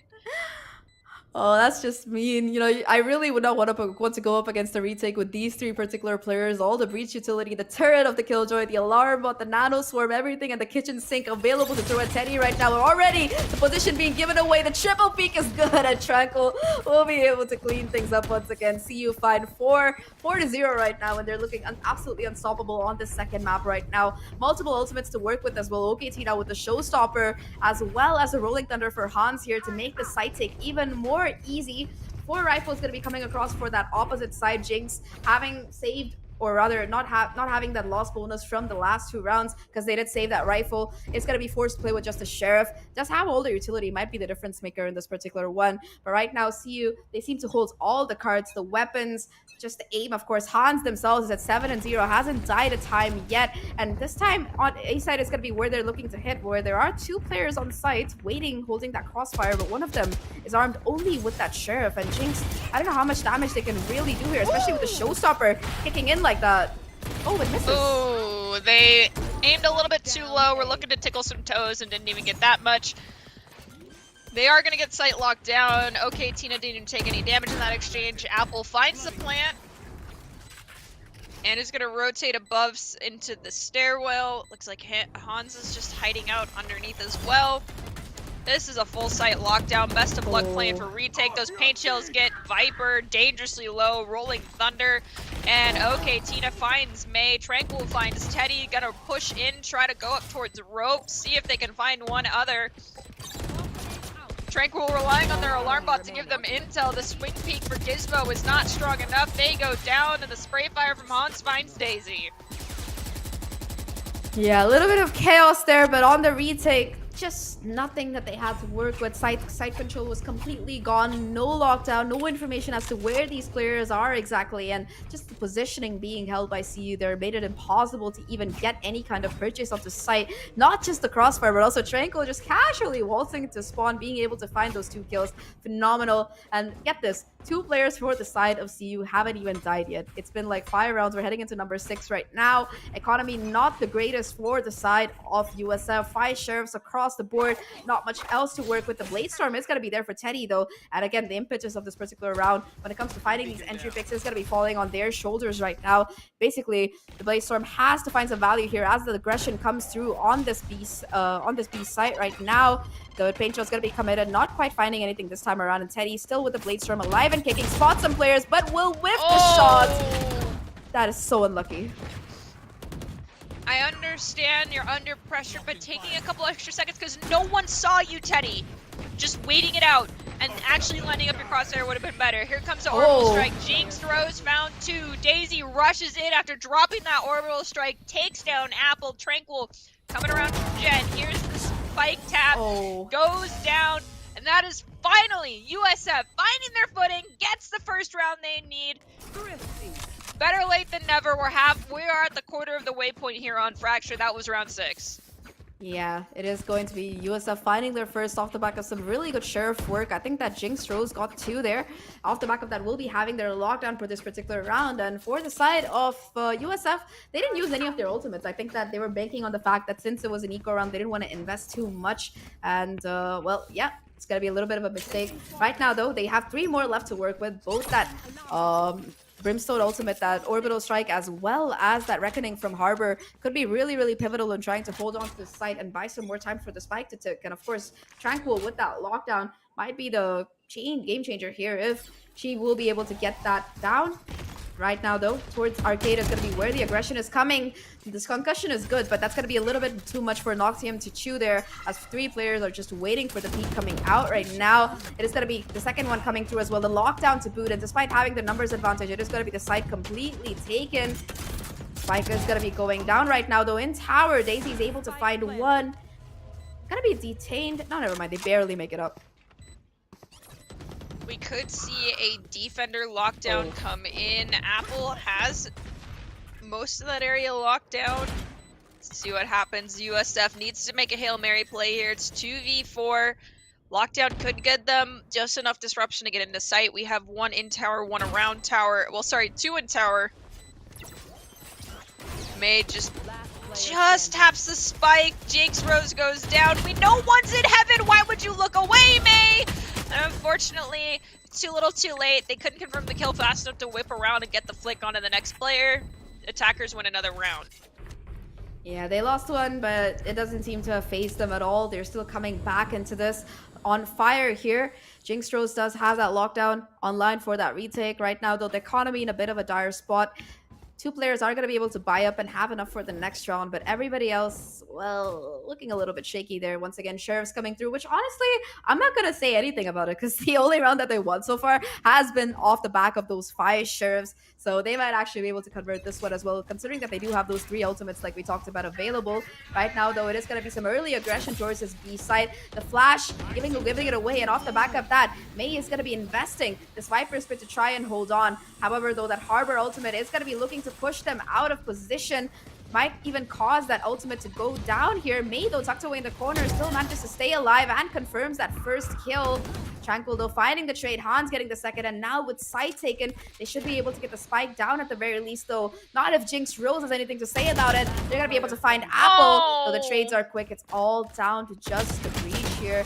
Sheriff on hand, but Tranquil will say, nope, not happening this time. We gave up 1 round. I might have not been able to clutch the 1v3, but I'll definitely clean things up this time. I see you. They find 7.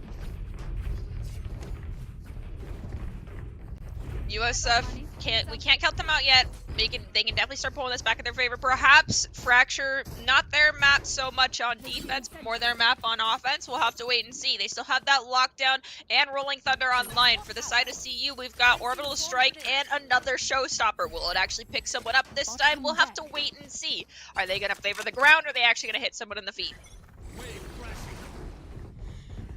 Right now, though, it's going to be the Cascade investor towards this A long area, trying to buy a little bit more space and help them push onto site. Nobody really playing there, though. No operators or anything to worry about for them, considering the economic deficit. And after making a lot of noise, they are going to be able to just try to rotate back over, especially considering that Tranquil has, once again, on the lurk, been able to take down Teddy, who got a little bit too big for their boots, pushing ahead right now. Spike, once again, being committed, will be going down without too much ado here. Spam through the smoke, not quite able to find anything, and Noctium with the Molly, with this orbital strike as well. We'll be playing off site, a 4v5 retake. Once again, not any kind of advantage available for these defenders here as they try to go forward. The Rolling Thunder, though, they're still trying to go in for it. Will be invested. The flank as well from Jinx Rose, absolutely huge, able to find 1 kill, and now it's just down to these last 2 players from the side of CU to try and close it out with the Aftershock, trying to deny the defuse coming through, but it's in the wrong space, and May is just going to be able to stick it. It's all down to Hans here, but unfortunately, things not going to be working out, as it is going to be the second round found by USF after a really, really nice retake. I think full credit, not just the Rolling Thunder on the side, but also the timing of that flank from Jinx Rose. Tranquil's utility not quite watching it, knowing that Jinx Rose takes full advantage, and it is going to be the retake coming in. You can't hear it, but I was clapping for you, USF. Nicely done. Now bring it back. Do it 5 more times at the minimum. Just 5, no, 3 more rounds, 7-5. That's not too much pressure. All things considered, they do have rifles across the board, with the exception of Daisy. Now, though, it's okay, Tina, considering bringing out the big guns, does go for the operator, but decides instead, seeing that they are playing that Raze and that entry agent on this attack, wants to try and make sure that it's there. Tranquil, though, once again on the lurk, fighting not 1 but 2, clearing out drop at the side. That is a mistake that's made. They go forward, but the trade not coming through just absolutely shuts things down. And with only 2 more rounds left in the half, and the economy being where it is, it might be better for these 3 remaining players to just try and save. I agree with you. Are they going to save? I don't know. It seems to be the habit of many Valorant players to go for the quote-unquote exit frag, but not realize that exit frag implies that you actually exit the site and live. You don't die on site, i.e. May. And Teddy to follow suit to Tranquil, who's got the 3-piece. You can get the 4-piece combo, but you're not picking up that ace. Gizmo's getting forced back. It's going to be a breach on breach, and it's going to be Hans's breach who is stronger to pull out the katana just to be flashy at the very end.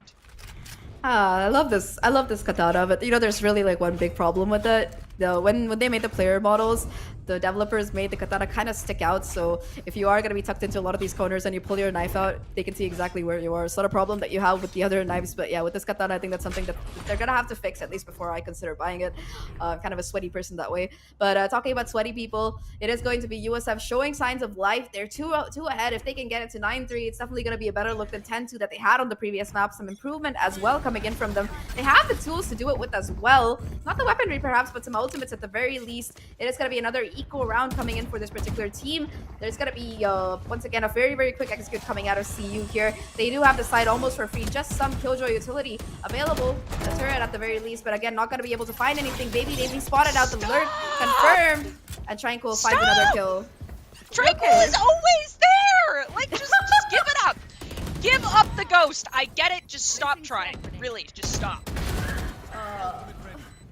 Right now, though, it is going to be Apple running that farming simulator, getting 2 kills already. Teddy with the stinger, not able to get anything, and Hans, as always, ready to pick up the pieces that remain. The last 2 kills going into their pockets right now.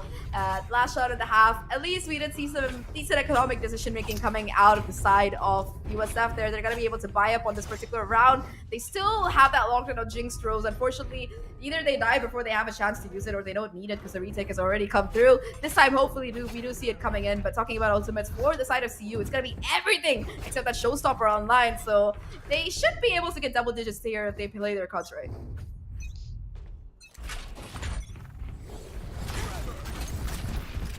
Cascade used. Stim is going to be used as well. Ooh, nice one-way drop down by Viper. May looking to put down another Molly. Instead, we're going to have a rotate out towards B or possibly drop. And it looks like the rotation's going to favor going towards B site. There's still 2 posted up there for the defense. Not sure we have one looking at Arcade. Well, that's about it. Spike down B. Well, that's going to be Spike dropped. Baby Daisy able to find one, but however, once again, just not caring about map positioning or control here. Apple taking full advantage, able to find that kill, has a reckoning as well if they want to try and use it to keep these players towards CT where they have just seem to be stuck again. That high tide buying so much time. The lockdown as well from the Killjoy making things worse. That's going to be 8 seconds that you're forced to push back and play offside here through the smoke. Not quite able to connect anything. And right now, these last 2 players, it is in fact going to be Teddy detained. Again, just discipline from CU, right? It's a 5v2, but they're not going to be risking anything. They know the objective to play for. The Rolling Thunder as well. Oh my god, ultimate after ultimate, just denying these players from even getting onto side here. Man! 1v2. Just you. And it's no one left. 10-2 once again for CU in the half. Can they do another 13-2? It's going to be the question here. 3 ults dropped on 2 players, and the CC that was forced onto that poor Jet. My heart goes out to you. Oh, that must have been painful to just feel like you couldn't move for like 12 seconds. You knew you were gonna be sent to the respawn. Like, what do you do at that point? Detained, Rolling Thunder, Reckoning, all back to back. Oh, that had to have been painful. Yeah, I just utility being spammed constantly in the direction of USF there, making things just impossible for them. At least they found 2 kills despite being bombarded by the utility, but with the side switch coming in, not going to be, it doesn't matter if they manage to get kills or say weapons or charge up ultimates, because at the end of the day, it is still going to be them losing everything. Everyone starts off with 800 credits here to try and work with, and now you are going to be seeing the side switch, a little bit of aggression towards this A long area here. Tina with the paint shells will be trying to get a little bit more space. Hans there for the backup as well, and A does seem to be where this push is coming in. You can see Gizmo just ready with the flash, or the dodge is perfect from Tina. They're able to barely get away with their life. The reswing though, it's there, does a lot of damage, gets 2 kills as well. Jinx Rose finally being able to find that counter, but Tina still alive, still kicking. Spots a 3rd player as well, on track for the ace this round if things keep up as they are. The spike in their control as well, though I'm not sure if they know it quite yet. I think they do though, because the Q would have come through. And these last 2 players, they have to try to desperately make this round work out. Jinx finds one, but with the spike not being in their possession, they're going to have to rotate all the way around the map to try and figure things out here. You've got 49 seconds to either find 2 kills or get the spike. And spike is locked down. This is gonna be a rough situation. Let's see, Jinx looking to go to rope. Now the question comes down to how do you get through this doorway? I mean, yeah, you can have one push through A main, and then the other one go through door. Still, the audio cue plus the footsteps. Ah, that's even worse. It's not even a fake, and it's a guaranteed not fake. Queen finds one. Ooh. Okay, Tina finds the next, and that puts CU at 11. Yeah, two away from ending the series with a very clean 2-0 right now. Once again, it's gonna be, you'll see USF in that awkward position. Do I force or do I save? Do I play for overtime or do I try to make this work? And it seems like they've gone for the second option on Haven. It didn't quite work out in their favor. Maybe on Fracture, they can change the storyline and the narrative here of how that goes. Talking about that last round, just that 4K coming out of OK and Tina, absolutely beautiful work. Not the ace, but still, it is going to be them getting closer and closer to that showstopper. I think the last pistol as well in that first half, we saw the same kind of performance coming out of the race player there. Exactly what you want to see from your duelist. Right now, though, talking about duelist, it's going to be Teddy heading up towards this B side this time around. They want to try and test the waters here, but Tranquil, absolutely nasty shot there. Has a Sim Beacon as well to try and get themselves out of this tight corner if things go rough. Jump Peek will be spotting out Jinx Rose here, but the double peek might be too much for them to really watch out for. Tranquil able to find a kill with the Molly to boot, and now it is all down to just Teddy able to find one. Does take the time to line up that shot, but Noctia more than ready for that counter kill, and now it's going to be match and series point for CU. 1 round away from moving on in that upper bracket, and for the side of USF, 1 away from dropping down to the lower bracket after a really honestly depressing 13-2 both maps. They have to make this round work to stay alive. USF last round really should have gone for a save, identifying that was most likely going to be a loss on their last attempt. So let's see, this time it's gonna be scrappy buys across the board for everyone. Really, just, we need a financial manager, someone coming in for some of these teams. You gotta be able to identify when it's a clutch moment and when you gotta, you know, back off and just give up the ghost for 1 round.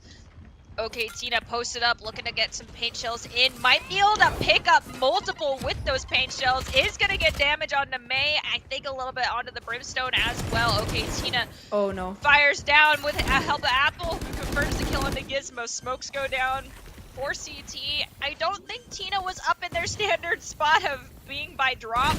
No, they were not. But waiting for the smoke to clear off the spike plant. We do find one. There's an exchange. It's a 2v3. CU posted up. 1 agent advantage. They are all funneled into one area. And it looks like Teddy goes down. There's no one left standing for USF. And that is CU walk you over the map to victory and the series win. 13-2 scoreline on both Haven and Fracture here. Statement being made by CU right now, right here. They really don't want to let it go further. They're just going to be moving on to the upper bracket with a very clean victory. A nice try coming out of USF. They are one of the newer teams to be around, so I think they just need a little bit more practice. Hopefully next time we do see them perform a bit better. They have a chance still. They're going to be in that lower bracket as well. But nevertheless, nice try by them, and congratulations to CU here. They are going to be moving on in that upper bracket. I think we might even have an interview with one of the players. But before all of that and our next series, I think that we're going to be taking a short break. So stay tuned.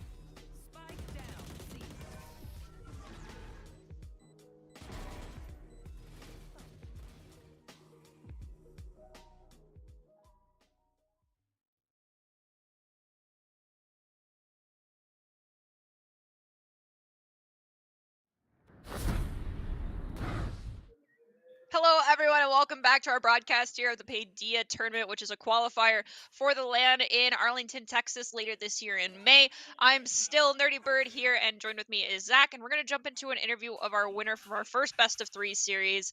And it's going to be Hans, who had a dominating performance on our first map of Haven and on Fracture, went multiple rounds without dying. I gotta ask, when your teammate mentioned that you hadn't died so much, because we did talk to Hans a little bit before this interview started, in that moment, did you just go, like, A, did you not notice that you hadn't died yet, and then B, oh no, it's over, I'm gonna get killed kind of moment? Yeah, usually when my teammates like wish poor things upon me, it usually happens. they're always out to get me, so you know, I knew it was coming. The first death and then the other 3. So 3 deaths, I though. think That's great. I think like we talked about before we headed into this, I might have jinxed you a little bit as well, because I pointed it out around like round 7, like, hey, Hans hasn't died quite yet, and then 2 rounds later, well, boom. Yeah. But all things considered, like my co-caster said, 3 that's a pretty good stat, especially considering how much you guys were just able to sheerly frag out. But talking about, let's take it to Haven on map number 1.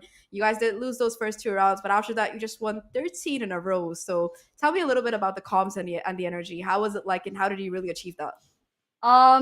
Well, usually we're not really big pistol rounders anyway, so we kind of just get those 2 rounds out of the way and just try to focus on the rest of the game and try to make sure that we, bring it back stronger and overcome those pistol rounds that kind of give us a deficit at the beginning. I think we just always keep a positive mental, whether we win or lose those pistol rounds, because we always know that we can bring it back.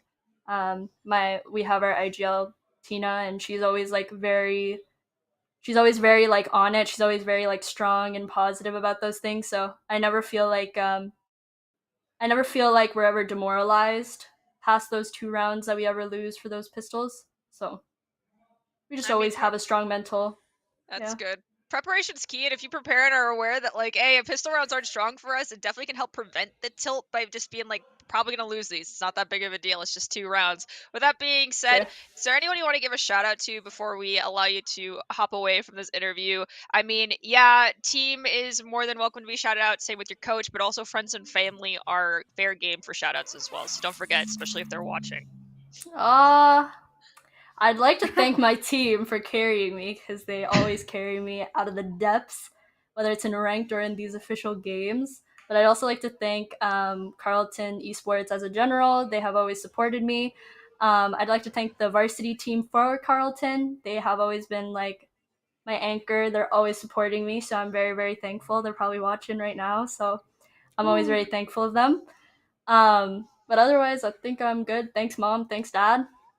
Yeah, that's all I gotta say. All right. Thank you so much for your time, Hans. I wish you luck in your next match. That is our time with you for this interview, so you can go grab food and do what you need to do, or do homework if needed if your day is over. That being said, we are going to jump to a quick break. We'll be back here with our next and last best of 3 for today for the Paidia Cup, so don't go anywhere. Back here in just a few minutes. Thank you. See you win. See you win. Woo! Open your third eye and welcome this ad. Game Pass has PC games. Nirvana awaits.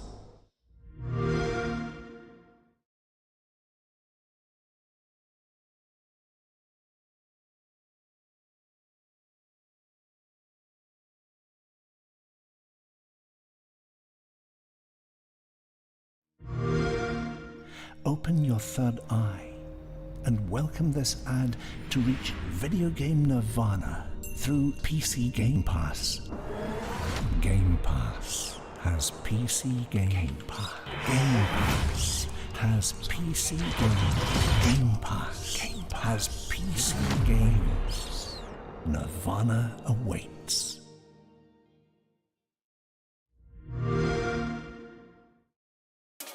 We'll turn this around.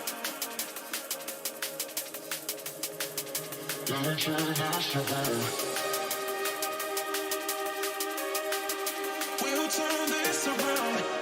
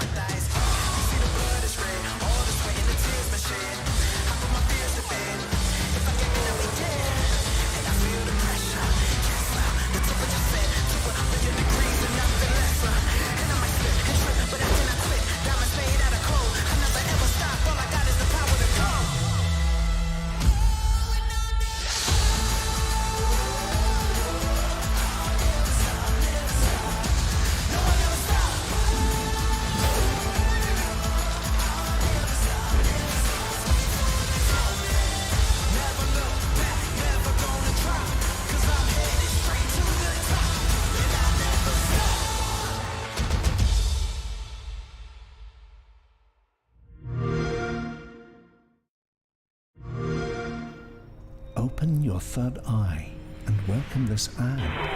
Game Pass has PC games. Nirvana awaits.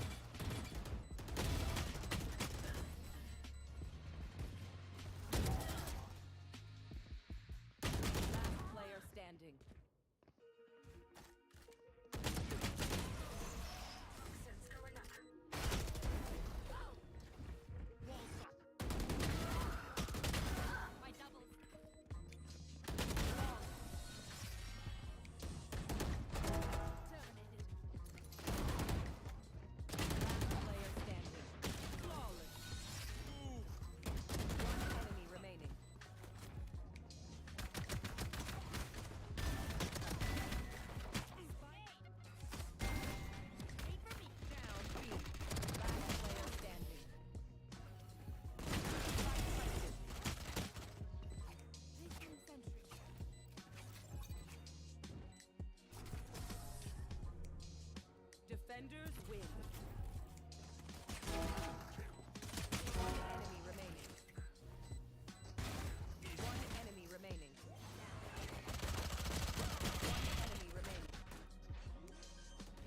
One enemy remaining. Spike down, C.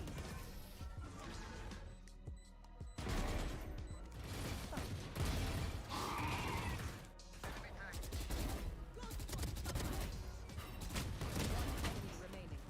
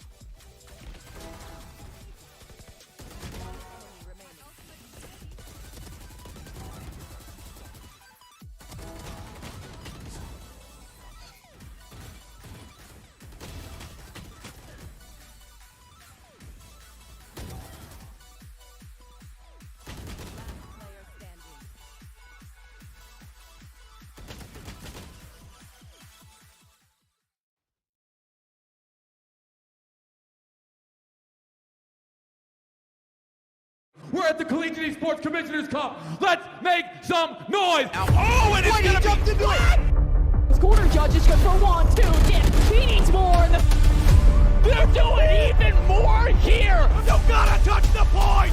Venture College walks it in. Toy Boy is gonna drop knife him. right out front. Yeah, 3, 2, 1, joining.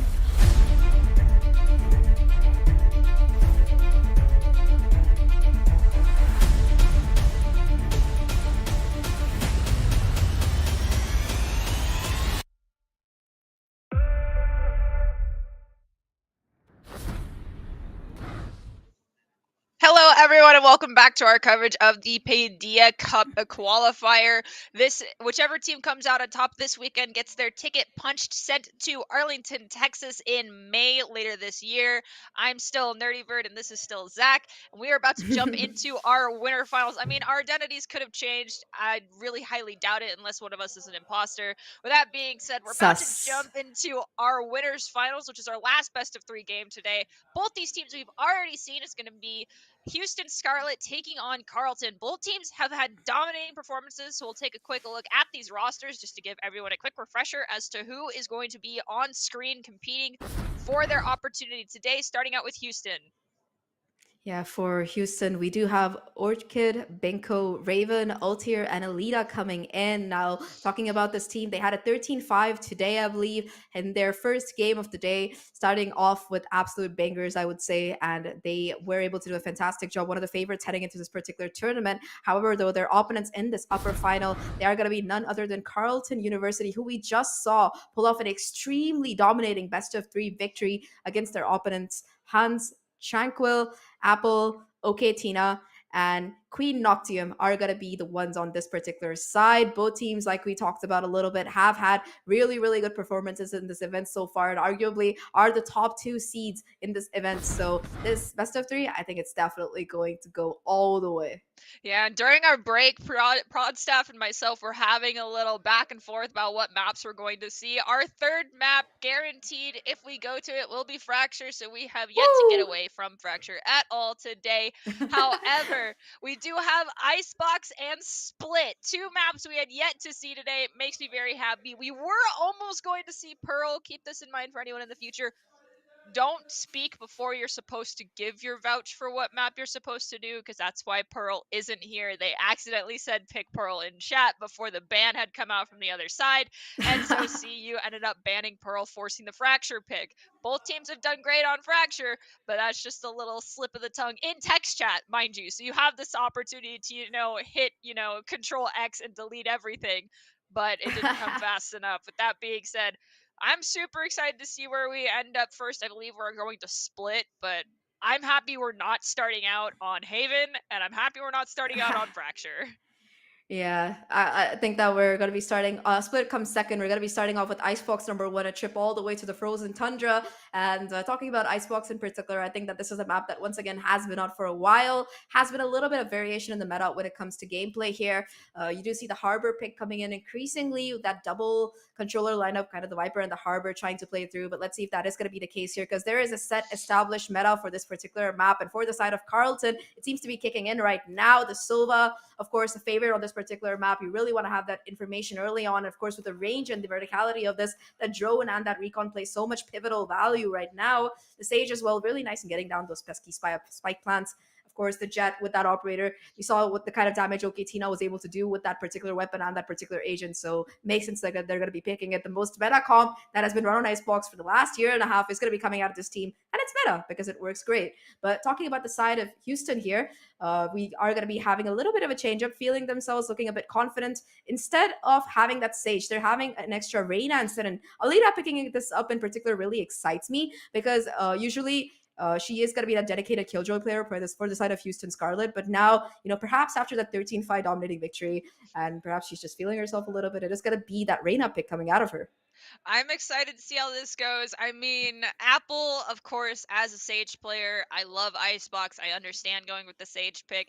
Not seeing that Sage does kind of open up the opportunity to get into Kitchen a little bit easier after the first couple of rounds have elapsed. We'll have to wait and see what these players choose to go with. As far as their first initial like most likely gonna see an A site push out the gate very quickly. If it's not A site, I'll be shocked. It just seems as though that's the default. We're gonna get a great view of Snowman over here looking through with them sunglasses, peeking over at the ship, being like, ooh, intruder alert a little bit. I think that the glare coming off the snow probably makes even if you're a part of the snow yourself, you still gotta be protecting yourself against your elements. So sunglasses definitely a big favor there. I have been flashed before, and it's not like a really fun feeling being in the snow with the sunlight just blinding you.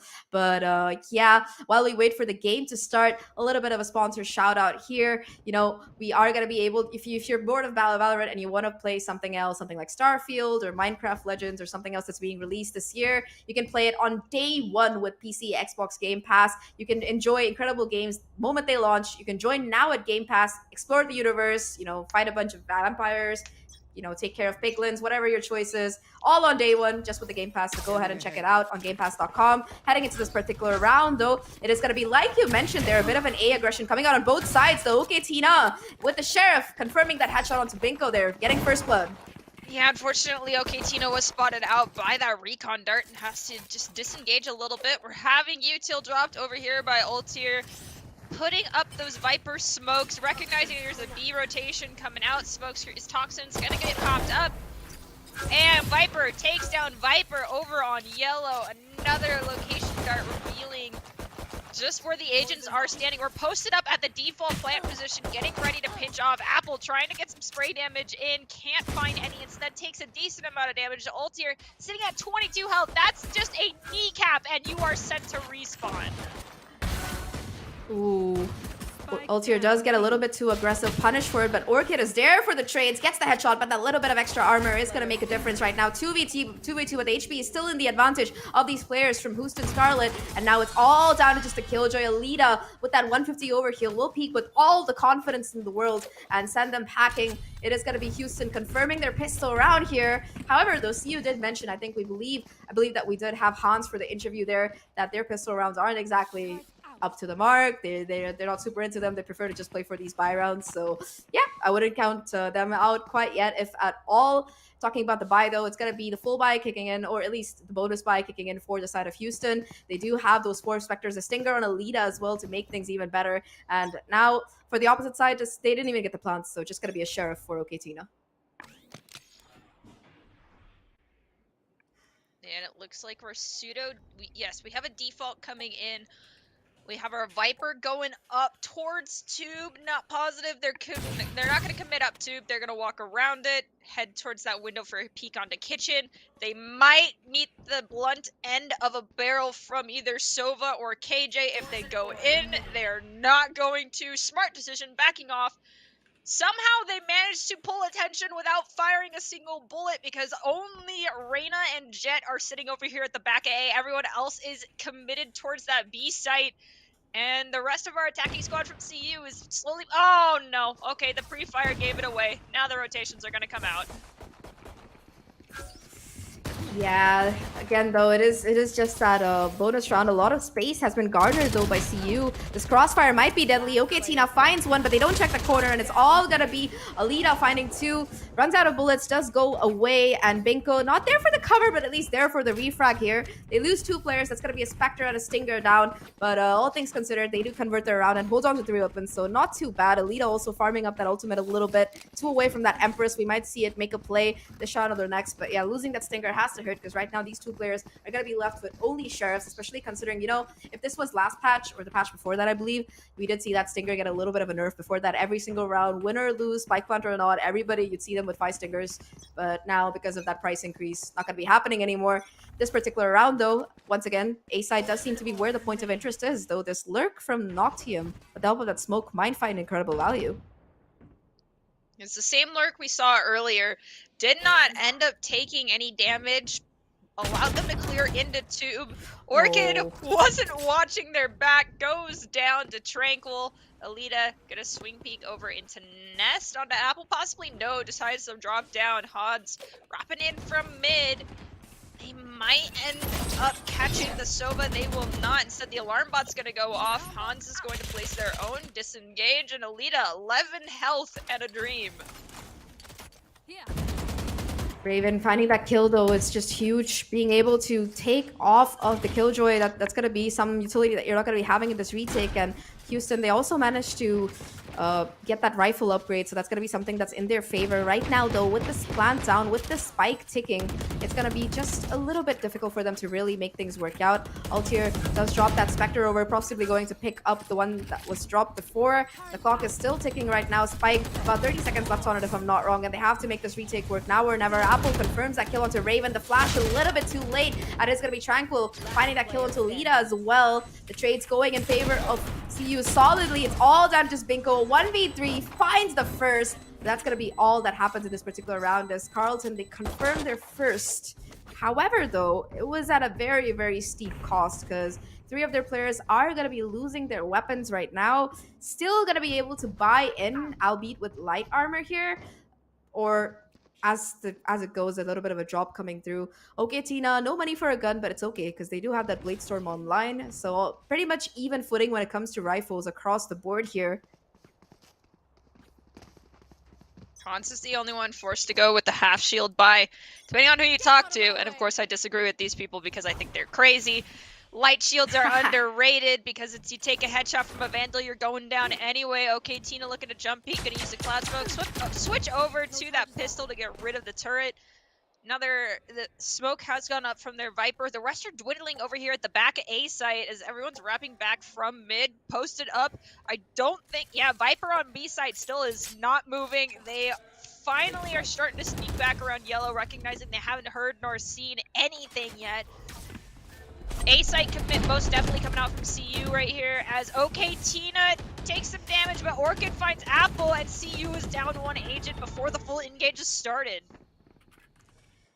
You're losing their stage there, must hurt too. That's going to be no more heals, nothing else that's really available. Raven, though, has taken a lot of mid control here. Is going to hear the call. Is going to be able to hear all these players rotating off and possibly give the call that it is going to be a commit coming in towards this B side. However, though, the position held by Noctium here is going to be able to do a lot of damage. Raven, in the meantime, on the lurk, the alarm bot giving away the position. And now, with 30 seconds left, these players from the side of CU, they're going to have to head towards the site right now. Raven caught off guard, not ready for the off angle being held by Hans there, and now with 20 seconds left, it is the full rotation coming in. Noctium finding the second as well, leaving the site completely open. Binko, though, if they have anything to say about it, still looking to make this retake possible. 2v3. Binko and Alita are both here by Snowman. The Molly's gone down from that Viper. Ping where they saw the last person standing. Can't wallbang through those. They have to just swing by. Okay, Tina and Aquanatium are going to pick up Alita and Binko. And that is another round win for CU. We are tied to a side. They mentioned it earlier, like you said, pistols, not really their thing. They're aware they're probably going to lose those rounds, and they brought it right back on the next 2.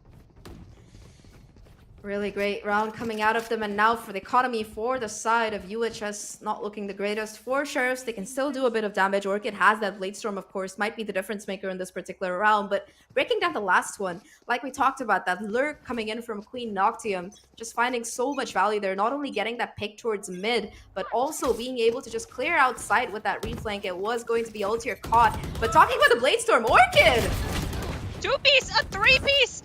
Tranquil takes them down, but you know, that not a fair trade in Tranquil Squad's favor. By getting 3 people and just leaving a Sova and a Viper who are stacked together and pretty positive.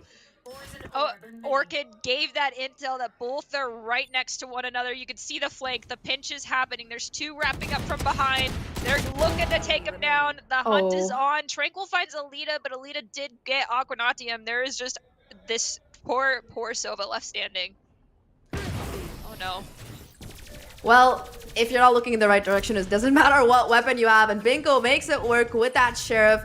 3 guns picked up for them, so I think that UHS, they're going to have to be feeling very happy with themselves after that particular round. Not only do they convert it off the back of that beautiful 3K coming out of Orchid with the Blade Storm, but more than that, they are also going to be able to get these upgrades for free, really being able to just build up that bank account. As you can see, 2 players already having 3.5k next round, whether they win or lose.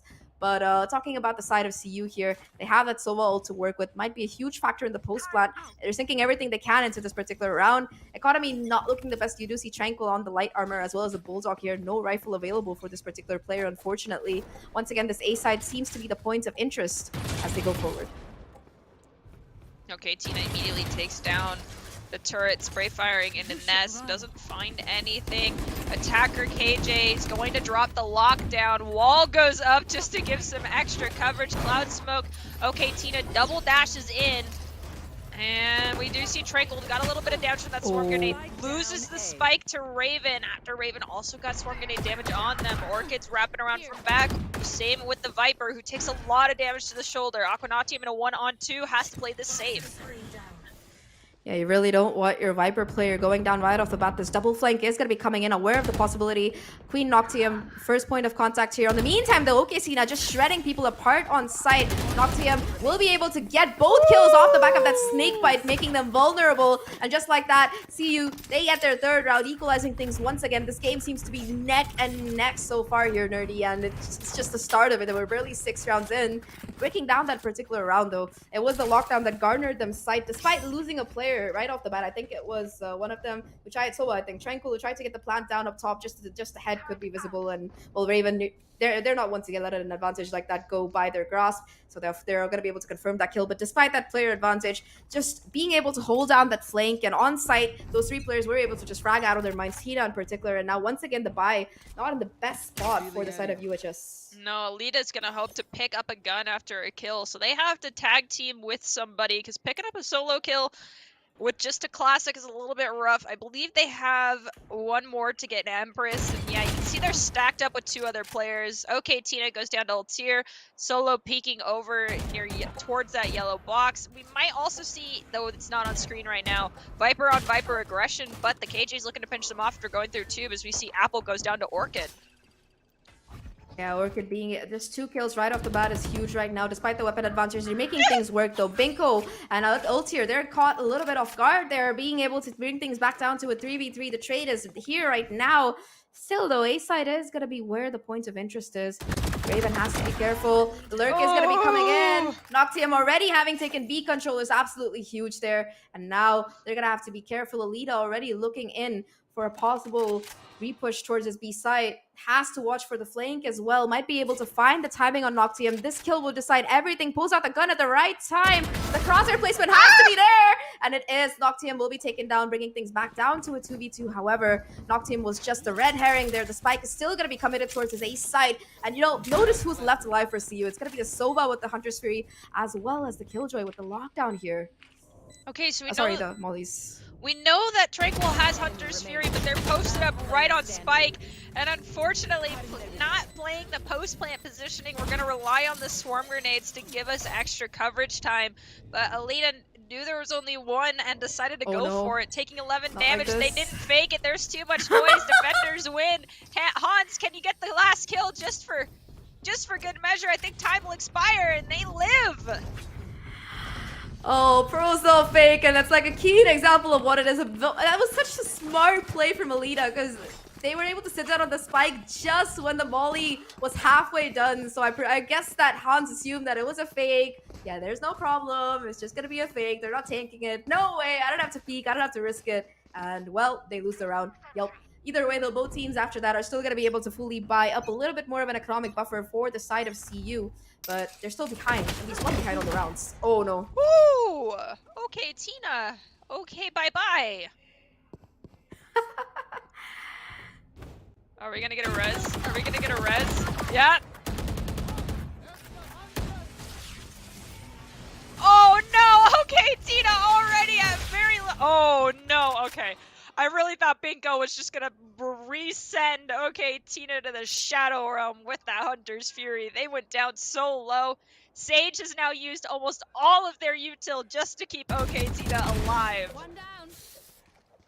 Talking about alive, though, it is going to be Queen Noctium taken off guard. They're just being taken down. Binko finding OK Tina yet again. Well, yep, that's 2 deaths for the Jet in 1 round. Unfortunate, but all things considered, still the advantage going to be towards the side of UH. Scarlet through the Viper smoke. Raven confirms another kill. Left at 9 HP, but the player advantage still overwhelmingly in the hands of these defenders right now. And Binko is aware of the lurk possibility. Not quite able to connect the kill, though. Things still doable, if a little bit dire for the side of these attackers here. Both players have managed to make their way towards the site. Spike in control of Binko. However, Apple doesn't check below them. Altier confirms that kill. It's all down to Tranquil. 1v3, and Orchid will deny even the first kill there.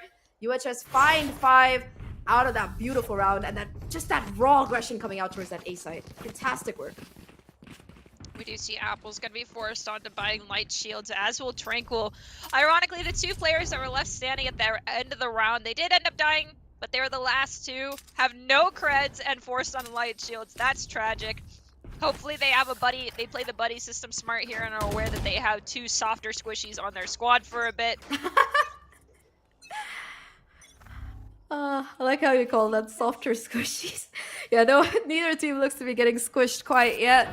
This time around, B side is gonna be where the point of contention is. The early drone not quite able to find anybody, though the dash is gonna be there, and OK Tina confirms that kill, gets two in fact. Both Raven as well as Ulti are taking down the Viper Spit offline as well. That's gonna be a pretty easy B side take. It's all down to just Binko here, the sole player remaining as the spike goes down. No lockdown anymore online either for that retake, and OK Tina on fire with 3. Okay, Tina, are you gonna get the ace though? Can we see our first ace here at the Paidia tournament? I've been waiting all afternoon for one. I understand, like, there's no stealing of aces or anything. No one has hard feelings, but it's always such a good thing to see. Orchid finds Tranquil. Aquanatium goes down to Orchid as well. That's a two-piece for this Jet. It's a Jet v Jet. Okay, Tina finds Orchid. They just got one more to go. And the ace comes out! Nicely done, okay, Tina. Okay, Tina. Well, they should change their name to Awesome Tina after that one, because like you mentioned, first ace of the tournament and one that the side of CU really had to win for their economic as well as their peace of mind here. 4-5 right now, and that's going to be our first time out of the series called out by the coach for the defenders. Houston are still ahead, but if OK Tina has any more rounds like that, not anymore. And so far on this defense, they've been doing a stellar job at just being able to retake or anchor down. But, you know, on these buy rounds, when their Viper or Killjoy get a little bit too aggressive and they fall, it just leads to the opposition completely being able to dismantle them, because those two agents have the most stall utility out of everybody on this server. And if you're especially if you're committing something like that Viper's Pit or you have that lockdown online, you really want to be able to stay alive to get your team as much space and as much viability as possible for the retake. Last shot, I think that was the biggest difference maker. Of course, Tina being able to pop off there and get the ace is one thing, but the plant itself was only possible because of Tina being able to get those first 2 kills. And you really got a question, do you want to be playing so aggressively when you are those 2 players? Because when Alita or Orchid do it, it makes perfect sense. But when it's your Viper or your Killjoy, I just don't know. I think that might be what their coach is pulling them aside to say. And honestly, there's a double-edged sword that comes with being the favored pick, you know, one of the top seeds in a tournament. And that is what University of Houston Scarlet is. They are one of the favored picks here. But the issue that comes with that is sometimes either A, it means the team has really started to scout you out because they're aware of the threat that you are. B, it can also make some teams a little bit too egotistical and think they can take duels that they shouldn't be, i.e. our controller characters pushing forward and taking very upfront close quarter combat situations they shouldn't be in, and that was Scarlet's, you know, Achilles heel during the last round, as we have OK Tina find Alita out the gate. I mean, it's a duelist trade, it happens.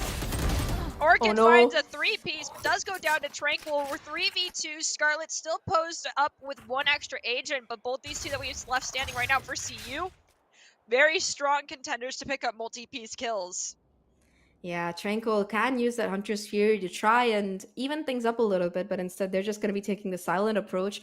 I think that Alita and Orchid did spot this rotation coming through. So off the back of that, A push has completely come out, and now with that information that A side is empty, that B is going to be where the hit is most likely coming. Altier does go a little bit back, trying to play for the spike here. Will be able to confirm that first kill, and now in the meantime it's all down to Noctium. Has a Viper's Pit to work with, but no information as to where the rest of these players are. Spiketail dropped in the open, tries to go for the wraparound kill, but Altier will clean things up. And once again, in a round where the buy wasn't the best for them, it is going to be the Blade Storm from Orchid finding incredible value. First Blade Storm, 3 kills check. Second Blade Storm, 3 kills check. Who needs anybody else when you have Orchid? 15 and 9, that's exactly what you want from your duelists on both of these sides, because right now, while both teams are head-to-head, I think that at the end of the day, quite often, it comes down to an Orchid versus OK Tina diff. Who can get the first few kills at the beginning of the round? Truly, it's... facilitating your jets is the name of the game right now. A little bit of a rough situation to facilitate the jet for CU. They're down 2 rounds. It's okay. They can bring it back. They're going to use that Blade Storm. They did not. I don't believe they bought this round. Yeah, they are sticking with the pistol. Had to use early heal from their Sage. Looking to go through Tube here. Might be a little bit rough because Raven's waiting at the top. Turret there as well. A lot of these rounds you have seen this tube control being taken completely for free, but now it's going to be not just the turret but also Raven with it. So Tina is going to be the tip of the spear with the Blade Storm. He has to find incredible value to make this round work, as the rest of the team, they test the waters towards the site. However, the Tina will barely be able to get away with their life, forced to expend the dash to get alive here. In the meantime, on the opposite side, it is going to be Alita finding that first blood onto Apple, a really, really huge kill. It is going to be the Guardian job. Luckily, one of the teammates can pick it up, so it's not a complete loss, but either way, that Sage going down, especially in an eco round where your goal is primarily to get that spike down for that extra money, is going to make things very difficult. Bit of a half buy, like you mentioned, coming out from these teams, but still with this rifle, it is going to be a Killjoy versus Killjoy confrontation, and Hans will be the one to bring it, equalizing things once again. 30 seconds Right left. now, though, 30 seconds left. So you have to make a commit, have to make a move somewhere. And Aquanaudium's going to commit that Viper's Pit. Try to give Tranquil some cover. 3v4 CU. Oh, okay. 3v3. Hans finds Orchid, but is at half health in that exchange, sticking outside the pit. We have Tranquil peeking around yellow, and it looks like everyone's finally here. Hans is gonna meet Ultier. Oh no, they escape into the Viper's Pit just in time, but Bingo finds Aqua. Hans goes down.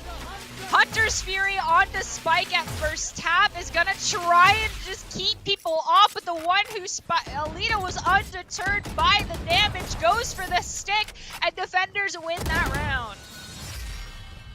Nicely cleaned up as well, Bingo being able to confirm that last kill, and it's just a really, really nice retake that I see coming out of UHS there. They knew that the solo was probably going to be offside playing for that Hunter's Fury, and that they only had to deal with 2 players, one of whom was Hans, who was super low there. So they go for the little bit of a wraparound. You do see the spike being tapped to try and force out the players in the pit to check it, because, you know, the line of sight isn't going to be there. You have to come up close, a little bit closer, to make sure that the spike isn't going to be stuck like it was the previous time. I think that Alita gave them a little bit of PTSD. They wanted to be sure, and that little mistake caused them to pay, kind of cost them their life, honestly. With that Viper's Pit going down as well, unfortunately, Hans was left in the open. And the Hunter's Fury, well, it was a nice effort coming out, but what in a 1v3 where there's so much time left, I don't know if it's the best call to really invest that ultimate. Right now, though, the full buy kicking in once again for both of these teams here. Last round and a half. At this point, it's going to be a timeout call by the attackers to try and confirm this last one on the board. On defense, they do have a very nice team comp, you know, kind of stated for it. Like, you saw how in multiple rounds his mid presence was being taken, lack of that Sage wall really hindering them. They're going to be having that one on their side at least, so that might be the difference maker. But for now, 7-5 looks great. 8-4, not so much, and that's going to be what they're really working towards. I'm hoping to see a 7-5 scoreboard. I want this to be as close as possible. This is winners finals for day 1. We're casters. Our job is to hype up the story, and if we have a 7-5 going into the second half here of map 1, that shows that both these teams are very much so deserving to go into these finals, as we have Orchid, first op of this final series of the day, coming out, but that does mean mid control is on the lock if that is where this jet's going to post up, and it's exactly where they are looking, underneath Tube. I like how they went up, but of course, it's going to be Tina just a little bit ahead there, being able to just catch this player.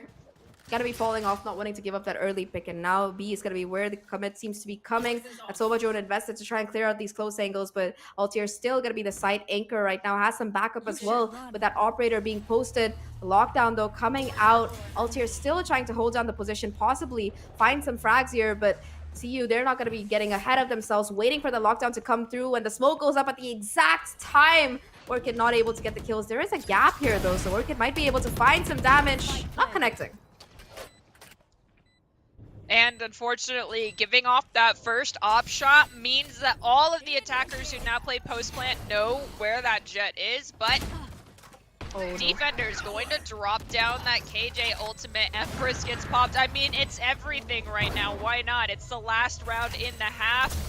Running away from that KJ ultimate. No one gets detained. Alita does the fake, though. Pro stick it. It's going to be an onslaught. Orchid with the op. You can't win in a 1v5 with an AWP. It's just the odds aren't in your favor with how much time it takes to recoil from that shot. And we are at a 7-5, exactly what I requested. Really, really nice work coming out of OK Tina. Once again, this game just seems to be a head-on-head jet battle here. Tina being able to find that first, getting the second as well onto Orchid, taking that off temporarily offline. And of course, it just made that retake so much more harder because the lockdown, it pushes everybody off site, sure. But if you don't have the players to try and retake with, it's just going to be so much of a trouble here. Also, the counter utility coming out of both that Killjoy on the Viper. You saw the Mollies just denying the spike from being even touched there. Alita being torn down to half their HP while trying to just tap it for the fake. It's just a testament to show how dangerous this kind of utility play can really be.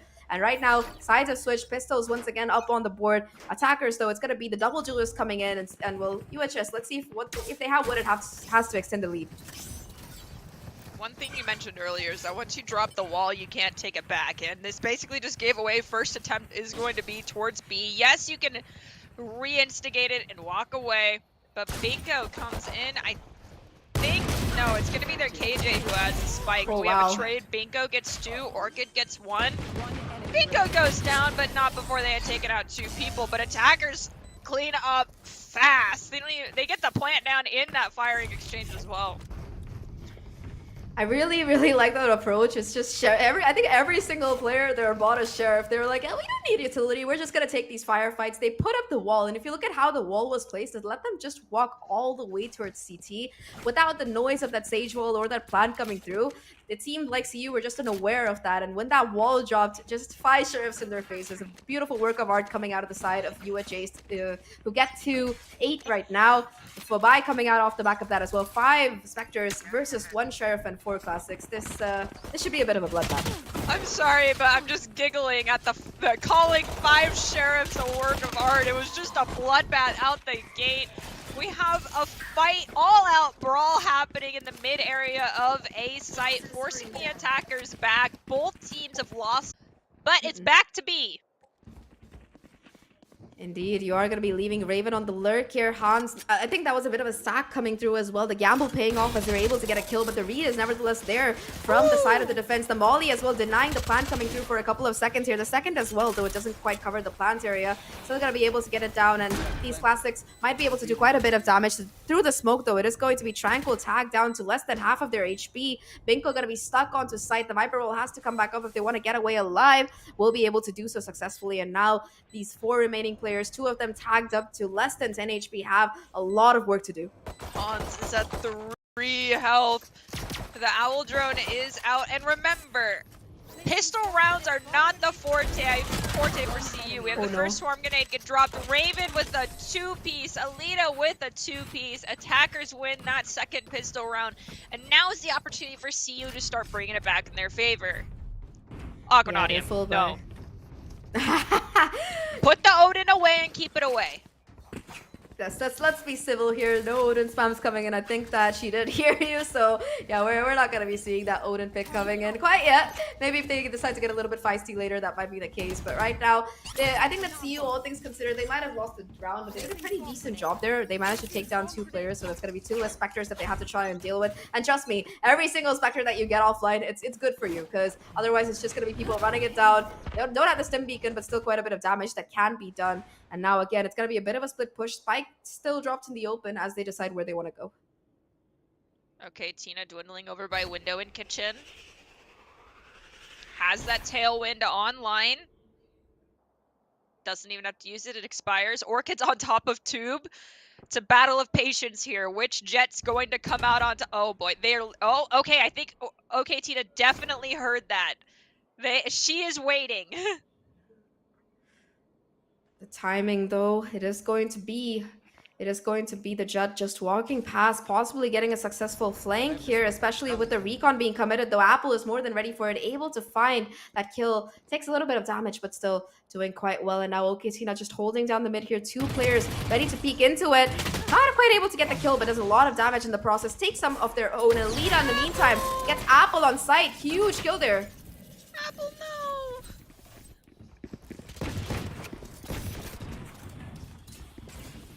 Raven goes down. Wow.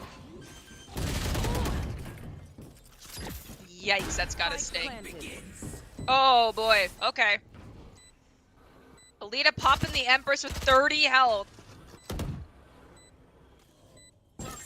I respect that. You know, because if you're gonna be, she doesn't have any more of those heals left. They have to try and make this work, and now it's all down to Alita. Does have the Empress, like you mentioned, but now has to somehow try and isolate these fights here. The wall going up as well, making her job even more harder. Spike already being half defused here. The position, though, not gonna be watching, but the Vandal with that low HP taken into consideration will still be able to find that killer. Headshots, if we talk about overkill in the defense, they win their round. They keep themselves in the series. Not letting UHS get to double digits there is huge out of them.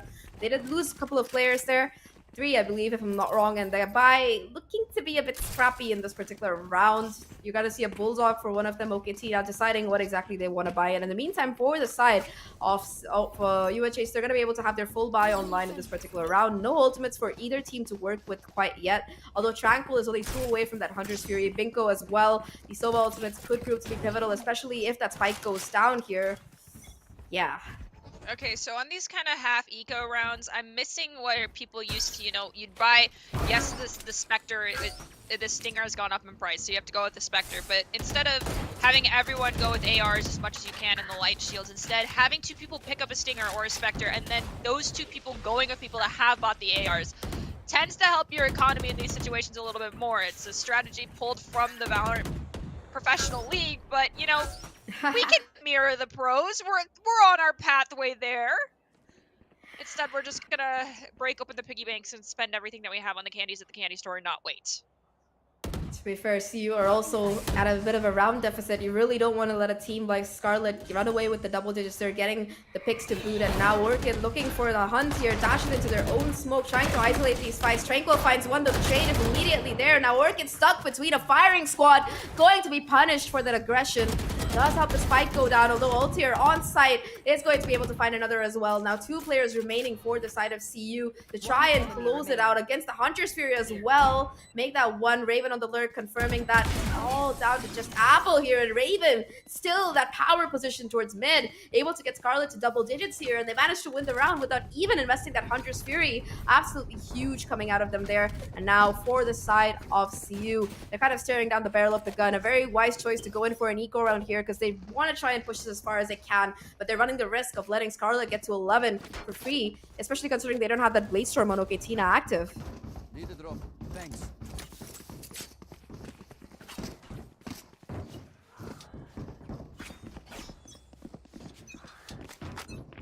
All right.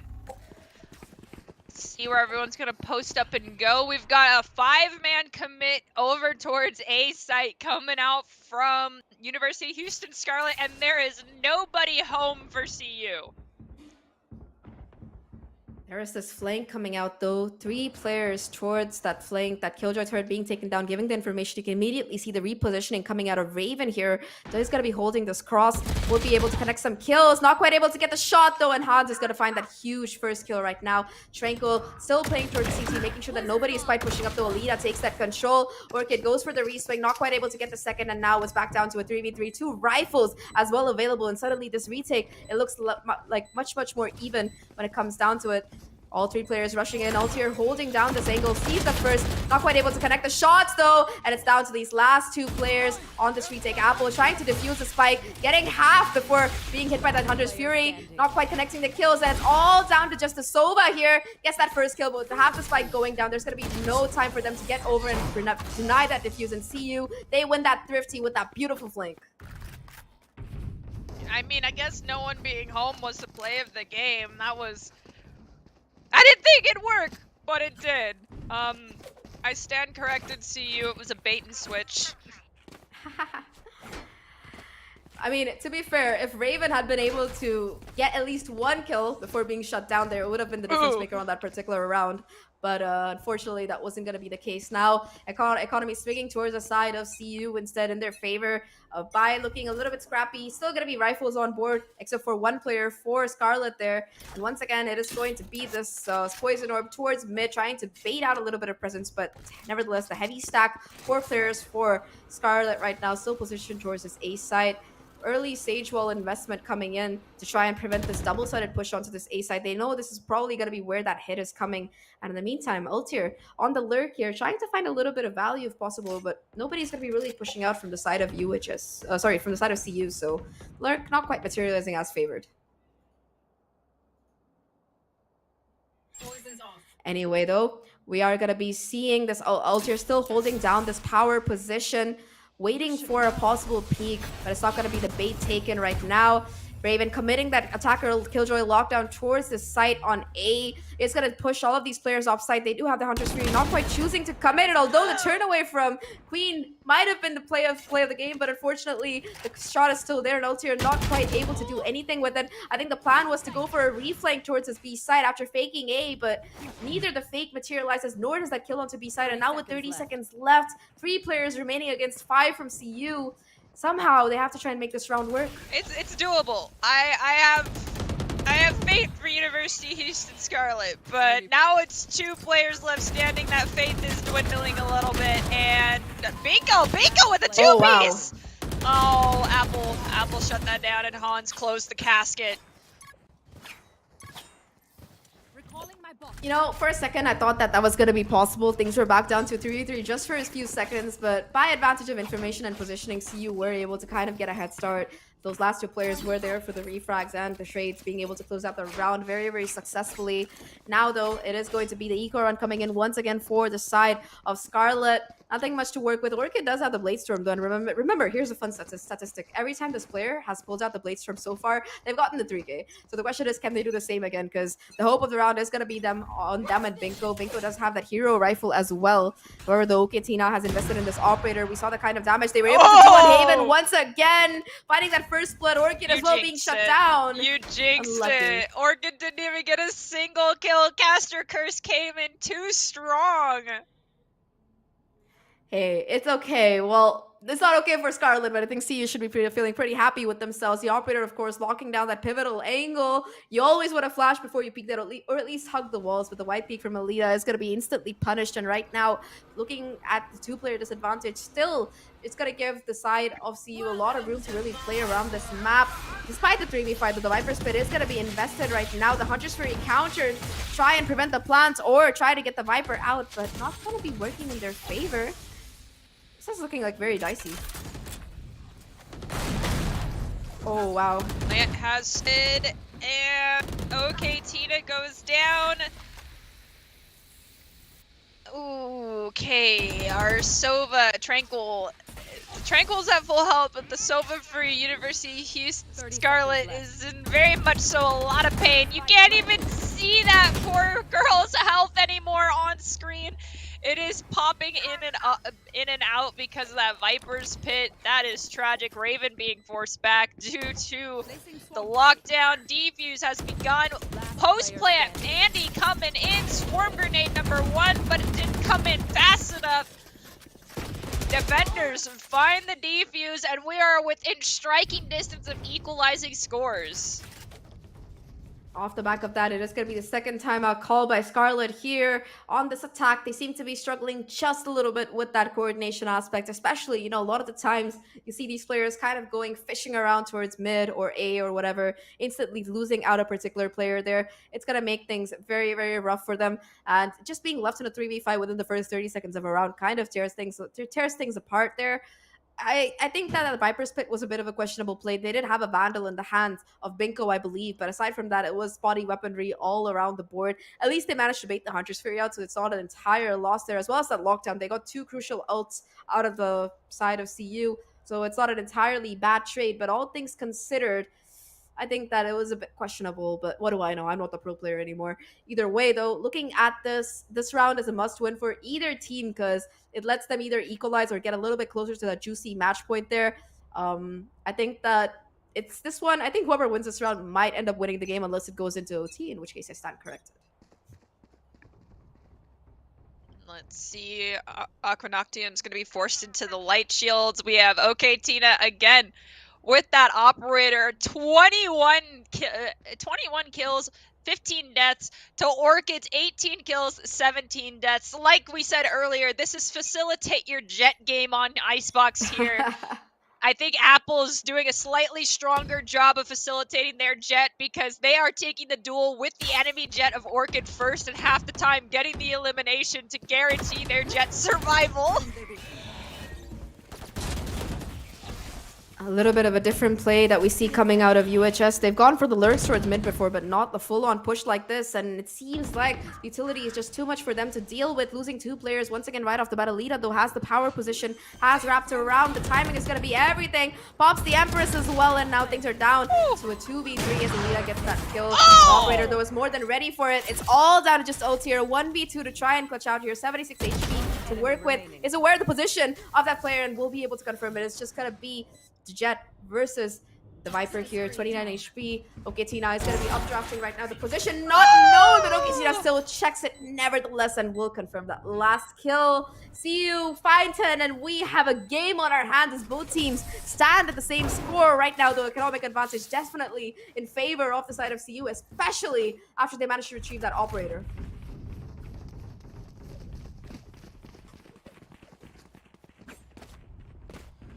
However, though, for the side of UHS, not looking the greatest. Like we talked about, the economy not entirely in their favor. They do have 2 sheriffs. They're going to be forcing a little bit. Hero Vandal on the lead. Reconsiders goes for the sheriff instead. They're just considering what they can afford to buy while having the full buy for the next one. This round is one that is definitely stacked towards CU. Though the kind of plays I've seen coming out of both of these teams in these thrifties, it's worked back and forth multiple times. For now, though, B-side is going to be the point of interest for one. It's just going to be 5 players trying to push each other out, which in an eco round is definitely the strat to take because of how much you can trade and possibly pick up weapons. Remember, CU is trying to avoid a situation where they have to do a full save, so they're trying to keep as many people alive here as possible going into this next round. We have Tranquil picking up a 2-piece. Aquanadium's going to go down to Orchid. Still, manpower favoring the side of CU as UHS has lost 2 people to the 1 that CU has. Lots of exchange fire, but Spike was still planted. We have the slow orb go down. Orchid's gonna be stuck over here by Yellow as that they also get caught out by the recon. Tranquil comes in to close out that kill. Gets the 5-piece. That's the second ace I believe we've seen. Both of them coming out from the side of CU as well. You know, you asked for 1 ace, you're gonna get 2 in this particular game here, Nerdy. 1 from OK Tina and 1 from Tranquil. CU really bringing the rounds huge, and off the back of that, Tranquil also will have that Hunter's Fury once again. Just 2 rounds, I think, it took for them to really be able to build it up. Now, though, for the side of UHS, this is arguably their last chance to try and prevent this game from slipping out of their hands. Because if you look at the economy coming in, it's not the greatest for them. For the side of CU, looking a little bit more comfortable when it comes to that bank balance. CU also not just having the bank balance, but also the ultimate economy here. 4 ultimates online, half away from that 5th one as well. Everything is in their favor to try and push this map point here. Starting off with that operator, OK Tina, as well as that Viper's Pit on this A site. Okay, Tina has that dash ready to go. We're going to use the Viper's Pit here on A site, basically forcing everyone to B. I mean, you can try and take this, but if you don't know where OK Tina is at, I think trying to force an A push is not in the cards here. We do have our Sova, the last to rotate, dwindling here towards mid. This could be putting them in a bit of an unlucky situation. Apple's trying to peek through, and we're going to have the Viper smoke go up, so they're not going to see anything, but they might identify that as they could be rotating, but where they're rotating, I don't know. I mean, so far, though, CU, they haven't really moved their positions. That Viper's Pit on A still making things very, very difficult for the attackers to even find some kind of purchase. B is going to be where the execute coming in. Right off the bat, the lock, it is going to be the Molly invested to push these players off side, prevent the push from coming through. The shock dart as well to try and clear out anything that might be remaining on site. Remember, UHS don't have the... won't be able to like kind of put down a sage wall. However, both the jet smokes will be coming through to protect Binko while they get the spike down, and now it's going to be a full 5-on-5 retake. Remember, the lockdown is not there, but everything else is. The Hunter's Fury, the Blade Storm, it's all going to be invested, as it does look like CU want to go in for this retake. Alita, though, in the meantime, on mid, finding that kill onto Apple. That's going to be the resurrection offline. Huge.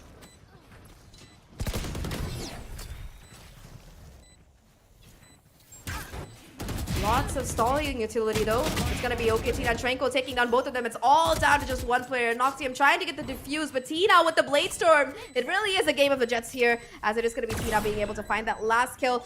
It might have been a lead out finding that first one towards mid, but after that, the retake was just immaculate coming in. I feel like everybody from the side of UHS really had their utility out at the wrong time possible because, you know, you saw the mollies coming in, you saw the snake bite coming in. While all of that was being put into play, it was Tina just pulling out the Blade Storm and being like, yo, watch this! And getting 3 kills for those legs. And we also have Tina still, once Tina gets that operator, nothing scares them whatsoever. The confidence is there. I mean, 26 and 22 are the top 2 fraggers of OK, Tina, and Tranquil coming out for CU, whereas UHS 19 and 17. So there's a bit of a disparity here as we do have that wall drop. This could be the last round. Can CU close this out and take us to map 2? Being the first map loss we'll have seen for University of Houston Scarlet. Yeah, so far, every time I've casted them, it's just been 2-0s, or, well, in today's case, a very dominant 1-0. But either way, right now, B is going to be the point of interest once again. Noctium playing in their own smoke. I don't know if this is a play that's going to be expected by the side of the attackers here. The Viper's been being committed as well, perhaps expected. And Noctium standing up close. It's going to be the peak of contact. Finds the first, trying to get the second, though. That's going to be denied. In the meantime, Tranquil on the other side finds 2 huge kills there. A 2v5 situation right now for the side of UHS to try and keep this map from being lost. They want to push this to overtime. They want to make it work, but with an operator and everything against them, it's all down to just the Sova here. Binko, a 1v3 to clutch out after they get that kill. The operator going to be still online though. Okay, Tina will clean things up, I believe, with a 20 bomb. And CU, they take the first map. No charges left. And I do believe our next map is going to be Split. Very back and forth game. I think closer than most people expected. I was glad to see it that back and forth, honestly. I mean, if you're going to be our 2 undefeated teams, it has to be pretty, you know, equal on both fronts. But that being said, are we going to see CU send University of Houston Scarlet down to the losers redemption bracket and tell them you are on your last leg, no lives left, and we get to keep both of our save cards? Or are we going to see it's flip back over and force us into a map 3 of Fracture after Split if the side of University of Houston Scarlet can come out on top? Well, time will have to tell. They're going to get a few minutes to reconvene and figure out what went wrong because we're going to hop into a quick commercial break, so don't go anywhere. We'll be back here with more Paidia Cup in just a few minutes. Open your third eye and welcome this ad. Game Pass has PC games. Nirvana awaits.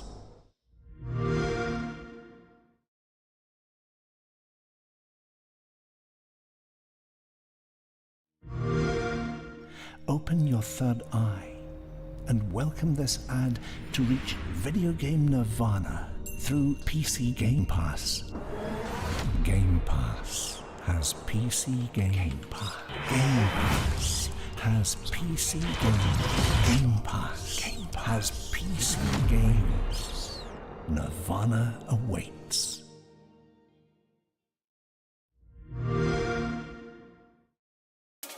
We'll turn this around. We'll turn this around. We'll turn this around.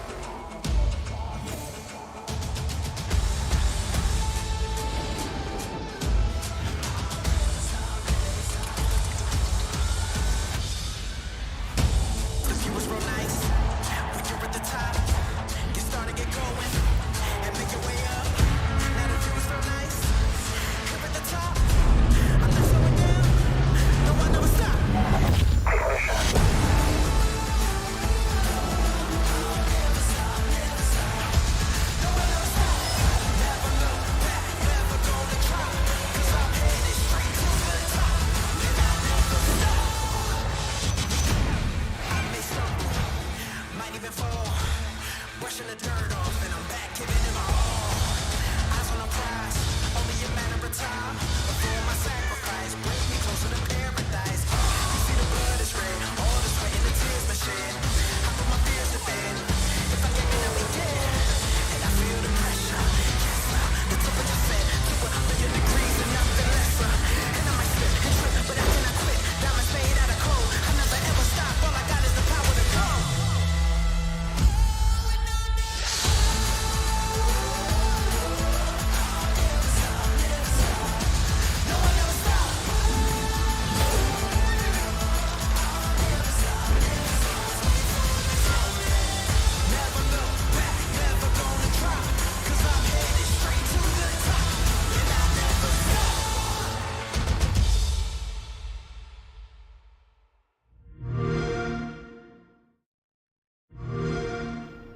Open your third eye and welcome this ad. Game Pass has PC games. Nirvana awaits.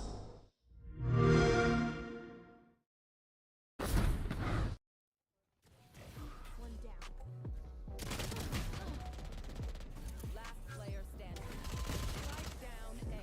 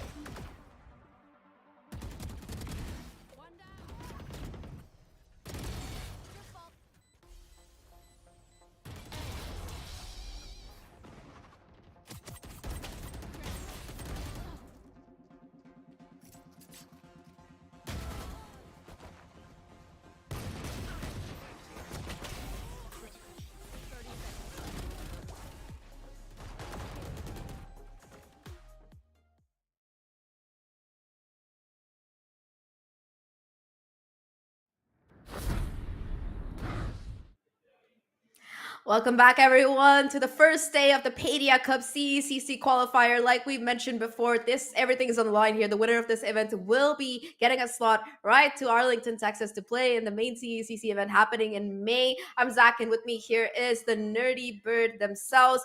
We're going to be heading into Map 2 to recap those who might have missed Map 1. It was a really, really hard-fought battle between the University of Houston Scarlet and CU there, but at the end of the day, it was Carleton walking away with that victory, 13-10 on Icebox. Now we're going to be heading into map number 2, which is Split, I believe. And before we head into the game, though, just a little bit of a thank you to Paidia to recap about this tournament. It is powered by PaidiaGaming.com. Anybody with a free account on Paidia.com can sign up for tournaments, host tournaments, play in matchmaking seasons, and much more. I think that the current matchmaking season is still running as well. So if you want to, participate, earn a little bit more money, have a chance at a qualifier, whatever else is on stake there, just go and sign up and go check it out. Right now, though, Nerdy, we saw a really, really tense map 1. So map 2 Split. What are you thinking?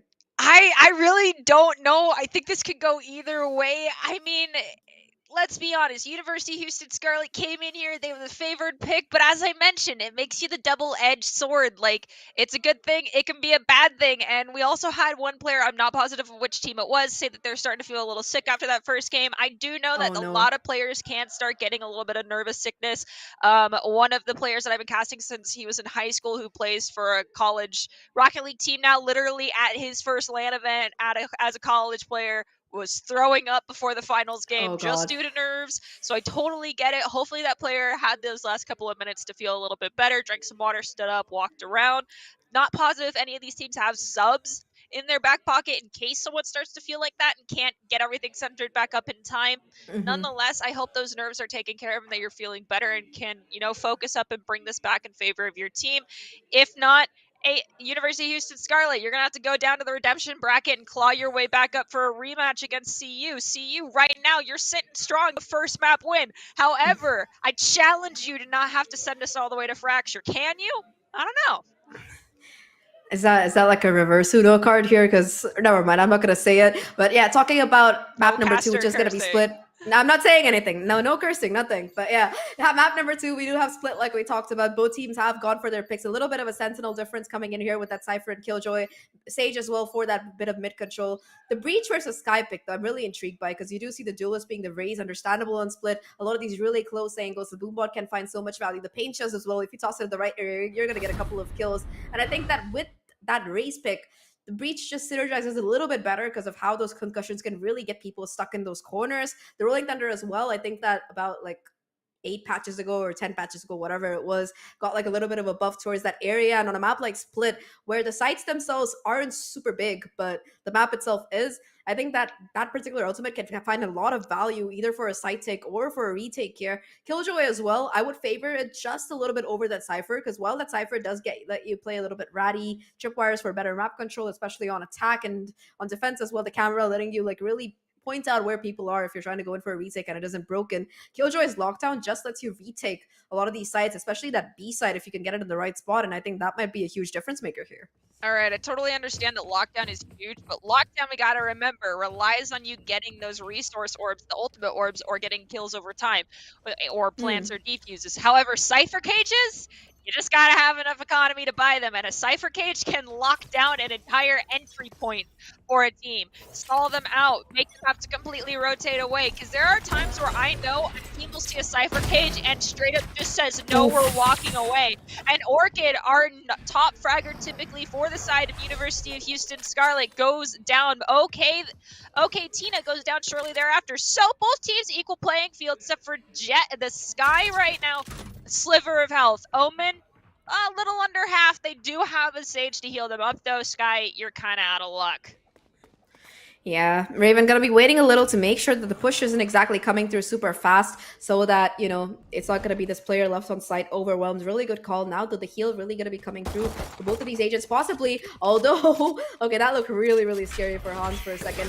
It is gonna be Altier on side here, trying to anchor down the concussion as well, being put down to buy a little bit more space. Altier making sure that nobody has pushed through that gap, taking up that space quite yet. 50 seconds left on the clock. The spike itself is gonna be making its way back towards this A side, where it is Altier on the anchor. One more player playing a little bit of loose heaven control, not pushing up super much. Binko switching over from that initiator role to the sentinel might be able to find a lot of value now, though. With that push coming through, it's gonna be the double ding for Binko. They're huge frag right now. The flash as well from Altier, letting them confirm that kill. It's the aftershock to boot, letting Altier get the second on the round, and now it's all down to just the lurker here.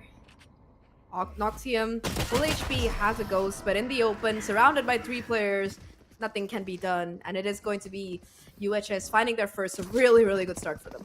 Just remember, CU, they've been honest. They're like pistol rounds. They're not our thing. And I'm going to keep mentioning it every time they drop a pistol round. Just because they're like, they're honest. They told us straight out the gate in our interview. We're not hot on them. We know we're going to lose. So we cannot let these first probably 2-round losses be the end-all be-all telltale of what's going to happen. It's kind of more or less expected and us just seeing exactly what we thought was going to happen. For sure there. Right now, though, the defense, they're going to be trying to deny this mid control early on. The paint shells being invested right off the bat. Nobody pushing off the back of it, though. And after a little bit of time, it is going to be the push coming through. Talking about pushes, though, both Orchid and Binko going huge. So Apple themselves are able to get these two and take those 2 Spectres offline. Will be able to pick up that upgrade as well. So pretty, really, really good play coming out of them. In fact, the second as well is going to be retrieved, though the Omen is going to be lying in wait there. Cyber Cages getting enough time, though. Reloading in the open. That's not the call. Raven just waiting, biding their time, will be getting it done. And UHS, they confirmed their second once again, like we saw on Icebox, losing 2 players, but all things considered, it's still a win for them. And now, this round, it is going to be CU, them looking at trying to convert it. But on a map like Split, you know, the statistics, if you look at them, most teams have a significantly higher win rate on this defense. You know, when the map was taken out of rotation and put back in, a little bit of changes were made to make things a bit easier for the attackers. But even after that, if you look at the time Split has been played in like official tournament matches and stuff, the win rate on defense has gone down a little bit, but not too much. So this is definitely a chance for Scarlet to be able to extend their lead. Apple's going to get forced back. We have Altier who's now taken their position. It's going to back off. They do see Boombot. Apple, I'm not positive if it was really necessary to destroy that Boombot. And Trailblazer's going to get blocked by the wall from the Sage. Ooh, Raven. Raven, are we going to take this duel here? I see you posted up. Waiting at the top of ropes. Someone's going to come through. Oh, I hate that noise. Yeah, they're gonna know that the Omen is somewhere close if they're paying attention now. The caught with the smoke in the hand. Yeah, that's so rough right now. The counter push on the opposite side as well. Alita being punished, and with these 2 players going down, any site is game right now for the attackers from CU. There's 2 players left on this A side. The concussion is going to be immaculate, and Orchid able to find one left with only a ghost, though. The trades are going to be perfect, and now it's all down to just Binko here on the stage. A 1v5, 1v4 to try and clutch out. Only a ghost in hand. At this point, if they can do any kind of damage, I think that UHS are going to be grateful for it. But I would say this round is pretty much a CU win. Yeah, I mean, zero offense to our Sage who's still standing, but a 1v4 is a tough ask for a Sage. Oh, I respect that, Wold. It's like, even if we have the guns, even if we have the players, we're not risking anything. We're going to hold on to everything we can right now. And Binko is just like, okay, well, time for me to spray at it. Pistols takes a while to break it. Apple playing pretty close. The camera going to trap them as well. And now Binko in a really, really awkward position is going to be able to get that first with the help of that Spectre. But with the clock ticking, I don't know how much more they can do. Won't even be able to save this gun if the spike goes off as it should. And okay, Binko gets away with their life barely. But still, 3 players left standing for CU. Very, very commendable as their full buy round works out for them really well. Okay, Tina being forced to go at the light shields. Okay. Did manage to get full shields and an AR. Everyone on the side of CU did, as did everyone on the side of UHS. So equal playing fields across both, except for the one thing we have for CU right now is Neuro Theft. They get a pick, they get the corpse, and the bald man comes out. I always feel like whenever Cypher takes off his hat, it's like a huge buff coming in for him. They just seem to aim so much better after that. It's like the hat was kind of hiding their point of view or something, and without it, they can just see so much better.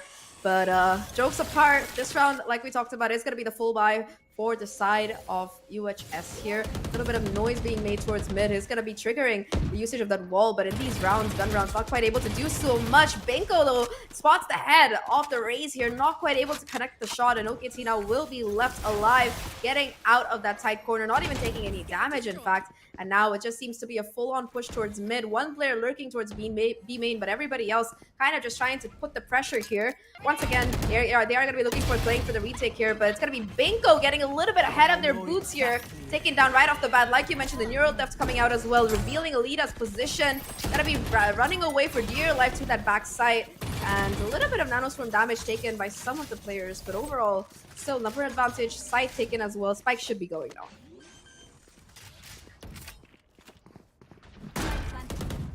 Tranquil gets the plant. Apple's just waiting. Posted up. I don't think anyone's going to come to face off against Apple. Looks like we got 2 in CT and 2 in Heaven. Alita goes down. Okay, Tina goes down. Raven, Hans, all down. Oh, wow. Aquina goes down. Tranquil and Apple. It's just Orchid and Altier left standing. Defuse now. UHS up by 2. What a lovely retake coming out of the side of UHS. You know, talking about that round, even if they had the player disadvantage, I liked how they were like super calm there. Also, just that 3K coming out of Orchid. I know we didn't get this player's points of view, but the positioning, they were able to hold down that high ground on Heaven for so long there. Just being able to tap players one by one out, especially with that utility coming out of the breach as well as the paint shells. Just pushing them out of these corners into the open and connecting those shots from the kill. That's exactly what you expect from the retake. And now off the back of that, CU's economy not looking the greatest. You are going to be seeing stingers for 2 of the players, Spectre as well, but aside from that, not much else. Now, though, it's going to be some aggression towards mid. Yet again, the stingers making quick work of that wall, and Benko, once again, not afraid to get a little bit too over-eager. Okay, Tina pulls out the paint shells at the worst time, though, and it is going to be Orchid confirming that kill. Has a showstopper as well if they want to go for a bit of a flashy play. Just going to be patient, though, because the last few times they've over-aggressed towards mid, Benko has been punished quite severely, so they're just going to be trying to play it calm. They have the numbers advantage. All they have to really do is try and wait for the push to come out. Tranquil. The Jet, well, sorry, the Sky and the Sage both coming up through A main. They're only gonna meet this Omen. Ooh, they did not peek together, so Raven gets the early pick. Spike down Ooh, A. second pick as well coming in for the team. Altier finding that frag is huge right now, being able to just shut down and get the spike control as well as all down to just Noctium here. A 1v5 that they have to try and pull off. Raven already holding down this cross extremely aggressively. The Sheriff will connect, but Noctium takes quite a bit of damage in the process. The remaining 4 players right now gotta be grouped up, rotating over towards this A side. Noctium has the weight of the world on their shoulders. Still gets the second shot, though, with the help of that Sheriff. Able to pick up that upgrade. No bullets left in it, though, and don't want to give away their position with the reload. Pushing forward, not going to be able to find anything, and Orchid will confirm that kill. 4-1 right now on this defense. UHS looks so strong.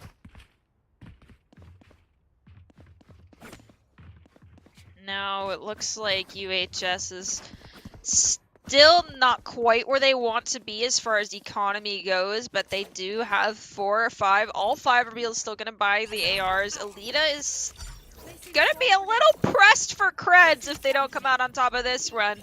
However, pressed for credits really is the side of CU in this round. Sub 500. Oh my gosh, the lineups from Cypher coming in strong. Ultimate's also quite in favor of UHS there. They have 4, if I'm not wrong, heading into this particular round. And now, though, unfortunately, it is going to be the Cosmic Divide looking to be invested towards this ace side. Okay, Tina peeking blindly. Gotta be taken down by Raven. Numbers advantage once in favor, though. With the help of the Cosmic Divide, at least they're gonna be able to get that resurrection into play. A is gonna be where the hit is coming. A well-timed paranoia from the Omen will deny a little bit of space there, but still off the back of that, they're gonna be pushing forward. Apple, in fact, finding one on the lurk. It's gonna be huge. A showstopper as well, all the way into spawn. Okay, Tina connects it. And now it is going to be a 3v5 situation. The lockdown taken offline as well. It's going to make this a very difficult. It seems like these players are still going to be going for it, though. Raven has to get this first kill, gets the headshot. The counter showstopper, not finding anything. But okay, Raven's still able to find 2. It's all down to just Altier left around right now. A 1v3. 2 players are low, but it's not going to matter as Tranquil finds a clean headshot. And it is going to be CU swinging back into this with that lovely round.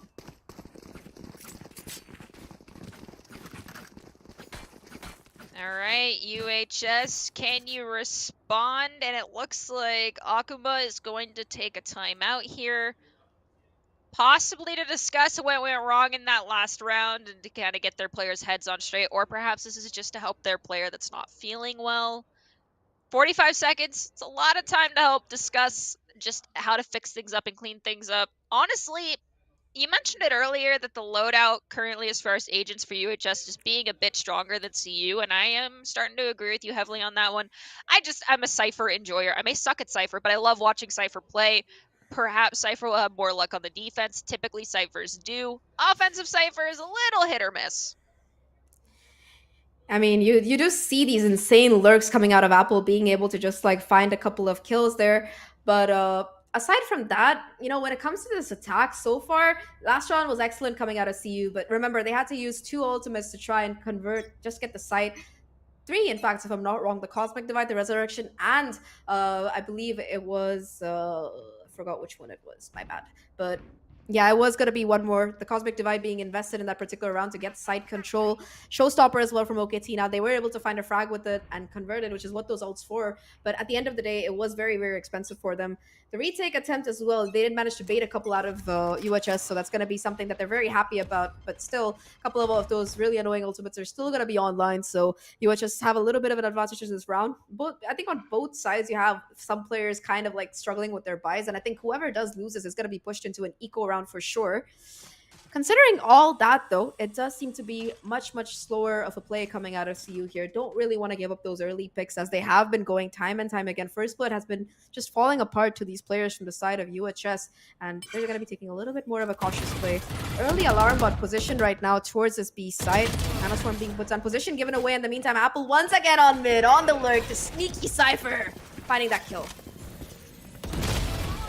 I was going to mention it because we saw the alarm bot and one of the 2 swarm grenades get destroyed, but not the third. That third one did a little bit of damage, but not too much. We have plant 4 sites, which is nice. The wall was also used. Bingo's going to pick back up Orchid. So UHS, though down 1 agent, is now just playing for post-plant and has time. They really don't need to be fearful for anything coming out from CU. CU has to engage on them.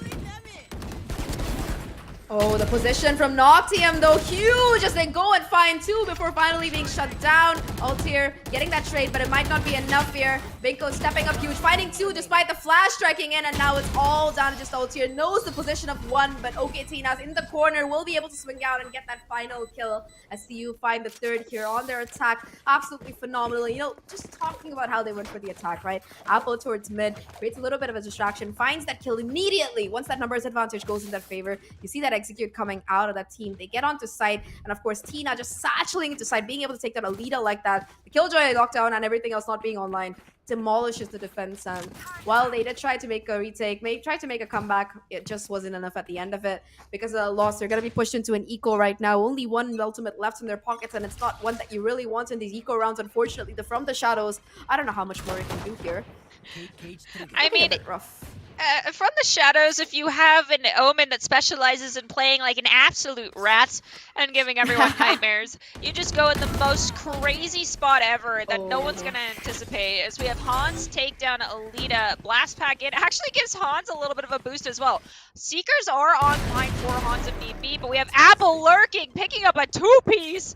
Holy McNuggets, they get out before Raven's able to creep through from mid. Now they're just going to follow. I think they definitely, you can see both the sheriffs where their teammates fell. That's tragic. Bingo as well, going to take up the tail and go into heaven. This is still going to be a rough engage because either way where these 2 peak, they're going to be going against 2 people at a time. That's never fun when you just have a sheriff. Definitely going to be the case right now. Binko able to find 1 with the Sheriff, but that's going to be all they get as Apple with the 3K on the round. We'll have that Neural Theft back online for the next, ready to take their hat off and take a bow if they keep performing the way they are. Right now, though, it is going to be 4-4. The equalizer coming through the timeout, not having done the side of UHS much good, I would say. They just got to slow down so far, especially on that B side. Alita seems to be having a little bit of a rough time. You know, when you're that killjoy, you just want to try to play off their util, but time after time again, either she's getting a little bit too aggressive and being punished, or she has someone like Okitina satcheling in her face, which honestly isn't her fault. But yeah, things looking a bit dicey for them right now. It is going to be 2 ultimates available for the side of CU. For the side of CU here. Both the Seekers as well as that Neural Theft Orchid looking to get a little bit of aggressive. Boombot being broken will give away instant information. Once again, it's going to be 2 picks for the side of CU to start things off here. Orchid desperately trying to stay alive, will be able to fall back into safety. The flash, though, not quite gonna hit her, as she's gonna be able to get away with her life. But with 4 players, I believe, pushing towards her right now, that's gonna be a lot of work she has to do, and unfortunately, not quite able to pull it off here. And I think CU gets the plant. We did see the Neuro Theft get popped as well, so while it has expired, they are aware roughly of where Raven is at, as well as their partner KJ. Though they saw Alita probably going through CT, they don't know if Alita is coming directly there or in high ground, but we do know that Alita was just peeking up there. Tranquil's going to find Raven, so down goes our one ultimate omen that we had on the side of UHS, and a smart decision from Alita is being made just to save what they have and get out alive, even sustaining their shields. Yeah, at this point, Alita, 1v5 situation, the best that she can really do is try to hold on to this rifle, and it seems like CU are aware of that possibility. They're on the hunt, they're on the prowl, looking for this final kill. Alita, though, is going to be relatively safe on the safe side. Just a couple of seconds left. All they have to do is hold on for dear life here, and I think she should be able to do so. Nobody quite in the vicinity. That turret hasn't gone off yet, so the information is there. She's safe and sound. What's not safe and sound, though, is going to be the economy for the side of UHS. Once again, they're going to be swung into this eco. Just sheriffs, you do see a hero rifle attempt possibly coming out of a player, but nope, it's just going to be Alita to try and make things work. A lot of weight on her fragile shoulders here, I would say. So far, not having a very good game. Bit of a rough start for her, but hopefully she can kick it back in right now. 4-5 CU. They have a chance at making it 6 right now, really taking the lead here on this particular map. Orchid, I see you. Orchid with the Bucky. I'm all for some shotgun gaming if you know how to play like a rat and hold strong angles, but location revealed due to the tripwire. You gotta play patiently, even if you're playing, you know, as a duelist. You can't let yourself get caught out by a tripwire. Alita finds 1 on this B side, doing a little bit of damage as well to the Sky, but that's the nice thing about having 2 healers. Sage can heal Sky, and Sky can heal everybody else. Very, very nice plants coming out. And once again, just the way that CU is playing this, they have done their homework when it comes to this map. They're just constantly across the map being able to take space and take control there. Once again, you see that information from A main, right? The tripwire goes off, Apple just backs off. Here's the Bucky, wants nothing to do with any of it. And off the back of that, they just go in for a very, very quick B rotate. I think so far of all the rounds that CU have won, it's been on this B side. It's looking very, very difficult for them to be able to hold on to it with just 1 player. A little bit of reinforcement might be nice there, and that might be the call heading into the next couple of rounds. Orchid's just firing at this wall, trying to take it down. Gonna throw a pink nade out. Don't think it's gonna find anybody, but Tranquil, even without the high ground, Hans on the low does find Orchid as well. That's another round in favor of CU. We're getting close to half. This is the second to last one in the first half here of game number 2. 4-6, still pretty even. See if we can finish out the round at 6-6 and force an OT at the end of the next half. Am I possibly trying to manifest an extended game? Yeah, I'm a pot stirrer. I like to stir the pot. It's my job. I really hope for a map 3-2, but no, let's not say anything and jinx it. Right now, CU, they definitely have the lead. They're looking so confident on this particular map. This control across the map is just a pleasure to watch here. Now that they're going to be stacked up towards this ace site, both Raven as well as Alita are going to be the 2 players, the Killjoy utility on site as well. But once again, it just seems to be a bit of a red herring as they decide to instead, after making that noise, after putting down those cages, go for this B side push instead. It seems like UHS have heard me, taken my advice. They've changed things around a bit. Alita has been moved to the A side, so now it's going to be just 1 player on the side, but 2 towards mid, so a little bit more support available for ult here right now. This is the buy round for UHS, remember, so they have to try and win this to prevent CU from just running away with the game. Once again, a bit of a jump peek from Altier, not being punished for it quite though. And will be able to put down that stun to buy a little bit more time here. Seeker's invested on top of everything, but that smoke, that dark cover, is gonna cut off things. Apple though, once again on the lurk on that A side, finds that huge kill. The divide comes out, the Hawk gets destroyed, but not before it flashes everyone. Rolling Thunder in response, we're gonna have Showstopper. Orchid with a 3-piece. They do go down to OK Tina, but holy McNuggets, that was incredible. Now Apple, we've seen, okay Apple, I was gonna say we've seen you get multi-piece kills, but I don't know if a 1v4 is really the odds in your favor in any way, shape, or form, considering the wall just went down. You don't really know where people are standing. And you find one and you don't take any damage. That's huge. And pre-firing, turrets down. They're gonna go down to Orchid, who got a 4-piece. You know, I like that coming out of Apple because at this point, with 1 round left, they don't need to save. I think like half of them had like full bank accounts. So every single bit of damage that could be done, it's gonna count. Because if you noticed, despite being 3 versus 1, the Resurrection was invested in. It's not because they were afraid about Orchid being able to clutch out a 1v, about Apple being able to clutch out that 1v3. It was because their economy was in a bit of a dire spot. They go for the res instead to be able to make sure that everybody on the team can buy.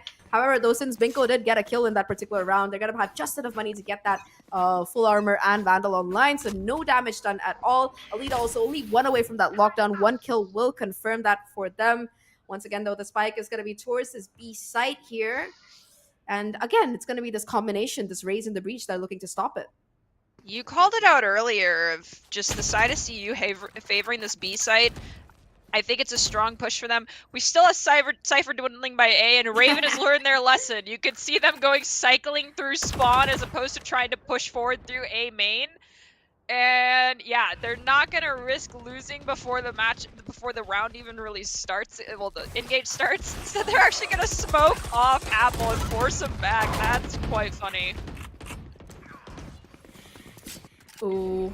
That's a huge kill though coming out of Noctium. The breach gonna be taken offline here. I think that breach also did have their ult after that last round, so no Rolling Thunder gonna be available this time. And with the Resurrection committed last time, that's gonna be an even bigger problem. To make things worse, it is gonna be from the shadows coming out of the defenders. The flank is on. The Hans is gonna be the one holding down the angle. Raven confirms that kill though, and now Apple in the meantime on mid, looking for more. Pulls out the gun at the worst time, and Binko will be able to bring things back down to a 3v3. Spike's still ticking, and Raven has a lot of work to do on this flank. Noctium expecting it though, gets the Resurrection as well, and suddenly this retake that was a 3v5 is now going to be down to a 4v2. Crossfire being held. Okay, Tina finds the first, looking for the second. It's all down to just Alita, has the lockdown, but will have no chance to use it at all. The Strength will get that final kill, and it is going to be 7-5 in favor of CU here. Lovely attacking half, and on defense, all they have to do is really hold on for dear life, because unless UHS can wake up and really get those rounds on this attacking half, they're looking at a 0-2 defeat, one that has never happened to them before, I believe. I mean, credit where it's due. Both teams are doing a fabulous job. It's only a 2-round differential right now, but also, even if UHS does get diffed for the first time here in Paidia, they go down to our second chance bracket, and I'm not trying to throw shade at those that have already been, tossed down there and forced to fight in the, tooth and nail to make it to our finals tomorrow, but they might have a slightly more relaxed time in those games than they do currently against CU. And you can just go for the replay and rematch tomorrow. Orchid, okay, Tina, Hans to Orchid, Binko onto Hans. It's now a 4v3. Thankfully, Sage can self-heal for the side of UHS, but Queen, they go down to Raven. That was a very, very fast blitz over onto A site. Now they'll player advantage significantly in the hands of Houston here. Raven's still going to be a menace on site to boot. Tranquil trying to go in for this retake position given away by the alarm, but Nanoswarm as well slowing things down even further. These two players have to find their timings perfectly for this retake. The first point of contact is going to be Raven. Unfortunately, they're not quite able to find anything there, and now it's all down to Apple. We've seen this player come up huge on the lurks, but on a head-to-head fight, how much can they find? Gets the first, but it's going to be tagged up to less than 30 HP, and Altier is happy to confirm that kill. UHS, they're back. I know it's the pistol. I know CU are bad at them. In their own words, I'm not throwing shade. We had someone from the team say it themselves, but all things considered, sign of life for them. I'm calling it now. We're gonna get to 7 and 7 just because the first two of a half are always pistols, and CU's just kind of they toss them knowing that it's not an intentional toss. It's just we mentioned it. Their Achilles heel. So if they win this next pistol round, even though they're going into like the Spectres from the other side, I will be shocked. Yeah, I doubt we're going to be seeing anything like a force here right now, though. It's going to be a very quick execute onto this B side. Tranquil has all the information. Orchid, though, is able to get that kill. Tranquil with the classic, stepping up huge, finding that trade, but nevertheless, Binko will be able to make things work again with the help of that Spectre advantage. Right now, though, it is going to be the Paint Shells denying the plan, taking the armor off of this player as well. Counter Paint Shells to try and make sure that no one's going to be pushing in from heaven as the spike goes down, and Raven already aware of this flank, more than ready for it, connects the headshot. 2 players left. Go towards heaven. Oketina finds the first, but Alita trying to confirm these eco kills, gets another one. It's all down to just Hans. A 1v3. Alita super low here. No heal on the Sage either, if I'm not wrong. So that's going to be something that's at least in their favor. They should be able to get one more gun off board. Does manage to confirm it. No Spectres drops in picking up range, unfortunately, and Orchid will be able to swing and get that last kill. Like you mentioned here, Nerdy, 7 to a 7. And next round, if somehow UHS can win it, they'll be able to take the lead back. They're working with less than ideal weaponry, though. It does seem like they're thinking about committing fully into it when it comes to a buy, but yeah, they reconsider. They don't want to risk it. I think they're doing the smart route. Whoever is playing their financial specialist right now, making the smart move. I see you. You know, fun, really cool fact about this team, UHS, their IGL is their duelist Orchid. So while being able to frag out of their mind, they're also just making the calls here. So just kudos to them. Oh my god! Hans, what went wrong? Okay, Tina's fighting demons against the wall with their knife out. Queen is just posted up. Standard stage wall through mid, not really anything different there, but Tranquil, you kind of put yourself in a bad spot. Yeah, just the way that Execute was committed, right? They take A, Heaven Control, push through, and while the distraction of Alita knifing the wall is there, they still manage to just make their way around and find that crucial pick. And now with 3 players remaining in their full buy, see looking a little bit awkward. It is going to be Noctium holding strong, finding 3 there, and immediately numbers advantage switched back right now. Oketina there for the backup while they're chasing down the Spectre that haunts their dreams. Noctium, it's going to be Oketina on cleanup duty. They had every single advantage heading into that execute, but just the position that Noctium was able to lock down, that 3K spray with the Vandal, huge. And it looks like we're gonna be still unable to buy a whole lot here for the side of UC because they did lose quite a few. We got Tranquil going for the Bucky Gaming on this next one. Trading guns, possibly? Yep. Never mind, they reconsidered. I really wish we'd seen that Bucky, but considering that they want to be able to possibly get in their next buy, or just there's the fact that the Bucky doesn't have the versatility of the Sheriff, they're going to be swapping out. Once again, a bit of patience coming out of the side of Scarlet here. Boombot not going to be wanting to give away too much information, especially with that nerf that thing got, like the last patch, the fact that it's only like a couple of seconds now. It's just not going to give away anything. You do see the push coming in towards mid from the Sage here, looking for a bit of information, but that wall being broken is instantly going to push them back. They're like, nope, I want nothing to do with this counter spray coming in. And still going to be a 5-1-5, though Noctium, not if Noctium has anything to say about it. Huge. Oh my gosh, a multi-kill again for her. Let's see. There is one section of that Sage wall still left, and OK Tina is using it to their advantage, but if they peek one more time, it's gonna be a little rough. They get flashed, they're gonna use paint shells to keep their enemy back, but I'm not sure if they're aware that Alita was undeterred by said shells. Actually, now they know, they pre-fired.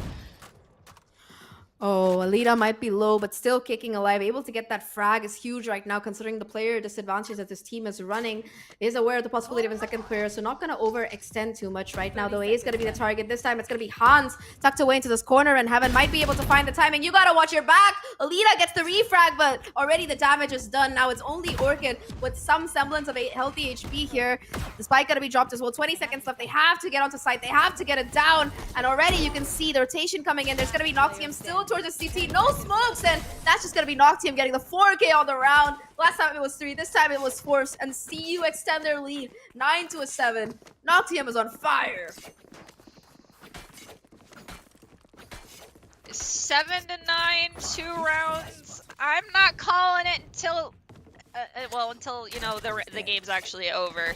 Positive mental attitude all the way. I understand. Again, just a reminder if you're just joining us, one of the UHS players is not feeling well during that mid map of the first one of this best of 3. It happens to everyone. I know firsthand what that can feel like, whether it be nerves, you ate something bad. They still have a second chance if they can't get this map in their favor. They're not down and out yet. This is a double elimination series, so even if they lose to CU, they could bring it back and re-meet tomorrow in the grand finals. We'll have to wait and see.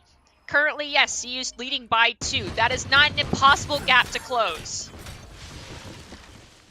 This wall from Tranquil, though, I'm playing on top of it, a very, very cheeky angle. It's going to be a bit of an eco from Scarlet, like you mentioned. Not much to really work with aside from Sheriffs, and Tranquil, perhaps looking to take advantage of that, is looking to make a little bit of fuss. Right now, though, this one-way cage and the smoke making things even more difficult as they look to find some kind of position onto this B side. Apple in the smoke playing a really, really ratty angle. Still has one more one-way left to try and play off of here. Tripwire going to be detected, but not going to be able to find anything here towards B side. Though towards mid, Tranquil and Oketina are both just having a frag round of their lives here. Oketina still holding strong. Not able to get that last kill on Alita, but just one away.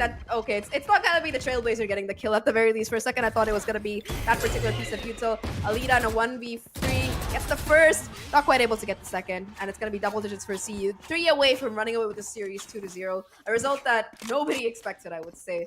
I was expecting a 2-1 at the very least. Okay, looking at Eco. UHS is hurting, and we're going to have another timeout called by Akuma, the coach of UHS. They get a minute. Time to reconvene. Figure out, honestly, at this point, you know that you are full buying, you're forcing. You need to use these ultimates to your advantage. You're going 4 to 3 as far as ults go. Seeker's not entirely going to be popped unless things get really quiet for a long time, or there's an entry pick coming out from our CU squad, and then they're trying to figure out where everyone else is left standing. Beyond that, we're going to have showstoppers on both sides. The Astral Divide can come out as well. I think, honestly, having Omen possibly just use ultimate to get intel could be beneficial. If you spot multiple people in one place, follow up with the showstopper. Try to get 2 picks for the expelling of those 2 ultimates and then go from there. Truly, it's going to come down to who is going to be taking the smarter engage here, and who loses one agent first, I think, is what's going to determine who comes out on top of this next round. Yeah, for sure. So far, First Bloods, it does seem to be UHS kind of struggling to find them. CU have been running away with it on the defense. You saw Apple time and time again being that really annoying, ratty player that you hate to face in your ranked lobbies, finding so much value there wherever they were lurking. First, it was A Ramps, now it was towards mid, and again, this time around on defense, they're still able to do a lot of damage, but it has been Noctium showing up the most here on this A side, almost single-handedly being able to lock it down. Now, though, it is going to be the showstopper invested as they try to make their way onto site. It is going to be completely empty, though it is the site at least taken. We are looking at a full 5-on-5 post fight. A lot of ultimates online for CU here. The lockdown, the Cosmic Divide, as well as a showstopper of their own. Seekers as well to boot, and now all they have to do is hold strong. At least I think this is the first time they've got the spike down in like a couple of rounds. Oh wow. Ooh, Apple, Tranquil, okay, Tina killed mid ult. Hans and Apple picking up more. Tranquil finds the lockdown. Hans in the defuse, and now we're possibly 2 rounds away from CU closing this one out. Remember, the side of UHS, they invested everything they had in that particular buy, whether it comes to weapons, whether it comes to ultimates. They do have 2 more online right now, but they didn't have them last time around. They're not going to have that lockdown or that showstopper for the rest of the game unless we head into overtime, unless, of course, each of these players gets an ace and a couple of kills to boot. For now, though, it does seem like CU, they have every single card heading into this, still managing to hold on to that neural theft as well as that Cosmic Divide here for the retake this time around. Every single player on the team just showing up huge here when it comes to the numbers game. For the side of CU, they might be doing great when it comes to utility, but not otherwise. And, well, the pressure has to be felt right now in the UHS camp. Just going to be Sheriff's off board. They're taking the risk of letting CU get to match point and possibly playing for that overtime if they don't convert this round. Apple has darted Bingo. Oh, playing patiently. 1 pick, can we get the second? There's the second. Apple with 2. Okay, Tina with 2. And Queen with the 5th. We are at match point, and truly, this is a rough situation to be in. There's just enough economy to guarantee full buys for weapons and armor for the side of UHS, but we've seen them play retake really well. It just seems that they're not playing for retake, they're trying to play for space denial, and it's not playing into their favor. Yeah, on this attack, they've really struggled. They won that pistol like we talked about, but now 5 rounds in a row. For one, they're just trying to they're not able to get on site at all because they're making it so difficult. And now it's going to be the flash blinding 3 of them, though there's not going to be the swing off the back of that. Just a little bit of early information coming out of Hans there. Their Trailblazer as well invested to make sure that nobody's going to be pushing up this ramps area. Noctium in the meantime. Smoke not quite doing their job as the spray is going to be immaculate. Again, the spray coming in, but this time Binko will confirm that kill. The Rolling Thunder used as well. And off the back of that, 2 kills in heaven right now. It's just 2 players remaining. I think that there is going to be the neural depth available. Okay, Tina finding the first. The Orchid is there for the trade. It's all down to just Apple. No need to save the gun because the economy is thriving. And remember, UHS, they're living buy to buy. They have to walk away with these 4 rifles to be able to try and mount this comeback. Apple making it difficult, though, finds one. Orchid will deny more, as it is going to be UHS getting to 8. 4 away from that overtime play, and like I said, they're gonna be able to just scrape together a buy. They're living for paycheck to paycheck, so as to speak. Already Ulti are struggling to buy up, though I think that Binko might be able to do them a solid and drop them a gun, or yeah, it's gonna be a lead in this case. Now though, the ultimate economy is firmly in the favor of CU here. Living paycheck to paycheck, me for real, for real. I know how that feels. I know how it feels, many casters do. With that being said, still at match point. UHS, I hope you have that in-game voice turned way down so it sounds like a little baby crying in the distance, because it may be match point for CU, but it's not match point for you. So, plenty of opportunity to bring this back in your favor. Are the ults not in your favor? Yeah.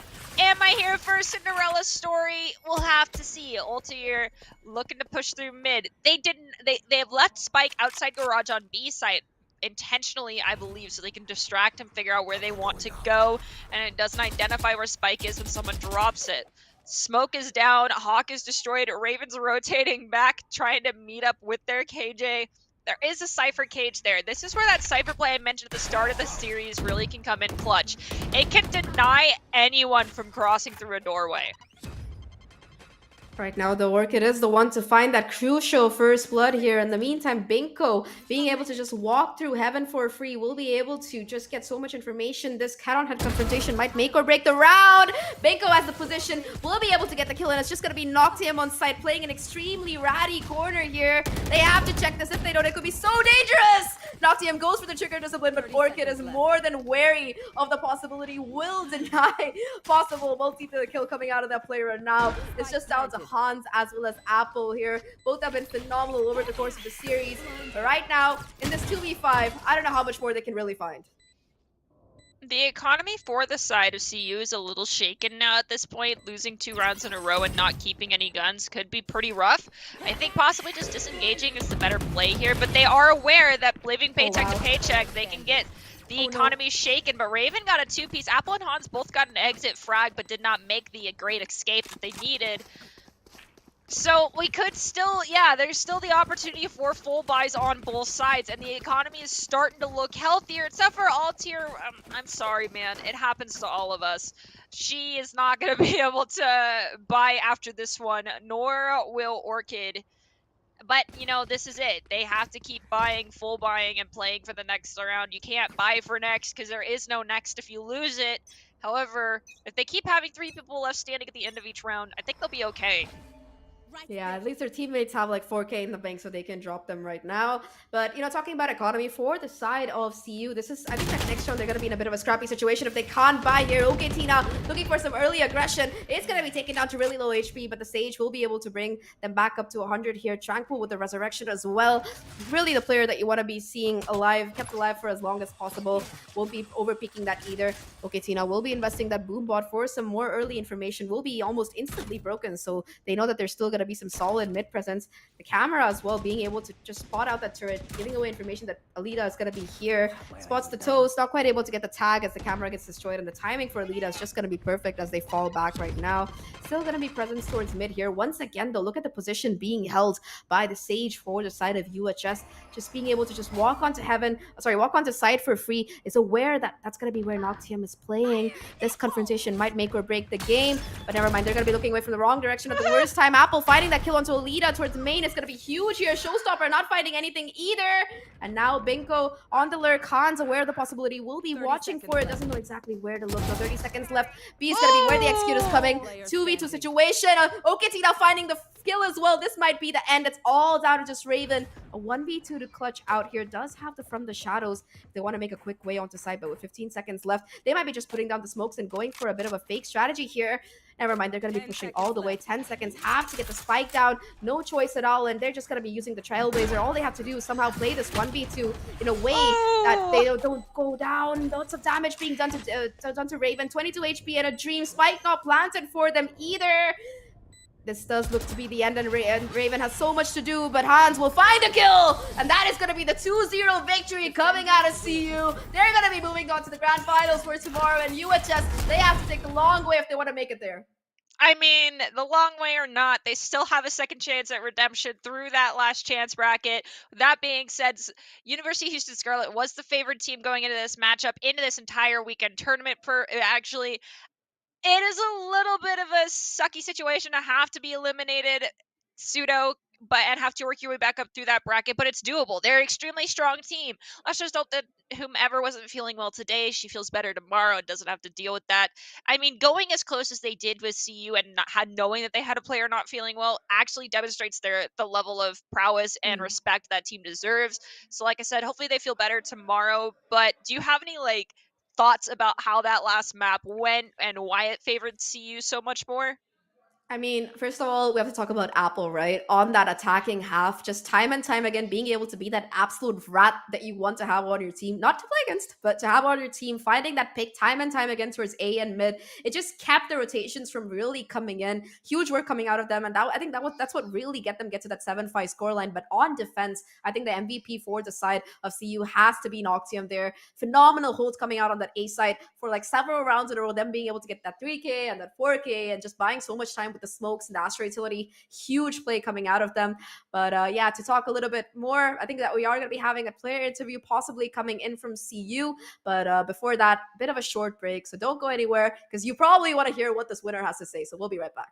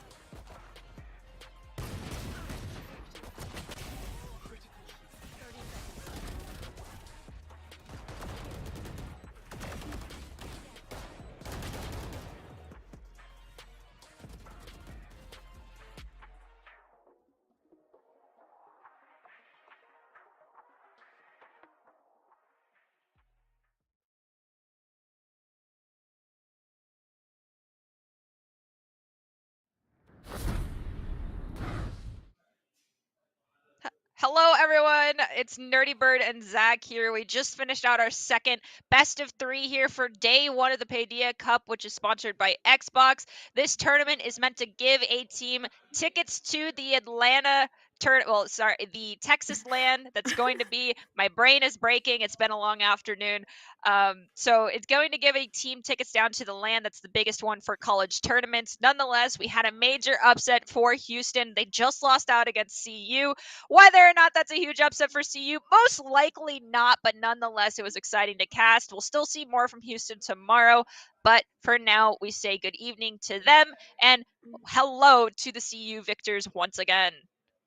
Yeah, I think that we have an interview coming up. But before we break into that, just a reminder, this tournament is powered by Paidia.com. Remember, anyone with a free account on Paidia.com can sign up for tournaments, host tournaments, play in matchmaking sessions, and way more. So just go check it out at Paidia.com. Remember, I think that the open bracket is still going on right now if you want to sign up for the weeklies for the matchmaking season. It's still open. You have to play a minimum of 5 matches, and if you're eligible, you can, and if you win good enough, you're going to be making it into the playoff brackets as well. Before we talk more, though, I think that we are going to be throwing to our interview. We have Hans joining us once again today from Carleton University. Welcome back, Hans. How are you doing after that win? I'm sure you're really happy. Good. We're good. The girls were like super hype after we won because this was definitely one of our bigger competitions in the tournament. So we were definitely a little bit on edge, and we were definitely on our best game for sure for this game. So definitely a little bit stressful, but we got through it with good mental, and my team is just awesome, and I'm really happy to be playing with them. All right, so my first question, it's been a really long time, at least for me as a caster, that I have seen a Sage and a Skye going at it on any map. I personally, as someone who loves playing the support type heroes, support type agents, I'm an Overwatch player, if you can't tell. I love seeing that dynamic duo. Does your team like to lean into that setup, or was it really just a map specific pick? I think it's a little bit of a map specific pick, but I definitely think that we have like the best people to be playing Sage. We have me on Skye because I am usually the flash initiator here. So we definitely are having a bit of an off roll, but I think it's amazing to have like those people like kind of lead into entries and stuff. Tammy does a really, really good job with playing Sage, and I try my best to kind of lead along with her so that we can set up our duelists and the rest of our team to get in and defend otherwise. She does amazing. We kind of try to put the people that have like a very big impact on support characters on and like have really, really good comms to be on those type of plays. So she does an amazing job and she holds it down, and I think like I can work really well with her. She does a really good job of making things a lot easier for me. So definitely like I think it's a very unique thing at this point to have a Sage Skye, and we're definitely going to keep it because it definitely works for us. Yeah, it really did, especially on that map too. Talking about Split in particular, you guys just seem to be in control. I know that you lost the pistols, but yeah, you told us previously it's not your It's forte. just not It's us. everything else. It is not us. It's okay. It's all good. But Yeah. talking about the rest of the map there, especially, a lot of these rounds on attack, Apple was just able to find value time after time and just get those really, really nasty lurks in. And after that, you were able to come in onto that B side. So Yeah. did you realize that the B-side was looking a little bit more vulnerable and tasty for that execute, or was it like just somewhere that you're used to executing? Like, what was your plan behind that attacking 100%. strategy? I think a lot of people don't understand that like we kind of try to learn what they're doing and then adapt or punish what they're doing and where they're putting a weaker side. We have like amazing brains to do that. Like we got Tina on it. Our entire team just has like such a good like thinking process. They definitely give us all the information that we need to do to make mid-round calls, like calls even before the round. I think we just definitely try to read into the weaknesses of a team and kind of definitely punish that until they either fight back or they just lose the game. So All I can right, see so that. I gotta mention it. Were you guys really hoping not to have to go to Fracture again? I think Fracture was an accidental. You gave that one away a wee bit over towards the side of the University of Houston Scarlet. So was it kind of like a we 100% are not going to Fracture? We got a 2-0 diff this team. I mean, our Fracture I think is like all right. We just need to like kind of bot review it, but definitely with the Split and I don't even know what the first map was, but like we were just confident going in that like. I'm sorry, like I don't mean to sound weird or egotistical. No, it's over. I actually It's just done don't with. remember past a certain time. I have but, a brain of a goldfish. no, Don't worry about literally, it. I just played my game and I got out. But yeah, like we just wanted to get it done as soon as possible, and the 2-0 is just so strong. It just like for us, I just feel like it doesn't matter what map we're playing, just as long as we have good comms and good mental. Like honestly, we kept it so positive throughout both games that we just won out, and I'm really glad that I got to do that. Well, Hans, congratulations again on your victory. I think that you've managed to land that last. I'm sorry, you're gonna be able to land that first finalist slot off the back of this, and we're gonna be seeing you again tomorrow. So congratulations. I hope that your next games go well as well. Awesome. And, hopefully, we'll see you again. Yes. See you win. Woo! All right, that is going to be Hans joining us for today. Twice, I believe. First game, 13-2, 13-2, and of course, the second series, another 2-0 coming out of them. A little bit more of a score differential, but when you consider that they lost all 4 pistol rounds that they played, the fact the maps were 13-9 and 13-10 is just huge for them. I mean, they plan around it. They know that they're going to have to make up 4 rounds worth of losses, so they're prepared.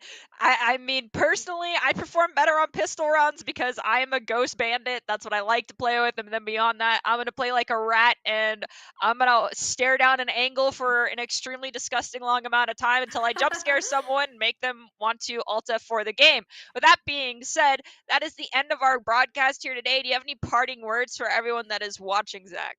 Yeah, of course. This is only day 1 of the Paidia Cup CECC qualifier. Like we talked about, the winner gets to go to Arlington, Texas in May. And we're going to be knowing who that is tomorrow. We're going to be having 3 best of 3s tomorrow, if I'm not wrong. 2 lower bracket games. One of them, which is going to be the lower bracket final. Houston has to make their way to them if they want a chance to, face Carleton again in the finals and possibly find a little bit of a revenge. There might even be another upset. Who knows? After this, we might even see Houston just falling short. But whether that's going to be happening or not tomorrow, everyone has to be able to tune in again. Like I said, 3 best of 3s, a lot on the line here. And before we sign off for the day, I just have to make one more shout out to our wonderful sponsors, Xbox. Remember, if you're tired of losing elo in Valorant ranked and you want to play something else and have a little bit of peace of mind, remember, Xbox Game Pass has PC games. With the new Xbox app for the Windows PC, it's going to be easier than ever to discover your next favorite game. Browse the library, view recommendations, filter by genre, blah, blah, blah. You can do whatever you want, basically, and you can find hundreds of high-quality games to choose from. You can join now at GamePass.com, and you get the first month for only $1. But anyway, that's going to be, I think that everyone has heard enough of us yapping for today. We're going to give them a little bit of a break, but do come back tomorrow, everyone, because we have a lot of really good matches coming in. I'm Zach, and with me here is the Nerdy Bird. We're going to be signing off for today. See you again tomorrow. Open your third eye and welcome this ad to reach video game nirvana through PC Game Pass. Game Pass has PC Game Pass. Game Pass has PC Game. Game Pass has PC games. Nirvana awaits.